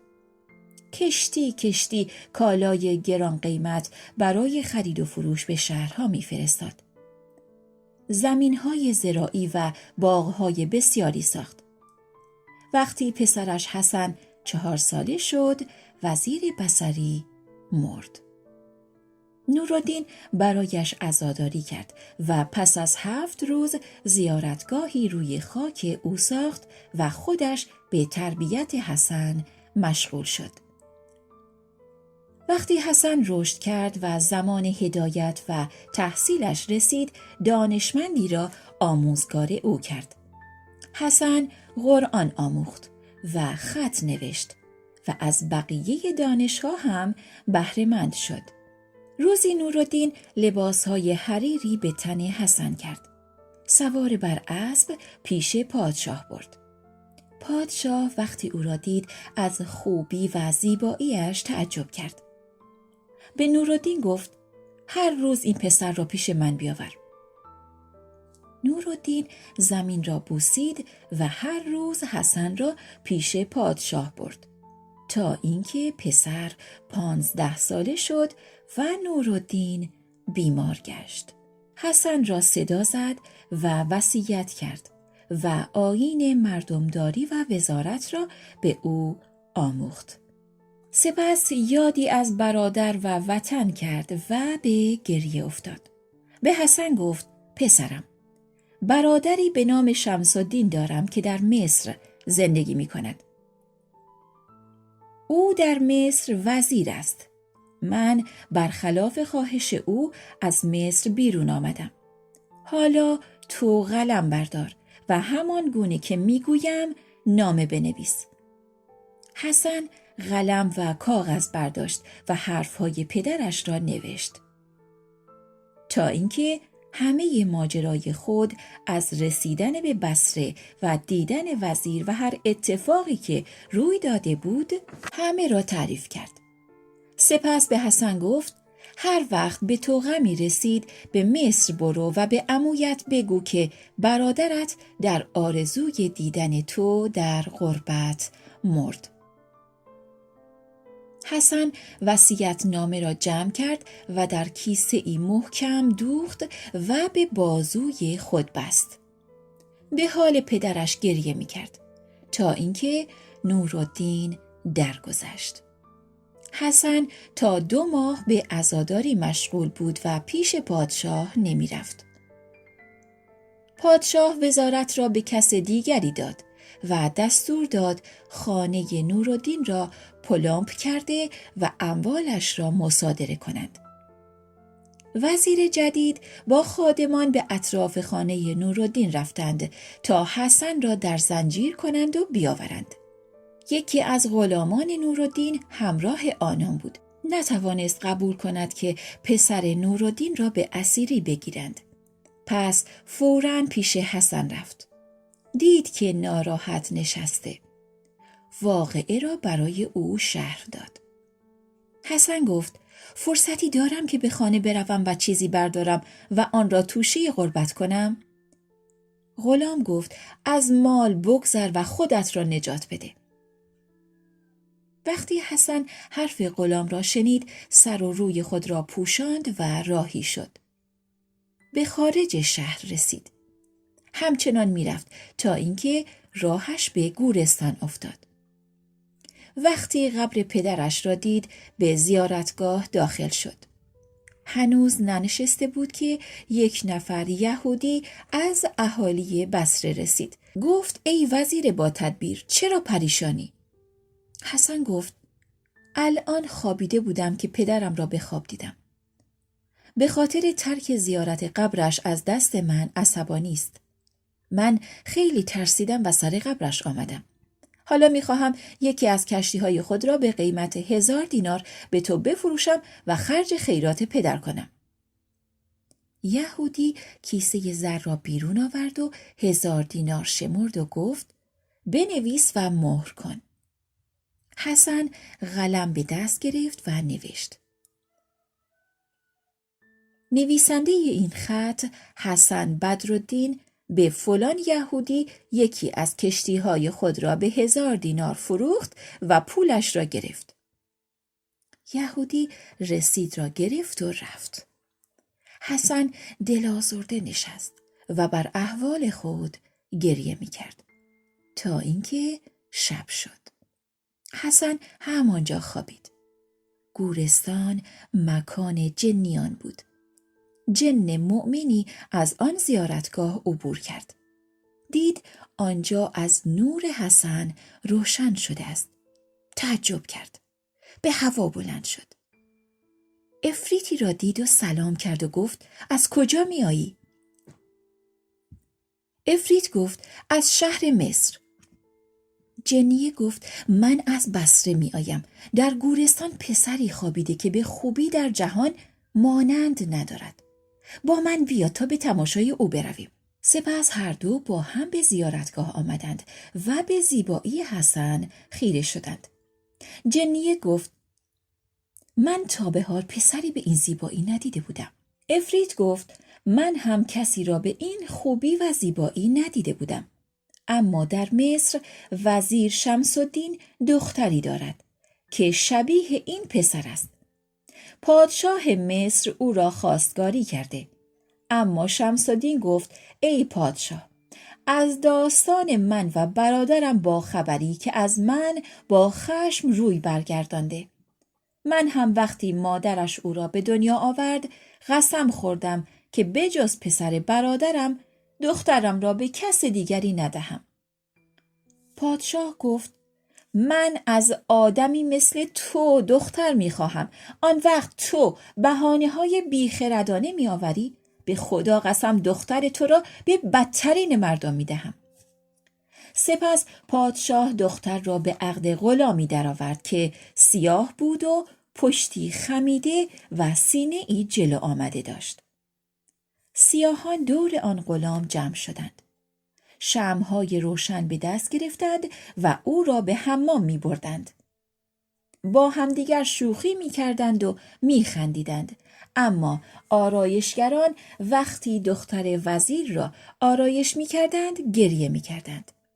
وقتی قصه به اینجا رسید صبح شد و شهرزاد لب از داستانگویی فرو بست. دوستان عزیزم، در رادیو شبانه خوشحالم که همراه شما دوستان عزیز و بزرگوار هستم. حکایت داستان نورالدین و شمس الدین هم طولانیه و هم جذاب. با هم دیگه به شب 21 شهرزاد رسیدیم. وقتی افریت حکایت دختر وزیر رو تعریف کرد. جنیه گفت به حرف تو اعتمادی ندارم.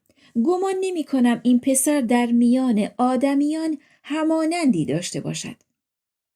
افریت گفت ای خواهر، به جانت قسم که این پسر و دختر خیلی شبیه هم هستند. یا برادر و خواهرند یا عموزاده. هزار افسوس که آن پریزاد با آن غلام سیاه قوزدار باید سر کند. جنیه گفت ای برادر، بیا این پسر را برداریم و پیش آن دختر برویم تا به چشم ببینیم کدام یک خوبتر و بهترند. سپس هر دو به توافق رسیدند، او را برداشتند و به هوا بلند شدند و در مصر پایین آمدند. پسر را روی زمین گذاشته و بیدارش کردند. حسن دید آنجا زیارتگاه پدر نیست، بلکه شهر دیگری است. ترسید و خواست فریاد بزند. افریت گفت چیزی نگو، من تو را به اینجا آورده ام. برایت کارهای خیلی خوبی خواهم کرد. فوراً افریت شمع روشنی آورد و به حسن داد و گفت شمع را بگیر و به حمام برو و در میان مردم بایست. وقتی آنان از حمام بیرون آمدند تو هم با آنها برو تا به خانه‌ای که عروسی در آن است برسی. پیش دستی کن و به خانه وارد شو و سمت راست داماد بایست. از کسی نترس. اگر آرایشگران و آوازخوانان جلو آمدند دست به جیب کن و به سرشان طلا بریز و شاباش بده. حسن وقتی این حرف را از افریت شنید شگفت زده شد و با خود گفت چه قضیه است؟ سپس شمع را گرفت و وارد حمام شد. دید داماد را بیرون آورده سوار اسبی کردند و راهی شدند.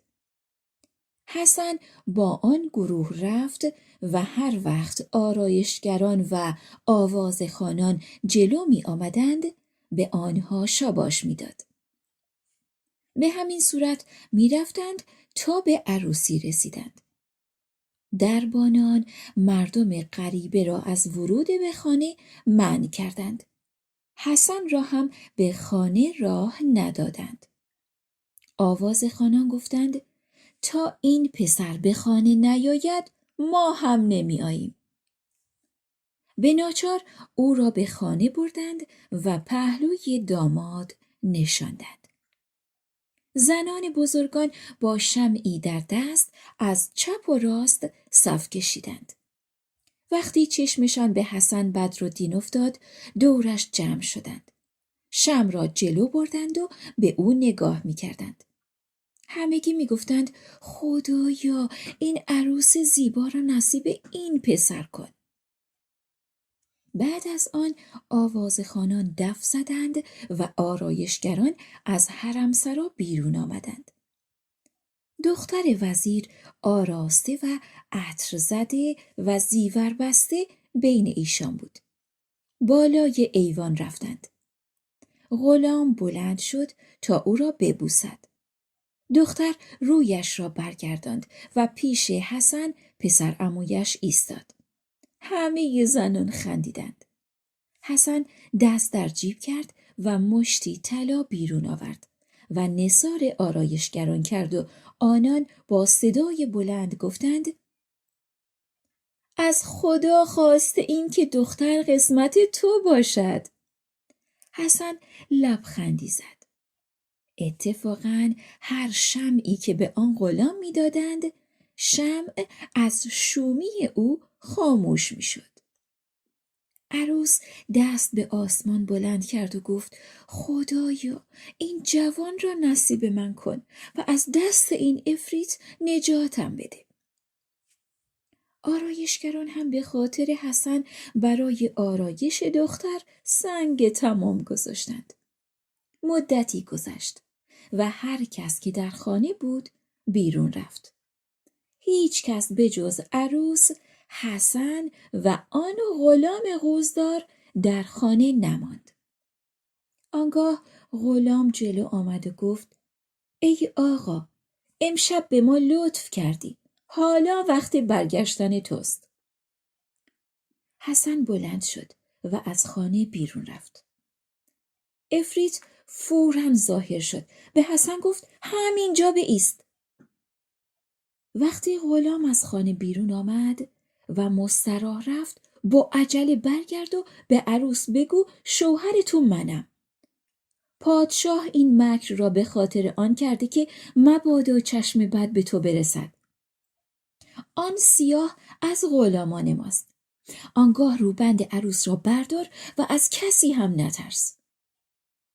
عفریت با حسن مشغول حرف زدن بود که غلام از خانه بیرون آمد و به مستراح رفت. عفریت به شکل موشی از کنار حوض بیرون آمد. غلام گفت چرا به اینجا آمدی؟ موش بزرگ و مثل گربه‌ای شد. باز بزرگتر شد تا به شکل سگ درآمد و مانند سگ صدا کرد. غلام ترسید و فریاد زد. عفریت گفت ای زشت رو ساکت شو و همان لحظه مانند گورخری شد و مانند خر صدای عرعرش را بلند کرد. غلام ترسید و لرزید.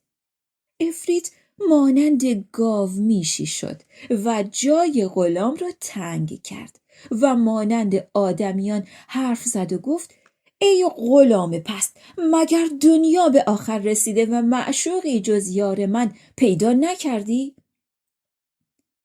غلام سیاه از دیدن این حالت ترسید و با لباسهای دامادی در مستراح افتاد و توان سخن برایش نماند. عفریت گفت جواب بده وگرنه کشته میشوی.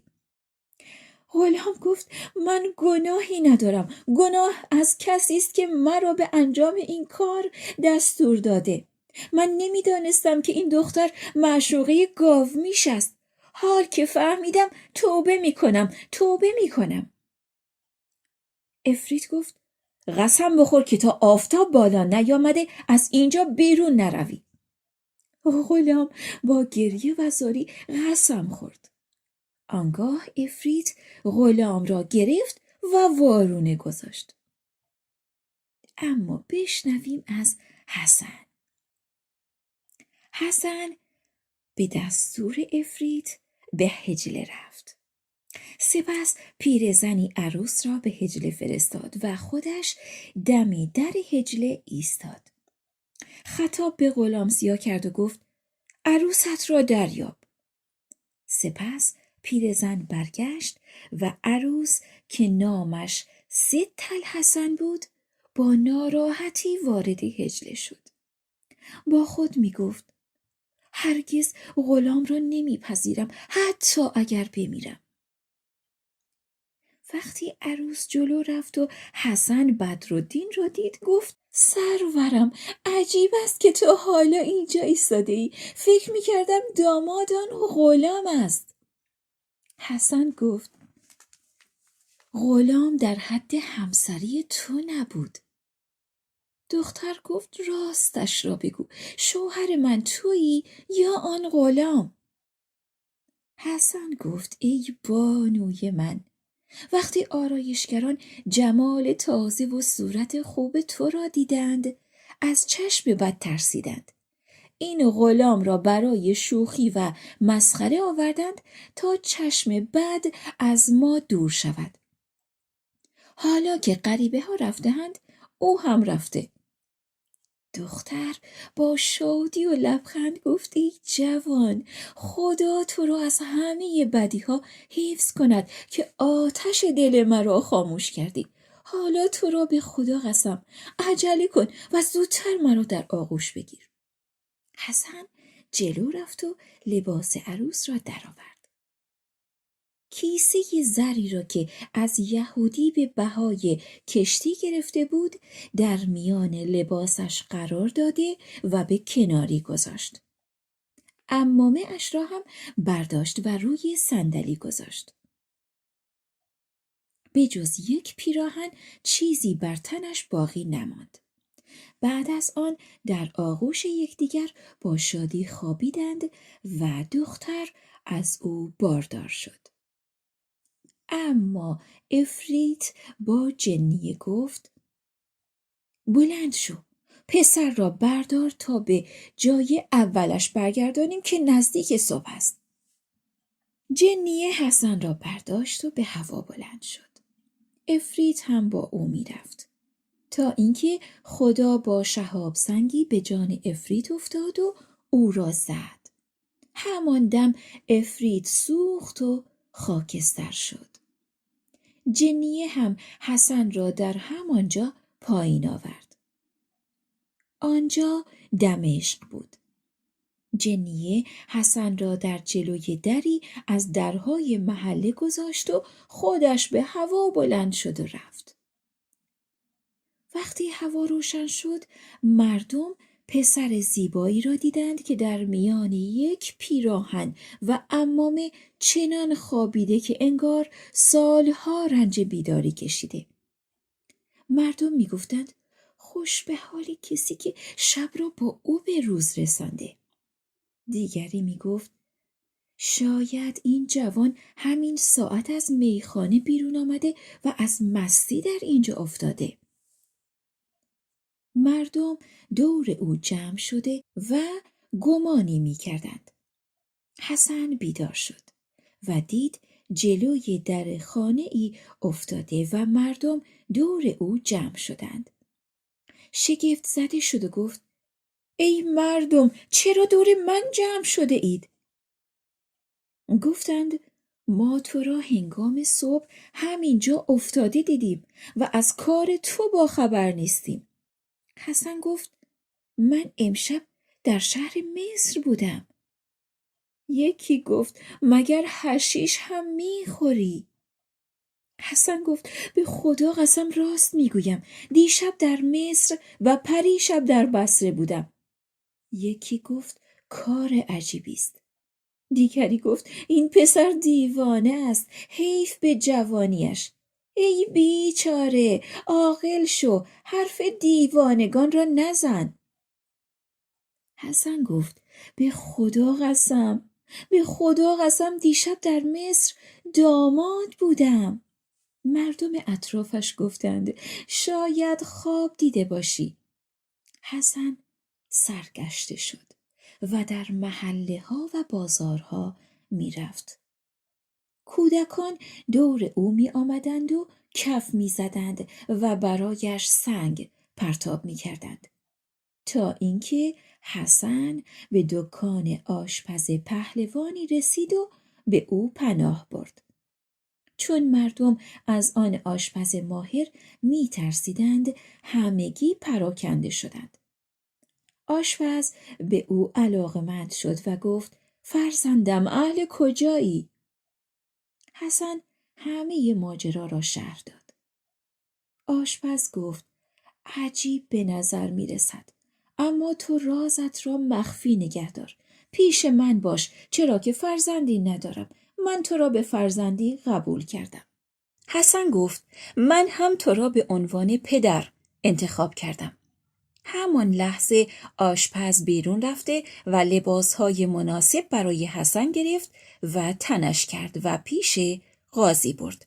قاضی را شاهد گرفت که این پسر من است.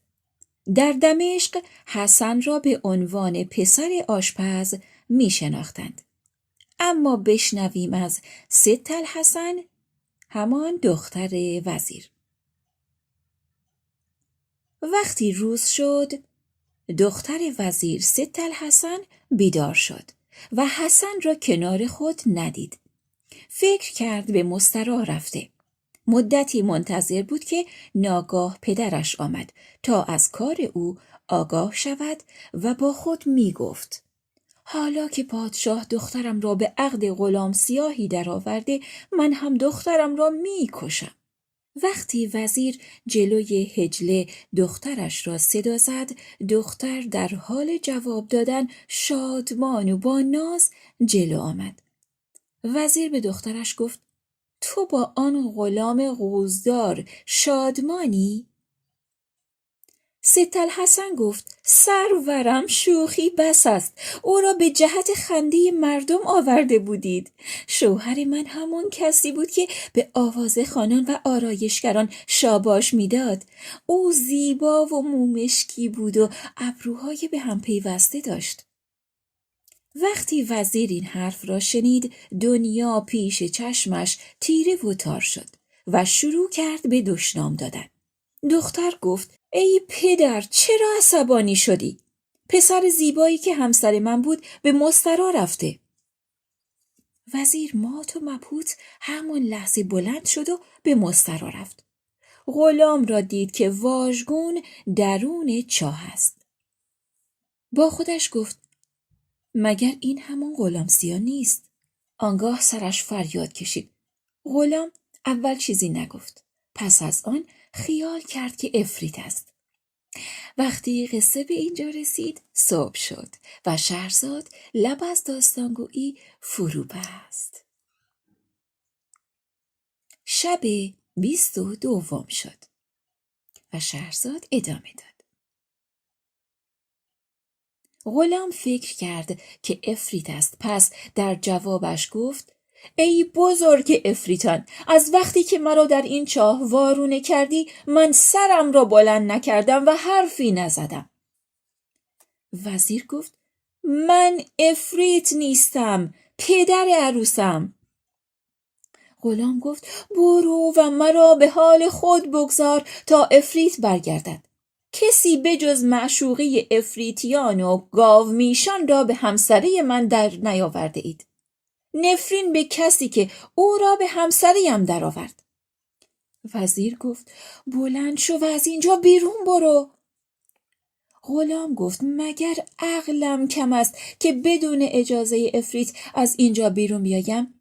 به من گفته تا طلوع آفتاب هم اینجا بمانم. وزیر رو به غلام کرد و گفت: چه کسی تو را در این چاه آویزان کرد؟ غلام گفت: دیشب به مستراح آمدم. ناگهان در میان آب موشی ظاهر شد. سرم فریاد زد. به بزرگی گاومیش شد. با من حرف زد و هنوز آن حرفها در گوشم است. مرا به حال خودم بگذار و دنبال کارت برو.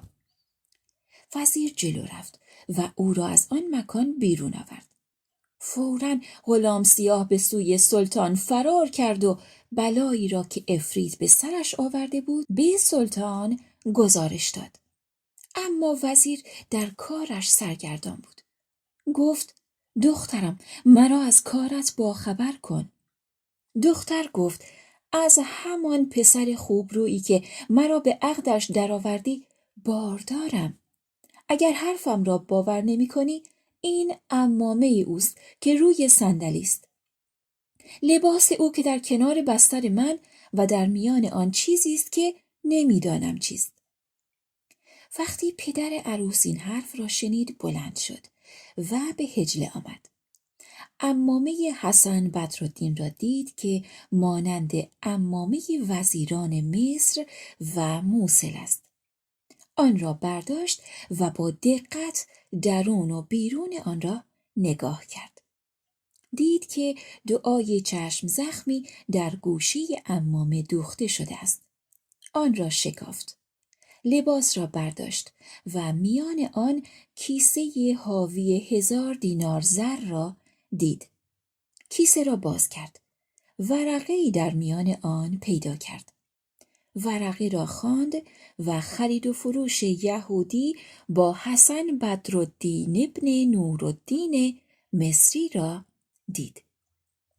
در آن لحظه شمس الدین فریاد زد و بیهوش شد. وقتی به خودش آمد گفت پاک و منزه است خدایی که بر همه چیز تواناست. دخترم میدانی او که بود؟ ستال حسن گفت نه به خدا نمیدانم. وزیر گفت او برادرزاده من است و این 1000 دینار مهریه توست. ای کاش میدانستم که این قضیه چگونه اتفاق افتاده. بعد از آن بازوبند را باز کرد و چشمش به خط برادرش افتاد. آن را خواند. تاریخ ازدواج با دختر وزیر بصره و تولد حسن در آن نوشته شده بود. دید تاریخ ازدواج هر دو برادر و تولد دختر و پسر در یک شب بوده است.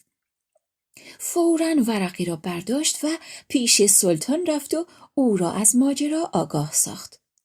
پادشاه تعجب کرد و دستور داد تاریخ این واقعه را بنگارند. وزیر مدتی به انتظار پسر برادرش بود، اما خبری از او نشد. آنگاه گفت به خدا قسم کاری بکنم که قبل از من کسی آن کار را نکرده باشد. وقتی قصه به اینجا رسید صبح شد و شهرزاد لب از داستانگویی فرو بست. وقتی شب 23 شد، شمس الدین قلم و کاغذ به دست گرفت و هر آنچه در حجله بود همه را یک به یک نوشت که فلان چیز فلان جاست. سپس کاغذها را در هم پیچید و دستور داد وسایل حجله را در صندوق نگاه دارند و خودش هم عمامه و لباس و کیسه زر حسن بدرالدین را نگاه داشت. از آن طرف زمان زایمان دخترش رسید. پسری مانند ماه به دنیا آورد که شبیه پدرش بود. نافش را بریدند و سرمه در چشمانش کشیدند و او را به دایه سپردند. اسمش را عجیب گذاشتند. وقتی عجیب 7 ساله شد، شمس الدین او را به دست آموزگار داد تا تربیتش کند. 4 سال در دبستان بود و با کودکان جنگ می کرد و می گفت شما نمی توانید با من برابری کنید چرا که من پسر وزیرم. کودکان از او پیش استاد شکایت می کردند. استاد گفت من به شما حرفی یاد می دهم که اگر آن را به عجیب بگویید دیگر به دبستان نمی آید. وقتی عجیب آمد همه دور او جمع شوید و در مورد همه چیز حرف بزنید و بگویید هر کس نام پدر و مادر خودش را نداند حرامزاده است. صبح شد. کودکان دورش جمع شدند و حرف می زدند و گفتند اینجا ننشیند مگر کسی که اسم پدر و مادر خود را بگوید. آنگاه یکی از آنان گفت اسم من ماجد و نام پدرم عزالدین است. نام مادرم الوا. دیگران هم به همان روش نام خود و پدر و مادرشان را گفتند تا اینکه نوبت به عجیب رسید. عجیب گفت نام من عجیب، نام مادرم ستالحسن و نام پدرم شمس‌الدین وزیر مصر است. کودکان گفتند به خدا قسم وزیر پدر تو نیست. اما عجیب گفت به خدا قسم وزیر پدر من است. کودکان به او خندیدند و گفتند چون نام پدرت را نمیدانی از بین ما برو. عجیب دلتنگ شد و شروع کرد به گریه کردن. آموزگار به او گفت فکر می‌کردی شمس‌الدین پدر توست؟ نه، او پدر تو نیست. پدرت را نه ما می‌شناسیم و نه تو. چرا که مادرت را سلطان مصر به همسری غلامی سیاه درآورده بود. در شب عروسی جنیان در کنار مادرت خوابیده‌اند. وقتی عجیب این حرف را شنید بلند شد و شکایت را پیش مادرش برد. شدت گریه او را از حرف زدن باز می داشت. وقتی مادر گریه‌اش را دید دلش به حال فرزندش سوخت و گفت چرا گریانی؟ عجیب هر چرا که از کودکان و آموزگارش شنیده بود برای مادرش تعریف کرد و نام پدرش را پرسید. ستالحسن گفت پدر تو وزیر مصر است. عجیب گفت او پدر تو و پدر بزرگ من است. راستش را بگو پدر من کیست وگرنه خودم را میکشم. وقتی ستالحسن دید پسرش سراغ پدر را میگیرد خودش هم به یاد پسر عمویش حسن بدرالدین افتاد و گریه کرد. عجیب هم گریه میکرد که ناگاه شمس‌الدین آمد و گریه آنها را دید و علتش را پرسید. ستالحسن ماجرا را تعریف کرد. شمس‌الدین هم به یاد پسر برادرش افتاد و گریه کرد. بعد از آن پیش سلطان رفت و اجازه گرفت به بصره برود و به دنبال برادرش بگردد. از پادشاه خواهش کرد نوشته ای به این مضمون بنویسد که وزیر شمس‌الدین هر کجا پسر برادرش را پیدا کرد او را دستگیر کند. سپس در پیشگاه پادشاه گریه کرد. دل پادشاه به حال او سوخت و اجازه سفر داد. وزیر پادشاه را دعا کرد. سپس آماده سفر گشت. عجیب را برداشت و راهی سفر شد. 3 روز رفتند تا به شهر دمشق رسیدند. دمشق شهری سبز و خرم بود. او در میان حصبا اقامت کرد و خیمه ها را برپا کردند. وزیر گفت 2 روز در این مکان استراحت کنید. همه خادمان برای دیدن مساجد و حمام ها وارد شهر شدند. عجیب هم به همراه خادمش در شهر گردش می‌کرد تا اینکه به حکم تقدیر در برابر دکان پدرش حسن بدرالدین ایستاد. حسن بدرالدین به سوی او نگاه کرد و مهرش را در دل گرفت. با بی‌تابی گفت سرورم می شود به دکان من بیایی و دل شکسته مرا به دست آورده و غذایی بخوری؟ وقتی عجیب سخن او را شنید به او تمایل پیدا کرد. رو به خادمش کرد و گفت دلم به حال این آشپز سوخت. گویا که از پسر خویش جدا گشته. بیا تا دلش را به دست آوریم از غذای او بخوریم. شاید خدا هم مرا به پدرم برساند. خادم گفت سرورم سزاوار وزیرزادگان نیست که در دکان آشپزها غذا بخورند.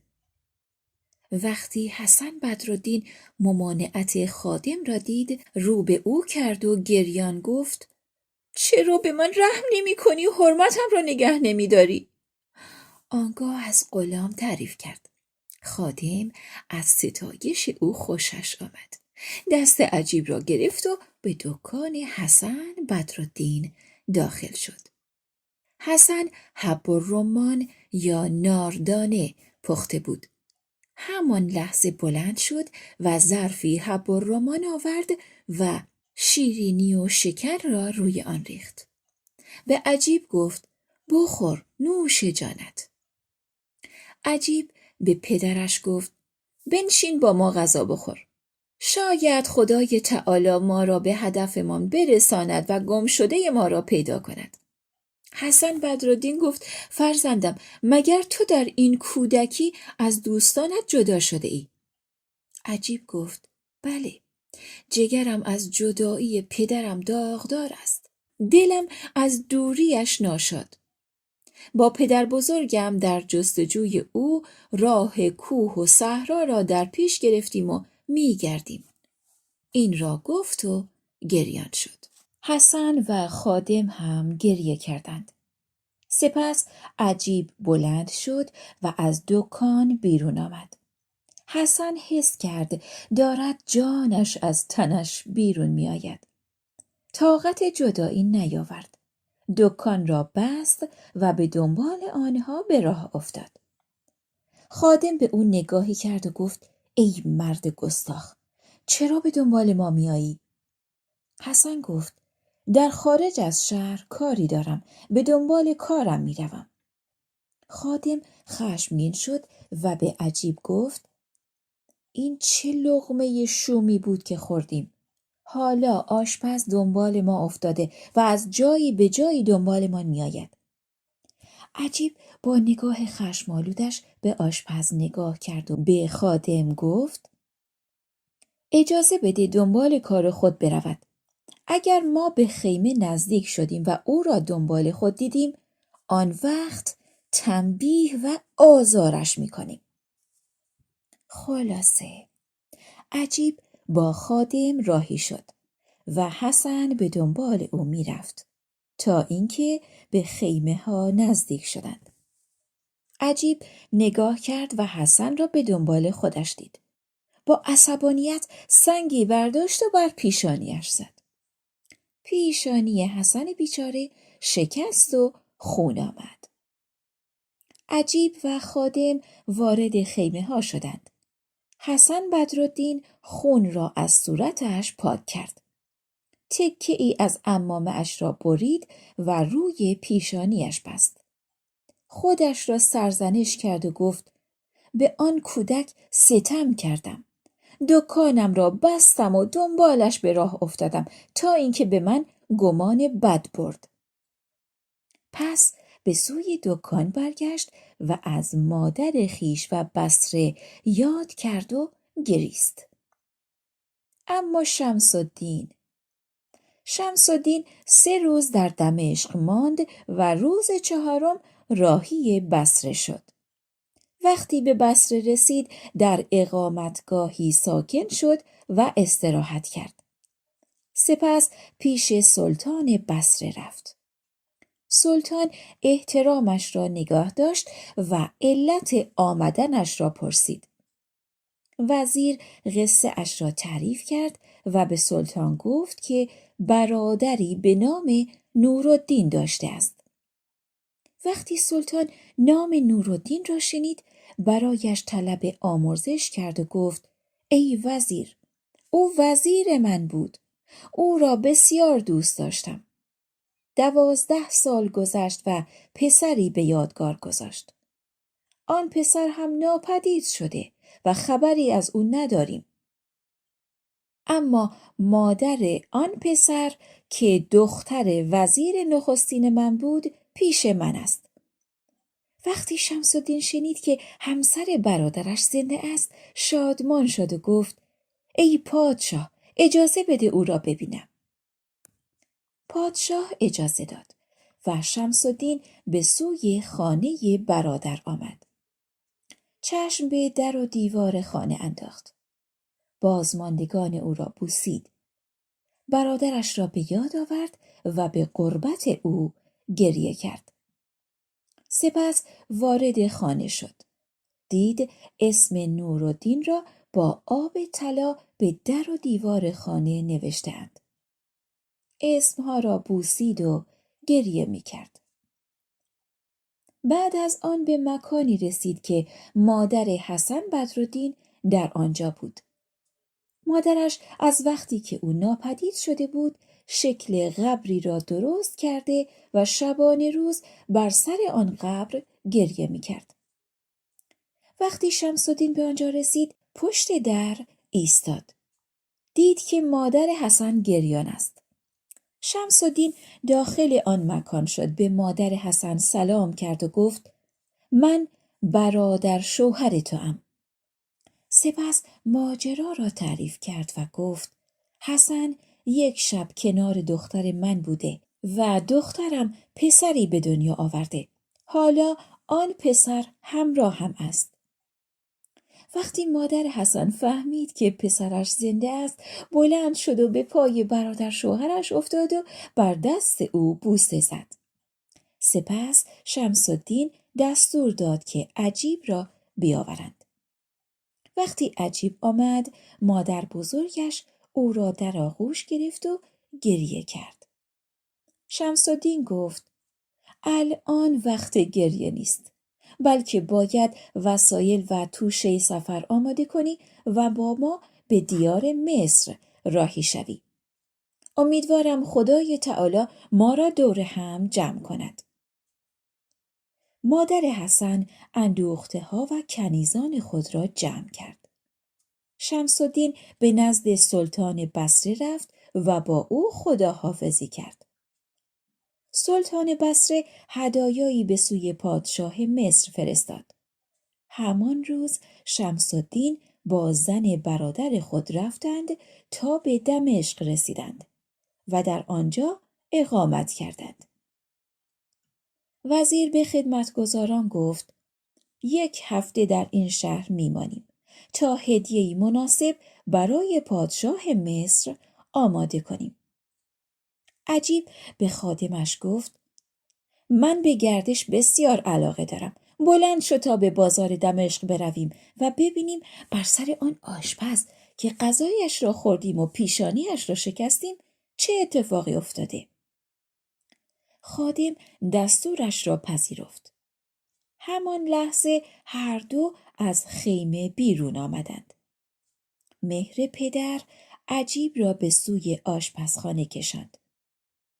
تا به دکان او رسیدند حسن را دیدند که در دکان ایستاده.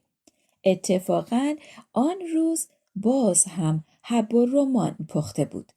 وقتی عجیب به پدرش نگاه کرد اثر سنگ را روی پیشانیش دید. عواطفش تحریک شد و به او سلام کرد و گفت در این مدت دلم پیش تو بود. وقتی حسن بدرالدین به سمت او نگاه کرد دلش شروع کرد به تپیدن. سرش را به زیر انداخت. میخواست با او حرف بزند اما زبانش توانایی حرف زدن نداشت. پس از مدتی گفت چه می شود که خاطر آزرده مرا شادمان کنی و از غذایم بخوری؟ ای پسر به خدا قسم عقلم زایل شده بود که به دنبال تو به راه افتادم. عجیب گفت به خدا قسم تو مرا دوست داری، به همین خاطر به دنبالم راه افتادی و میخواستی مرا رسوا کنی. حالا غذای تو را نمیخورم مگر اینکه قسم بخوری که از دکان بیرون نیایی و به دنبال ما راهی نشوی، وگرنه دیگر پیشت نمیآیم. تا هفته دیگر نیز در این شهر اقامت داریم. حسن خیلی قسم خورد. سپس عجیب و خادم وارد دکان شدند. حسن ظرفی پر از حب و رمان با شکر مخلوط شده جلو آورد. عجیب گفت تو هم با ما بخور. شاید خدای تعالی گشایشی در کارمان ایجاد کند. بدرالدین خوشحال شد و برای خوردن کنار آنها نشست. اما چشم از صورت عجیب بر نمی داشت. عجیب گفت اگر عاشقم نیستی چرا چشم از من بر نمی داری؟ بدرالدین گفت تو را می بینم میلم زیادت می شود هر دم. خلاصه بدرالدین گاهی لقمه به عجیب و گاهی به خادم میداد تا اینکه هر دو سیر شدند. آنگاه با آب گرم دست آنان را شست. حوله کوچکی از جنس حریر آورد و دستانشان را پاک کرد. سپس از دکان بیرون آمدند و رفتند تا به خیمه ها رسیدند. عجیب پیش مادر بزرگ خود رفت. مادر بزرگش او را در آغوش کشید و بوسید. از پسرش یادی کرد و آهی کشید. سپس به عجیب گفت فرزندم کجا بودی؟ عجیب گفت در شهر دمشق بودم. در آن هنگام مادر بزرگ بلند شد و ظرفی از حب الرمان که شیرینی آن کم بود آورد. به خادم گفت بنشین و با سرورت بخور. خادم نشست. عجیب لقمه‌ای برداشت. دید شیرینی آن کم است. چون سیر بود از خوردنش ناراحت شد و گفت این چه غذایی است؟ مادر بزرگ گفت چرا غذایم را نمیپسندی؟ در حالی که کسی مثل من نمیتواند حب الرمان را خوب بپزد به جز پدرت حسن. عجیب گفت مادر بزرگ غذایت خوب نبود، اما ما درون شهر آشپزی را دیدیم که بوی حب الرمان او دلهای غمگین را شادی میبخشد. مردم سیر هم به خوردن آن تمایل پیدا میکردند. این غذا را با آن مقایسه نمیتوان کرد. وقتی مادر بزرگ این سخن را شنید خشمگین شد و به سوی خادم نگاه کرد. وقتی قصه به اینجا رسید صبح شد و شهرزاد لب از داستانگویی فرو بست. وقتی شب 24 شد مادر بزرگ ناراحت شد و به خادم گفت مگر پسر مرا به کدام آشپزخانه برده ای؟ خادم ترسید و ماجرا را مخفی نگاه داشت و گفت به دکان نرفتیم، از آنجا رد شدیم.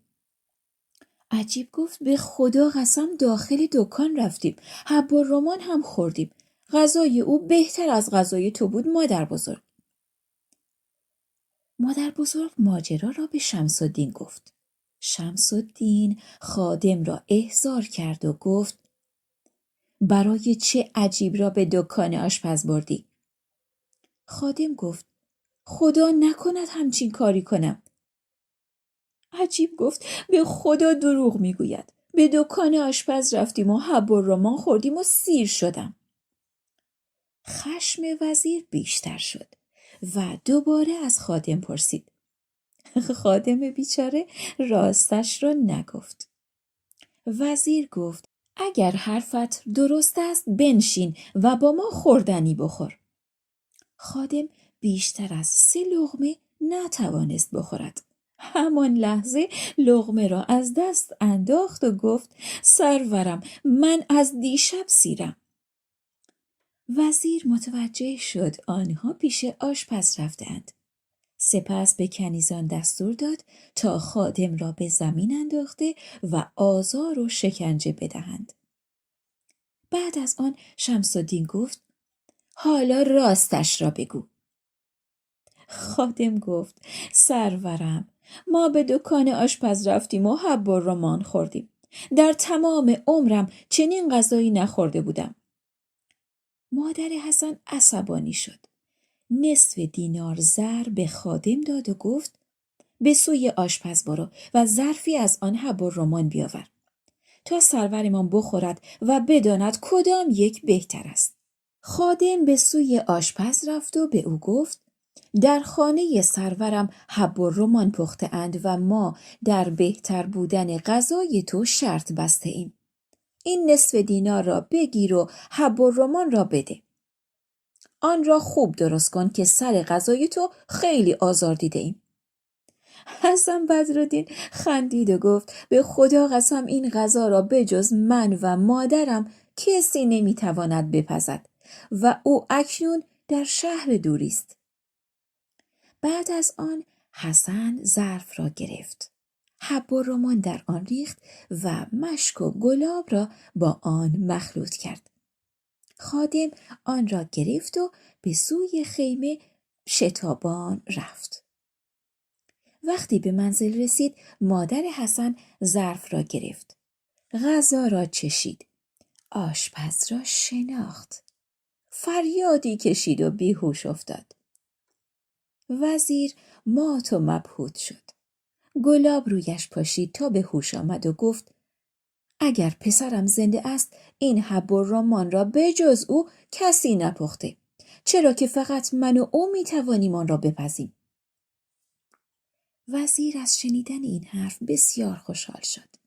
همان لحظه بلند شد و فریاد بر خادمان زد و گفت 20 نفر از شما به دکان آشپز بروید، آنجا را ویران کنید و خودش را به اینجا بیاورید، اما او را آزار ندهید.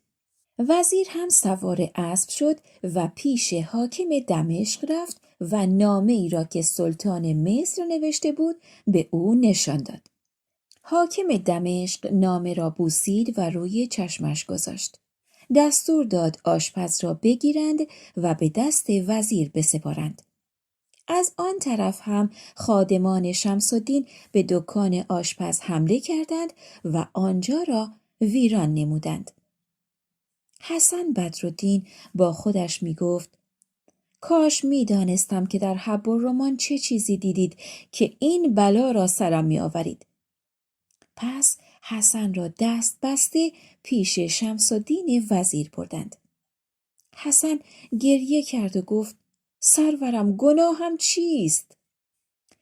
وزیر گفت تو همان کسی هستی که حب و رمان را پخته ای؟ حسن گفت بله من پخته‌ام، بگویید چه گناهی کرده‌ام. وزیر گفت همین الان میگویم چه گناهی داری. پس بر سر خدمتگزاران فریاد زد که شترها را بیاورید. حسن را درون صندوق گذاشتند و بار شترها را بستند و سریع راهی شدند. هر شب او را از صندوق در می آوردند تا غذایی بخورد و دوباره درون صندوق می گذاشتند. همینطور می رفتند تا به مصر رسیدند و در زیدانیه از شتر پایین آمدند. وزیر دستور داد تا حسن را از صندوق درآوردند. نجاران را خواست و دستور داد چوبه دار علم کنند. حسن گفت چوبه دار را برای چه می‌خواهی؟ وزیر گفت می‌خواهم تو را به دار بکشم. حسن گفت گناهم چیست؟ وزیر گفت فلفل حب و رمانی که پخته بودی کم بود. حسن بدرالدین ناراحت شد.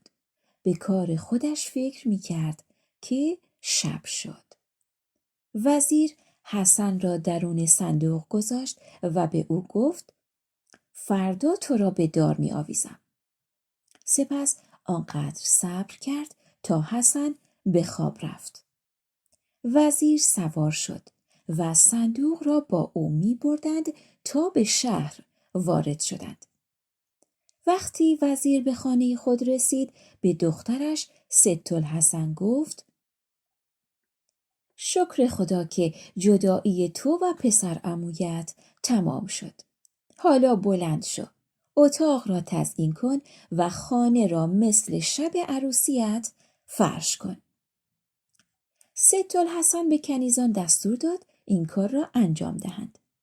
سپس وزیر ورقه‌ای را که کالاهای خانه در آن نوشته شده بود را گرفت و گفت هر چیز را در جای خودش همانطور بگذارید که در شب عروسی بوده و با آن شب فرقی نکند. بعد از آن وزیر به ست‌الحسن گفت خودت را آرایش کن و درون حجله برو و وقتی پسر عمویت پیشت آمد به او بگو در مستراح زیاد ماندی. سپس با او بخواب و تا صبح حرف بزن. بعد از آن شمس الدین حسن را از صندوق بیرون آورد. زنجیرهایش را باز کرد.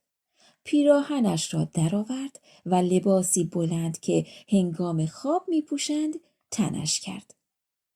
در حین انجام همه این کارها حسن در خواب بود. بعد از آن که بیدار شد خود را درون راهرویی روشن دید. با خودش گفت خدایا این خواب است یا بیداری؟ آنگاه بلند شد و آهسته آهسته رفت تا به در دیگری رسید. خود را در خانه‌ای دید که شب عروسی آنجا بود. نگاهش به اتاق تزیین شده‌ای که تخت در آن بود افتاد. عمامه اش را روی کرسی و لباسی را که کیسه زر در میان آن بود به کنار بسترش دید. گاهی پا پیش و گاهی پا پس می‌گذاشت و با خودش می‌گفت خواب می‌بینم یا بیدارم؟ من الان در صندوق بودم. حسن در نهایت تعجب سرگشته ایستاده بود که ست‌الحسن گوشه پرده را کنار زد و به او گفت چرا نمیایی؟ برای چه بهت زده ای؟ تو اول شب اینطوری نبودی. حسن خندید و گفت چند سال است که من از تو دور بودم. ست‌الحسن گفت این چه حرفی است؟ نام خدا را بخوان، اطرافت را فوت کن. تو به مستراح رفتی. حسن گفت راست میگویی، ولی وقتی من از پیش تو رفتم در مستراح خوابم برد. در خواب دیدم که در دمشقم. گویا کودکی از بزرگزادگان با خادمی به دکان من وارد شدند. بین من و او چنین و چنان شد. آنگاه حسن دست بر پیشانی کشید و اثر سنگ را رویش حس کرد و گفت به خدا حرفایم راست است. چرا که آن کودک سرم را شکست. مثل اینکه در خواب دیدم حب و رمانی پخته‌ام که فلفلش کم بود. اما به خدا سوگند در مستراح آنقدر نخوابیدم که این همه خواب ببینم. ست‌الحسن گفت تو را به خدا قسمت می‌دهم. بگو اضافه بر این چه خوابی دیده ای؟ حسن تمام ماجرا را بیان کرد و گفت اگر بیدار نمی شدم مرا به دار می آویختند. ست‌الحسن گفت برای چه می خواستند دارت بزنند؟ حسن گفت چون فلفل حب و رمان کم بود.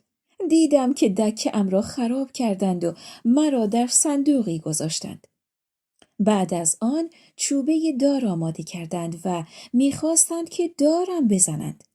اگر بیدار نمی شدم مرا دار می زدند. ست‌الحسن خندید و او را در آغوش گرفت و با یکدیگر خوابیدند. اما حسن تا صبح در کار خود هاج و واج بود. صبح شمس الدین پیش حسن آمد و سلام کرد. حسن وقتی او را دید گفت تو همانی نیستی که به جرم ناپسند بودن حب و رمان بازوانم را بستی و مرا درون صندوق گذاشتی و میخواستی دارم بزنی؟ وزیر گفت حق آشکار و راز پوشیده فاش شد. تو پسر برادر منی و من این کارها را نکردم مگر برای آنکه بدانم در شب عروسی پیش دخترم تو بوده ای یا نه. وقتی دیدم خانه و عمامه و لباس خود را شناختی فهمیدم که پسر برادر منی. حالا بدان که مادرت را از بصره آورده‌ام. سپس او را در آغوش گرفت و گریه کرد. حسن هم گریه کرد.